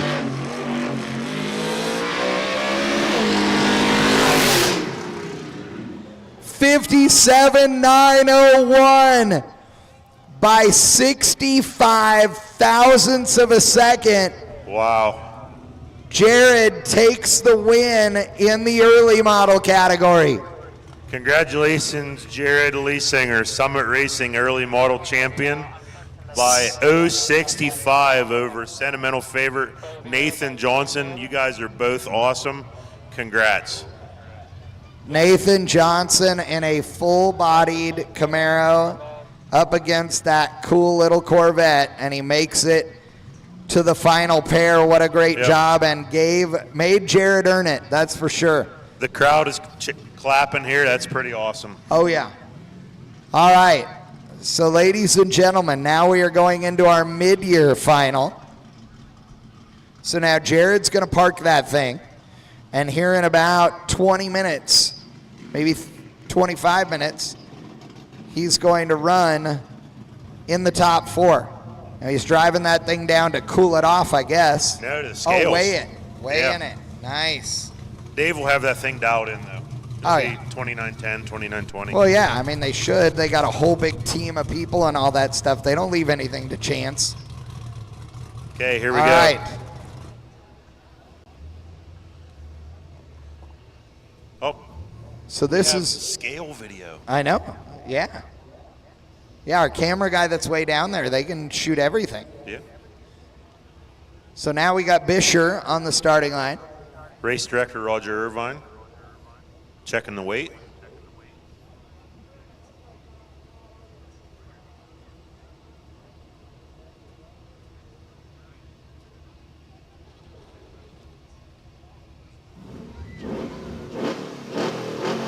All right, Bisher leaving the starting line.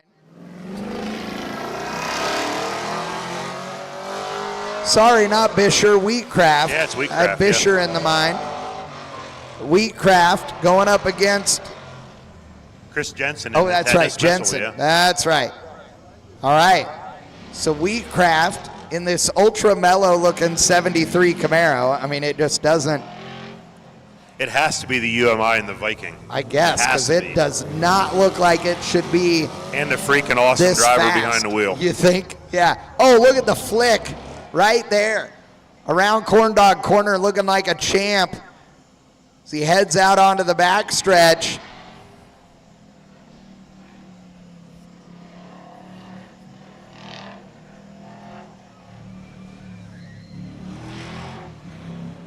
Uh-oh, Wheatcraft has a cone showing on the scoreboard. 57.326, but he's got a cone. That makes it a 59.326. Chris Jensen, ready to rock and roll, needs to run a 59.325 or better to be the champion in mid-year. Jensen's been here before. He has. He made it all the way to the finals when we had the the NCAA style format. Yep. And when he did that, he beat himself. Well, this car is good. So is Jensen. I'd argue he's never been better, and either is the car, as he recently made some improvements.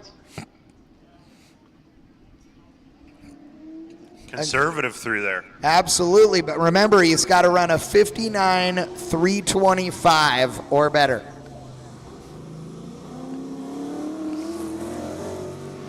Because Wheatcraft's 57 has a 2-second penalty added to it.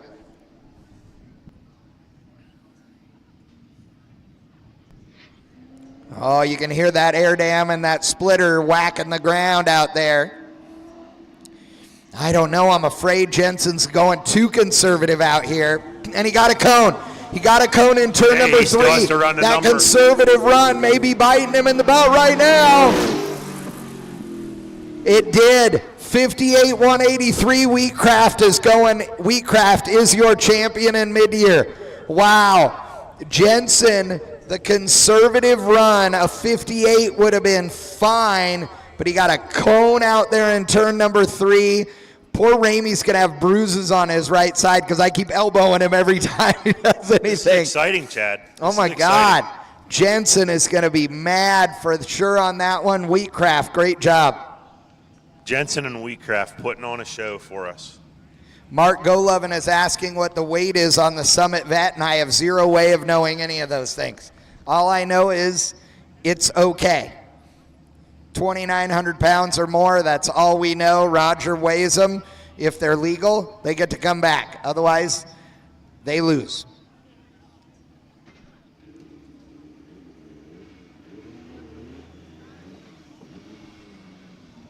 Wow, that was drama-filled. All right.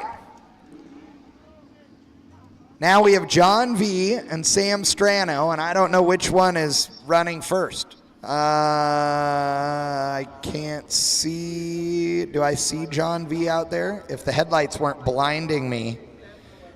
FYI, if your headlights are blinding the guy that's standing 40 feet above your car, I see 141 141 here, so that's Strano. Oh, okay, there we go. That's nice. Ooh, nice graphic. I know, I like it. Okay, here we go, Sam Strano.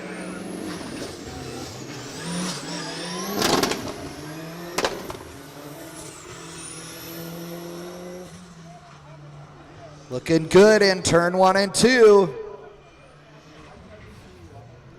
You know, you think Sam Strano, he's a legend, right? So you think, God, he's got to have maybe he's got some advantage over John V, but the truth of the matter is it's John V's car. John is just as good or better than Sam on any given day in this car.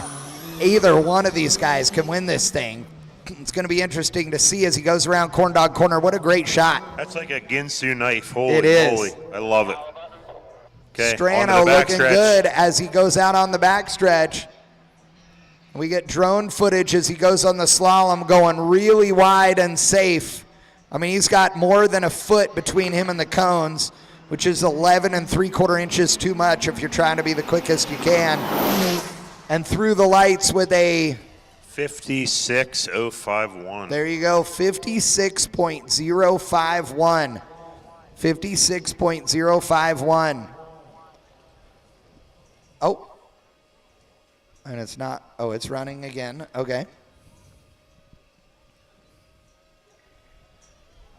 Okay, so here's the question. Does it have to go weigh right now with Sam in it and then weigh again with John? Like, you see what I'm saying? Which one of these guys weighs more? I don't know. Because it's with the driver, right? It is. Yeah. So which one of them weighs more? I don't know. So I know for a fact that they've been weighing it all weekend with John V, so I think he's Okay. good. Yeah. Okay, gotcha. All right, so they're changing the number over. 56.051 for Strano. John V has to run a 56.050 to be the champion. And John V just got in the car, so they are not going to weigh it. Be the champion in Gordon Automotive Specialties late model. Yep. Can't get the power button. Where's it at? On the top left side when you're looking at the screen. Sam Strano laid down a number, but the car has been quicker than that. I think they were both in the 55s last round. They could have been. Warm tires, warm brakes. The thing is, with today's tire technology, you don't know if warmer is better. I know, it They depends spray on the crap out tire. of 'em. Yeah. It depends on the tire, 100%. And there's no spraying allowed. In the shootout. Right, in the shootout. Yeah, because we don't allow the time. And no tire warmers. Yep. You can insulate, which Smitty had his tire covers on his. Again, he did it wrong, though. Everybody does it wrong. All you guys are doing it wrong. If you want to do it right, let me know. I'll make you much warmer without Okay, here we go, cheating. Sam Strano. No, John V. Sorry, John V. John V. John V. Oh, dude. Sideways. He is really trying.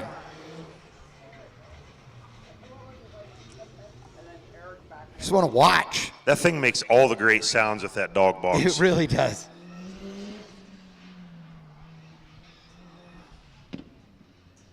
Around the parking lot.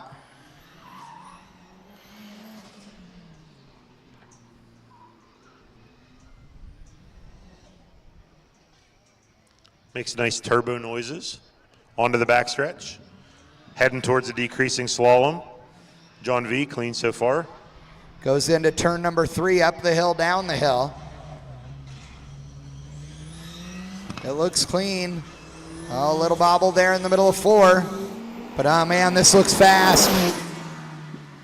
56.970. It's not nearly as fast as I thought. Sam Strano is your champion in Gordon Automotive Specialties late model division. Congratulations, Sam Strano. 56.0 to a 56.9 for John V. John V was attacking the course. Now, he did have to get out of it here in the entry to 1 because that thing was sideways, but I did not think that really gave up much time. Over here in turn 4, he had a little bobble. It looked like he was trying to turn in one gate too early, and I'm being real nitpicky here. When I say bobble, folks, these guys are running at the absolute top, upper echelon. So you gotta be critical of these things to be able to show where the differences are. And John V flying around that racetrack, but not quite quick enough to beat Sam Strano. As we go into super late model. Super late model. Super late model. Need you guys fired up and ready to go. Super late model. Let's go.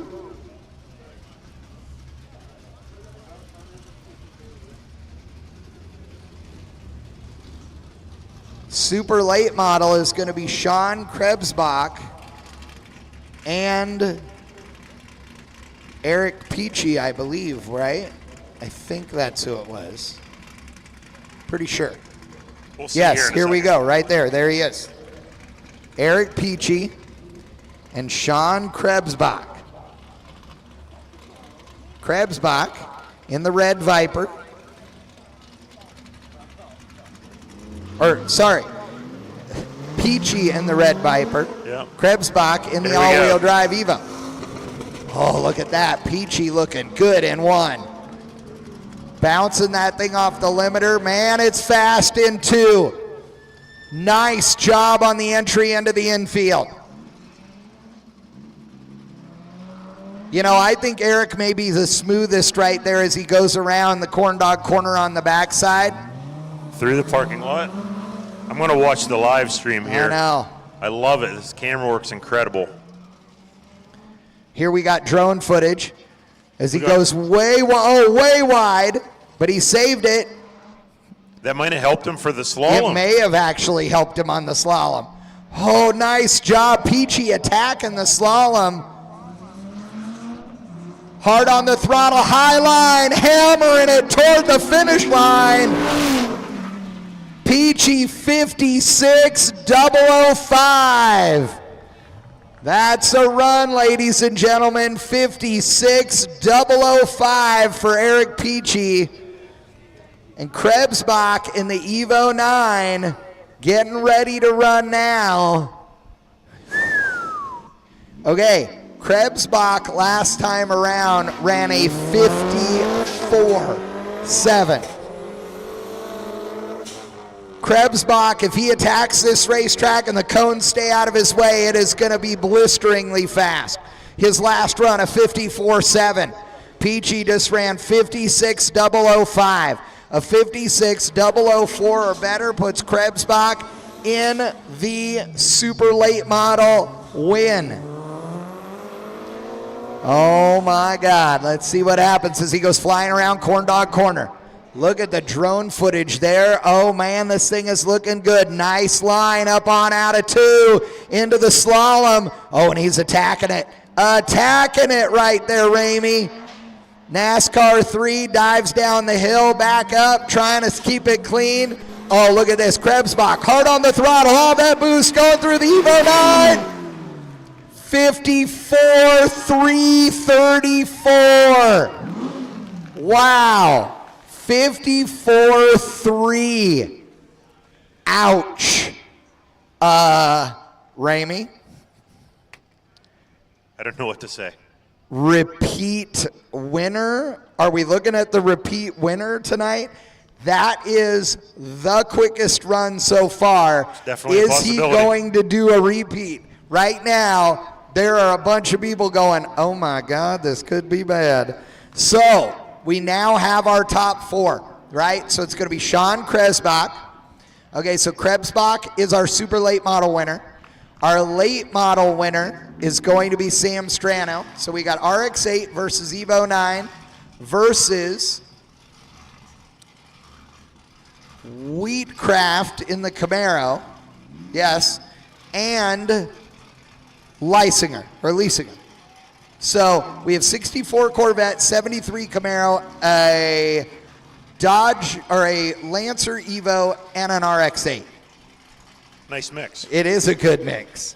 Okay, ladies and gentlemen, we are giving the racers a 15-minute break right now, and then we are going to start our final round. So if you need to use the restroom, you need to get a beverage, you need to do any of that stuff, the clock starts now. 15 minutes, let's roll.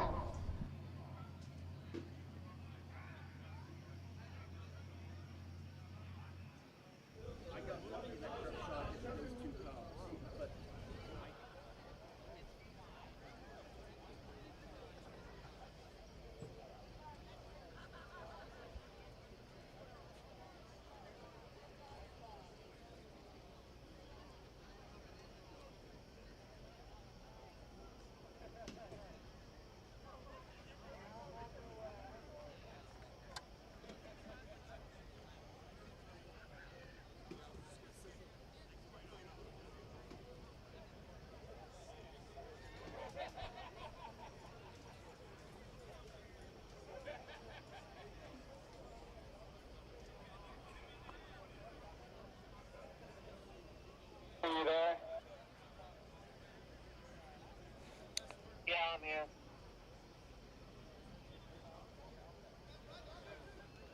I'm gonna come out and fix you. I believe I got the battery in the whole way. I just need to hit this power button. And when you're looking at the unit and see the screen, it's right on the side where the Axoon logo. It's right on the side there. You have to hold it in.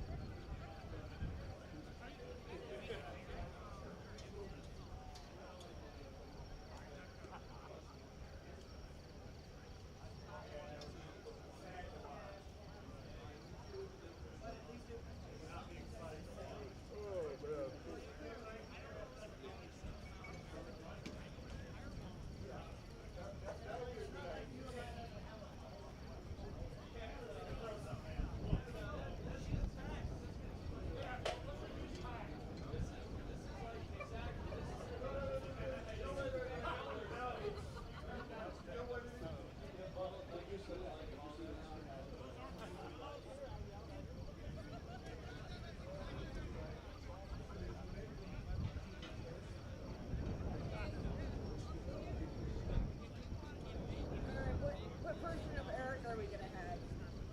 I gave it my best. He's gonna be happy. Splendor.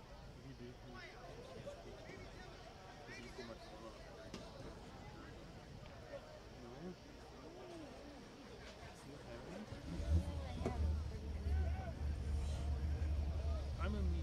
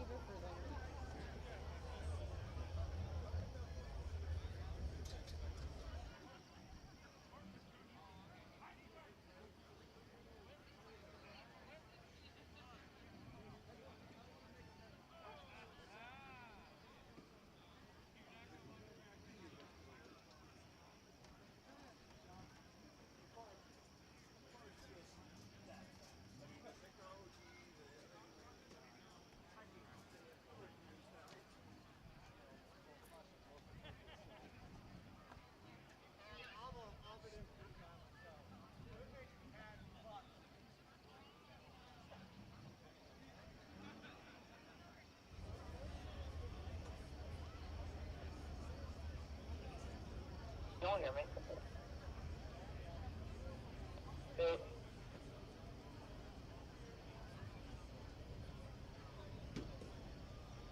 Carter, did you find the button?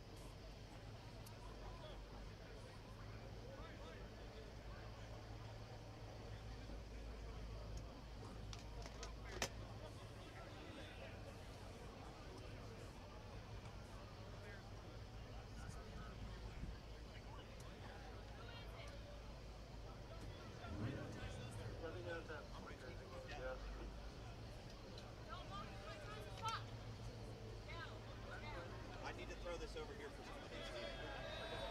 Where am I walking? Oh, this? Yeah. Yeah.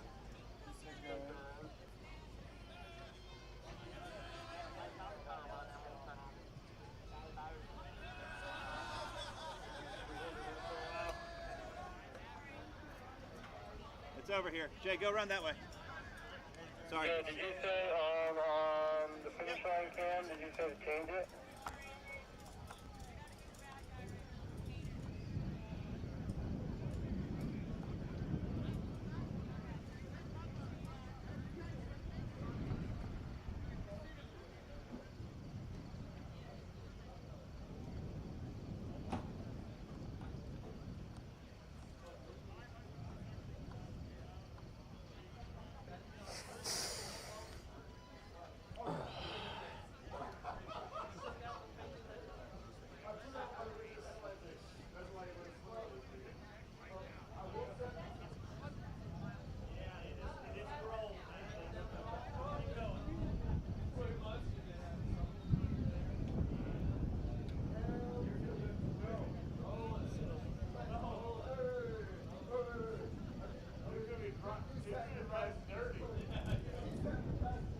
I'm so cold, I'm tempted to buy a sweatshirt and I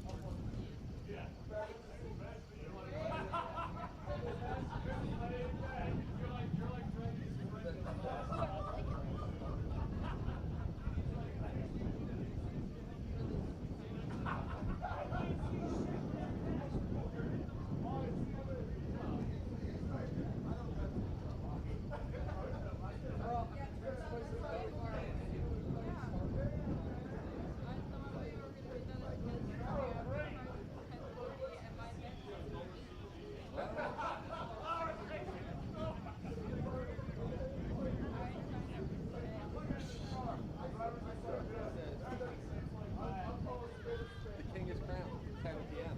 Fireworks during victory.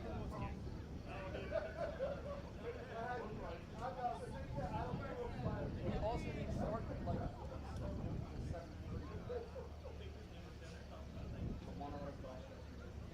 I know. Make it count. Jeff was at the Robin seminar thing, and yeah,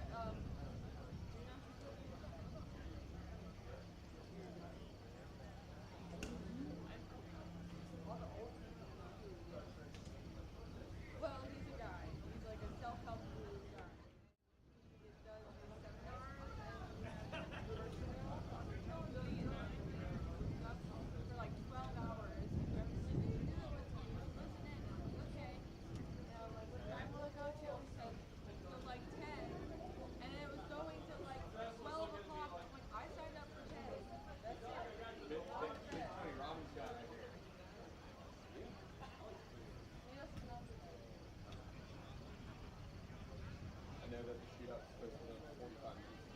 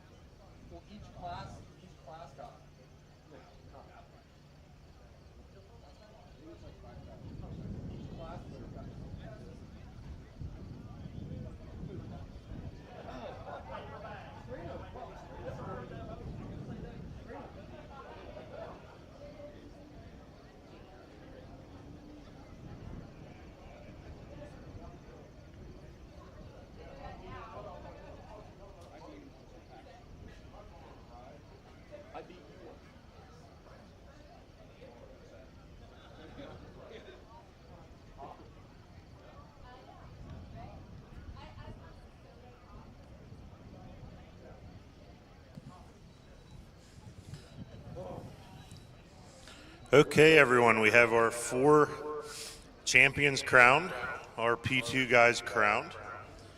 So after this short intermission, we're going to get back to crowning the absolute king of the mountain. Can Sean Krebsbach repeat?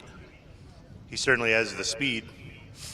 We'll see how it goes here in the next. So what we're going to do is we're going to run each class. We'll run early, and then mid, then late, then super late, then early, mid, late, super late, and then repeat one more time. Then we'll add the 3 times together, and that will determine the king of the mountain. So what happens is if you hit a cone, you're not necessarily out, but you have to count on your other classes also doing the same thing. So you got to be clean, but if you're too conservative, you could get yourself in trouble. So we shall see how it goes. We want to thank our sponsors for being here. Quartermaster, Snappies, Tick Performance. Eli Walton raced with us today in the mighty S10 with UMI Cornermax equipped technology. A-plus powder coaters. Bob Bertelson was here in the Solar Flare. Summit Racing Equipment. We thank them for sponsoring a lot of things here at the track. Early model tonight, Summit. PSI Conversion is in the house. Joe Ballesteri and his team. They make awesome wiring harnesses for your LS swaps. So if you're building a car, you want to use a PSI harness. Quick Performance 9-inch housings. Bulletproof, work great, lasts a long time. Viking Performance. So Viking Performance supports the track in many different ways and is also tonight's live broadcast sponsor. So we thank Viking for that. ProTouring.com. So Pro Touring is the original Pro Touring forum where you can post your builds, all kind of neat stuff about your car, and all of us can read it and learn from it. Bowler Transmissions. Bowler Transmissions has been with us since day one. Fantastic transmission company. Turn 1 Steering. So right now we're in the middle of the Turn 1 shootout, actually nearing the end of the Turn 1 shootout. Turn 1 builds power steering pumps, steering gearboxes, rebuilds, really anything that a Pro Touring or autocross type guy needs for their cars, so we appreciate their support. Ron Francis Wiring, Scott Bowers, he usually races with us like an autocross challenge, Muscle on the Mountain, builds bulletproof wiring for your hot rod. Great stuff there. Forge Line Wheels, many of the top competitors run Forge Line. We appreciate Forge Line's support. Hawks 3rd Gen, Hawks Motorsports from South Carolina. Oh, we have the champions going around right now. Pace Performance, StranoParts.com, and Hawk Brakes. So Jared Leesinger up around NASCAR 1. Chris Wheatcraft, NASCAR 1. Sam Strano rolls out in a Mazda RX-8 on the front stretch. And bringing up the rear, KOTM 4.0 champion Sean Krebsbach. Can he repeat? We shall see. You're enjoying UMI's King of the Mountain 5.0 presented by Airflow Research. Title sponsor Airflow Research, the best cylinder heads in the business. We thank them for sponsoring the show tonight. We really appreciate that and hope you're having a great time. Man, that Roadster is awesome. Jared Leesinger. Wheatcraft. 73 Camaro UMI equipped. I love saying that. Wheatcraft is fast, fast, fast. Sam Strano, double-digit SCCA national champion, one of the best drivers in the country in the John V. Strano Parts Mazda RX-8. And your returning champion, Sean Krebsbach, KOTM 4.0 winner, super late winner tonight. And in his mighty Evo, can he be the first two-peat winner, two-time winner? We shall see shortly. Thank you, everyone. Thanks for coming to UMI Motorsports Park. We're getting Jared Leesinger lined up and ready to roll. So he's going to run one run. Then we'll send Wheatcraft out, then Strano, then Krebsbach. Then we'll do the same thing again, and then one more time. And then we'll know who our champions are. Well, our ultimate champion is. We'll also set the time fastest second, third, and fourth to determine who gets the $5,000, $2,000, and $1,000. And then all the P2 guys get $500 big check So that's exciting too. So basically, the guys that raced in the round of 2 are all guaranteed money tonight at UMI's King of the Mountain 5.0, presented by Airflow Research. That's all interesting, Ramey, but I'm mad at you. I got cookies and a sweatshirt, and you didn't? Yeah, you got a sweatshirt. You walked over there and just looked at Dwayne and went, I need a long sleeve because I'm cold. I am a cold. And you got long sleeves because you used your powers, because you are an executive. I actually have to tell you something. What? Dwayne charged me for it. No way. Yeah. He says, do you have cash or credit? And I'm like, well, so he made me put it in the inventory system. Okay, that makes me laugh. I love Dwayne, though. It was awesome. I kid, though. All right, let's go. Jared Leesinger on deck now. Let's see what he can run. All the headlights on now. Didn't have the headlights on earlier. Must have decided that wasn't good.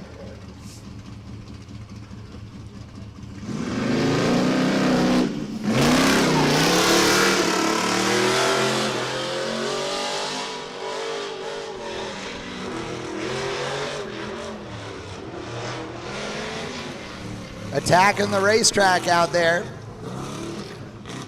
Oh, that looked a little sketchy out there as he is way sideways. I mean, way sideways. Not the way he's been driving so far. He is definitely trying to pick this thing up. And it's either going to be stupid fast or he's going to have slowed down quite a bit.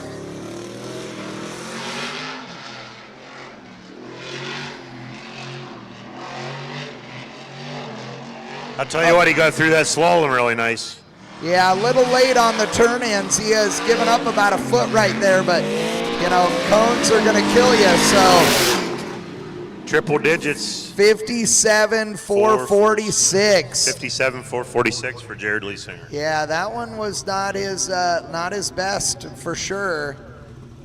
Last time around, I was trying to see if we had it. No, we don't have it. I can't see his last run. Okay, Wheatcraft. Let's see what he can do. Wheatcraft raced Jensen last time around, and man, Jensen getting a cone out there at the end. He had him covered, and Wheatcraft got a cone too on his run, so it's got to be clean. Chris Wheatcraft, this year's Smitty's Custom Auto Class Champion in mid-model, trying to see what he can do to be the King of the Mountain 5.0. Jared with a 57,446, and you know, looking pretty good, and it was clean. Wheatcraft trying to be clean as well. Oh no, Wheatcraft in the first gate got a cone in the spot where, wow, I don't even know how he gets one there. Wow. He's trying really hard. Let's see what the number is. Oh, that's going to hurt for sure. But they got to run 3 runs. So, you know, that helps out actually. Because if you spread that 2-second penalty out over 3 runs, it's really only, I mean, almost 7/10, yeah, which isn't good, but it's better. Could still be okay. Yeah. Could still be okay. Plus, he'll probably run a good number here. Well, and I don't believe that any of these 4 guys have made 3 runs in a row without a cone, have they? Maybe sure. Krebsbach. No? I don't know. 56,909 and a cone. 56,909 and a cone.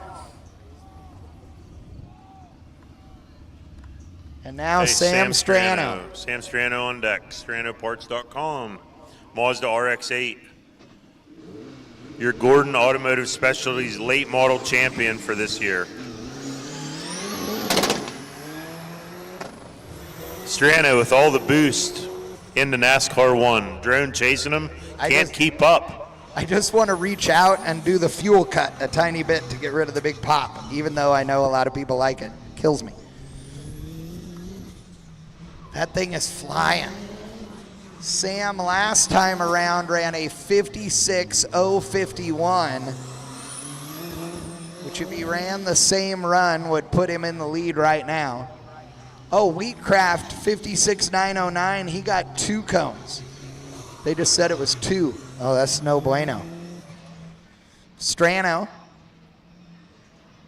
again, ran a 56.051. This does not look that fast, but maybe he's being conservative, or it is stupid fast. 54.946. See what I said? Slow is fast. Oh my God, that looked so slow. And it was a 54.9. Sam Strano. Wow. Now, Krebsbach was a 54.334 last time around.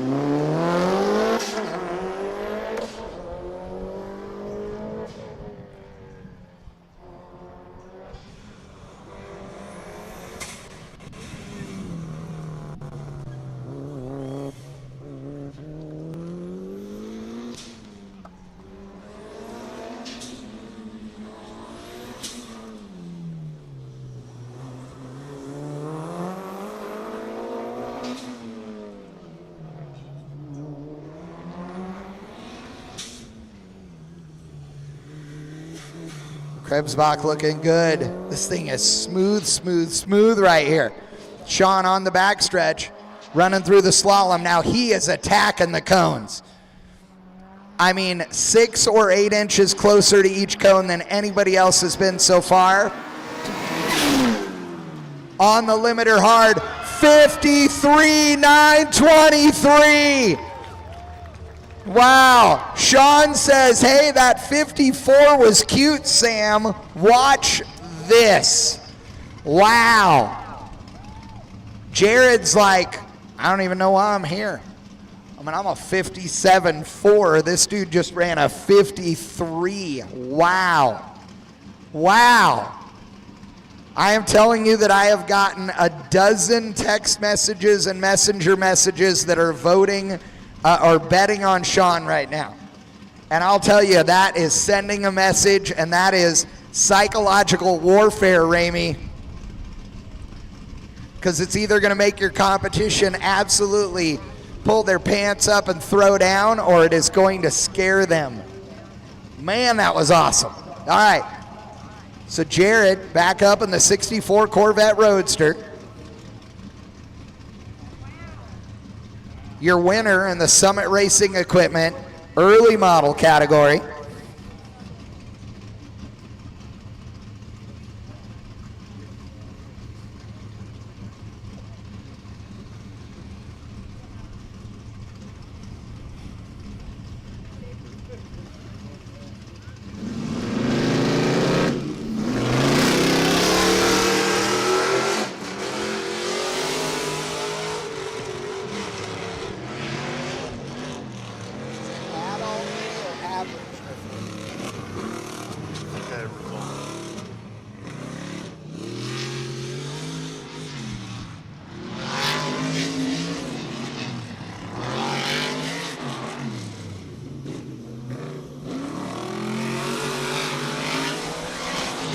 Jared looking good as he goes around Corn Dog Corner. Absolutely pushing it. Last time around a 57.446. Driving a little smoother this time, I think. Ooh, a little bobble right there.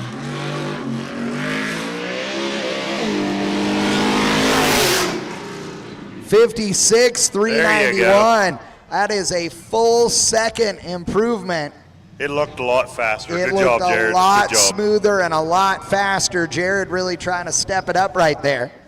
So I'm sure Wheatcraft knows what cone he hit. I'm sure the people in the pits told him, so he won't make that mistake again. Yeah, he got 2 of them while he was out there. Man, it's going to be hard to pick up. And if you watch Chris, he gets faster and faster and faster. So he does. I think we'll be pretty good here. It ought to be fun to watch. Wheatcraft hard on the throttle as he dives into turn number 1. He was really far off at that time. Oh, we got a cone guy going out to check. Nope, not moving it. It's fine. I think it's good, yep. Have to be out of the box or fine. Remember the rule on cones. It has to be 100% out of the square that it sits in. They're all painted into a square. Or it has to fall over to count. So if it's only partially out, that's okay. Wheatcraft looking good. So he goes down the back stretch. Again, his last run of 56.909, but he got 2 cones.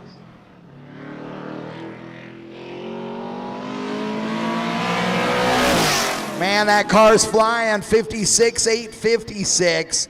56.856. And probably clean. Huh? Looks clean right now. That's great. Okay, Sam Strano on deck.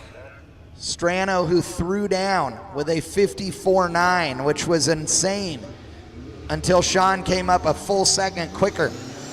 Well, let's see if warm tires help or hurt. Sam Strano is used to this pressure. He goes faster under pressure like most champions. Absolutely. Oh yeah. If you're sitting here making bets, you cannot count out. Well, nope, you can't count out Sam Strano. I mean, come on. Again, he does not look like a guy that'll slit your throat on a racetrack, but he is a guy that will slit your throat on a racetrack. Strano looking good as he moves through the middle. Getting up there for the slalom again. And we got great footage. We got the drone chasing him down. Oh, he's getting a little closer to those cones. Still playing it safe, though.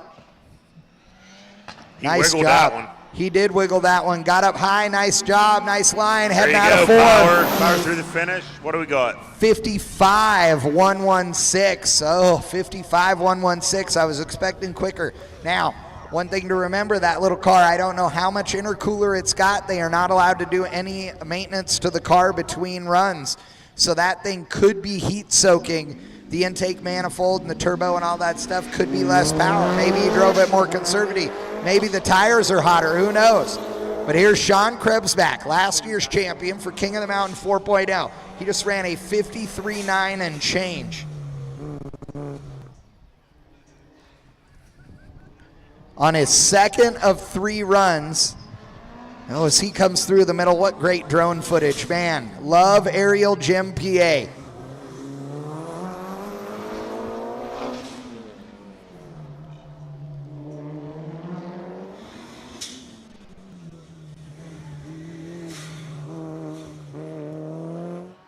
Krebsbach onto the backstretch into the decreasing slalom.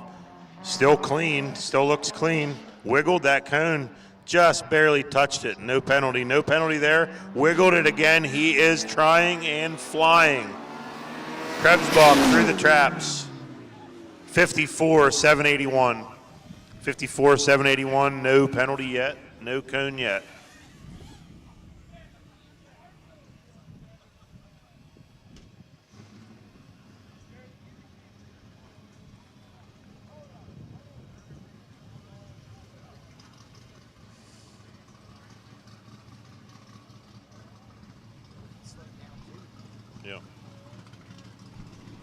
All right, Ramey, I had to get my other microphone because as soon as we say who the winner is, they're going to get like the checkered flag to make a victory lap and a burnout. Yeah. And then I'm going to run down the stairs. And by run, I mean walk swiftly. Yeah, gently down the stairs. Yes, and then I'm going to get down there and we're going to do an interview at the thing and hand him a big check and the whole deal. It's going to be awesome. So, all right, Jared on his final run. Trying to throw down a number. Jared's last run of 56.391. Oh, way sideways out there. Absolutely attacking the racetrack.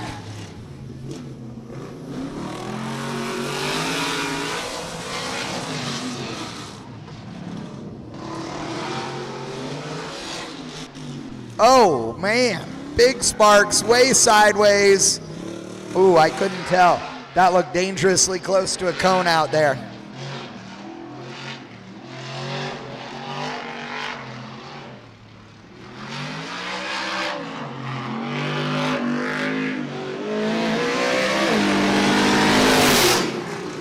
56,602. 56,602. Says he got a cone.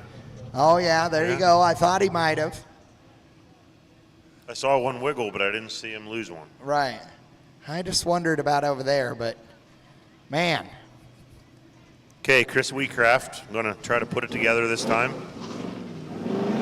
With a couple guys hitting cones, you never know where you're going to end up. Oh, I know. Absolutely. It's not over till it's over. No. Wheatcraft looking good out there in the second-gen Camaro. Arguably the least racy of the 4 cars. It was so quiet there for a second, I thought it shut off.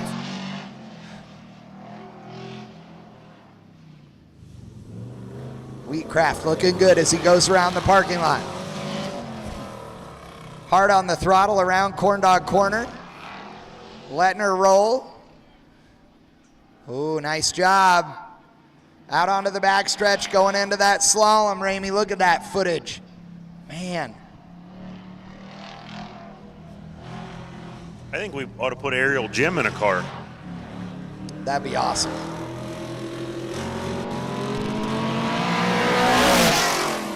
$56,876. $56,876. Nice run right there. That is Wheatcraft's final run. Of course, Jared with his final run. Let's give those two guys a big round of applause, ladies and gentlemen, for putting on a show.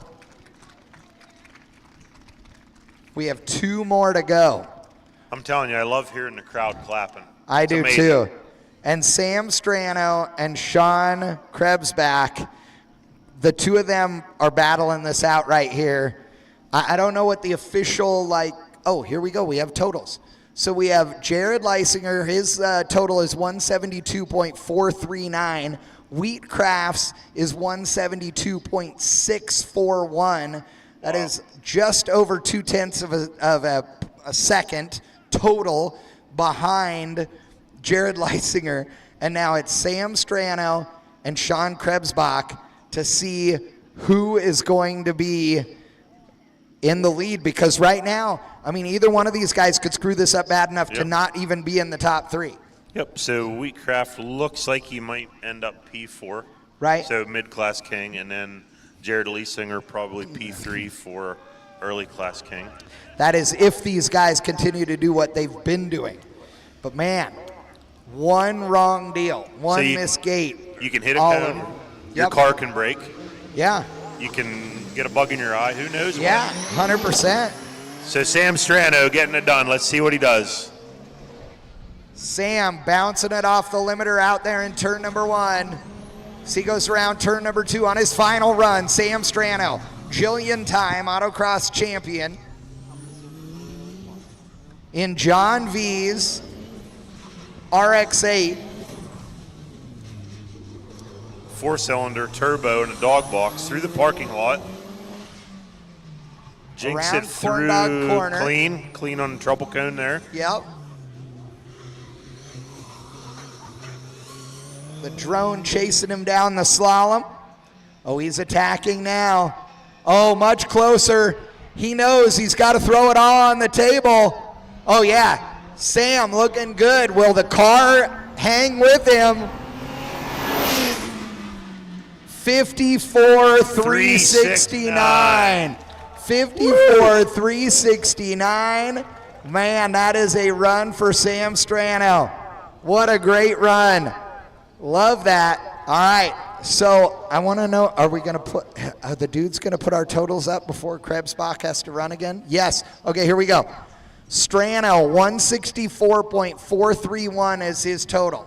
Okay, so I can't do math that fast. I'm going to do, okay, so that's 107, 108.6, 108.7 basically. 108.7 means a 56 flat. Oh, wait. Oh, he touched one. Oh, it looks like it's still in the square. A 56 flat, I think, gives Sean the win. Yep, it's okay. Well, is it okay? Was it over? Well, no, he'd be fine even with a cone because if he runs a 53. Oh, let's see. Sean Krebsbach. He does have a cone. Okay, they say he has a cone. I am totally doing the beer math here, but I believe like a 56 flat gives him the win. So if he can run a 54 flat or better, I think you'll have it. But again, I'm beer mathing it all in my head. 54-103. Oh my God, this is going to be close. Oh, and it says he got 2 cones. Says he got 2 cones.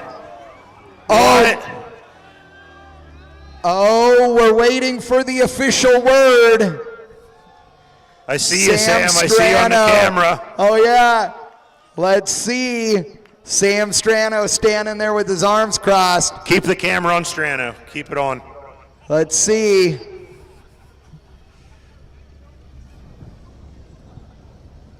John V and Sam, they cannot stand still.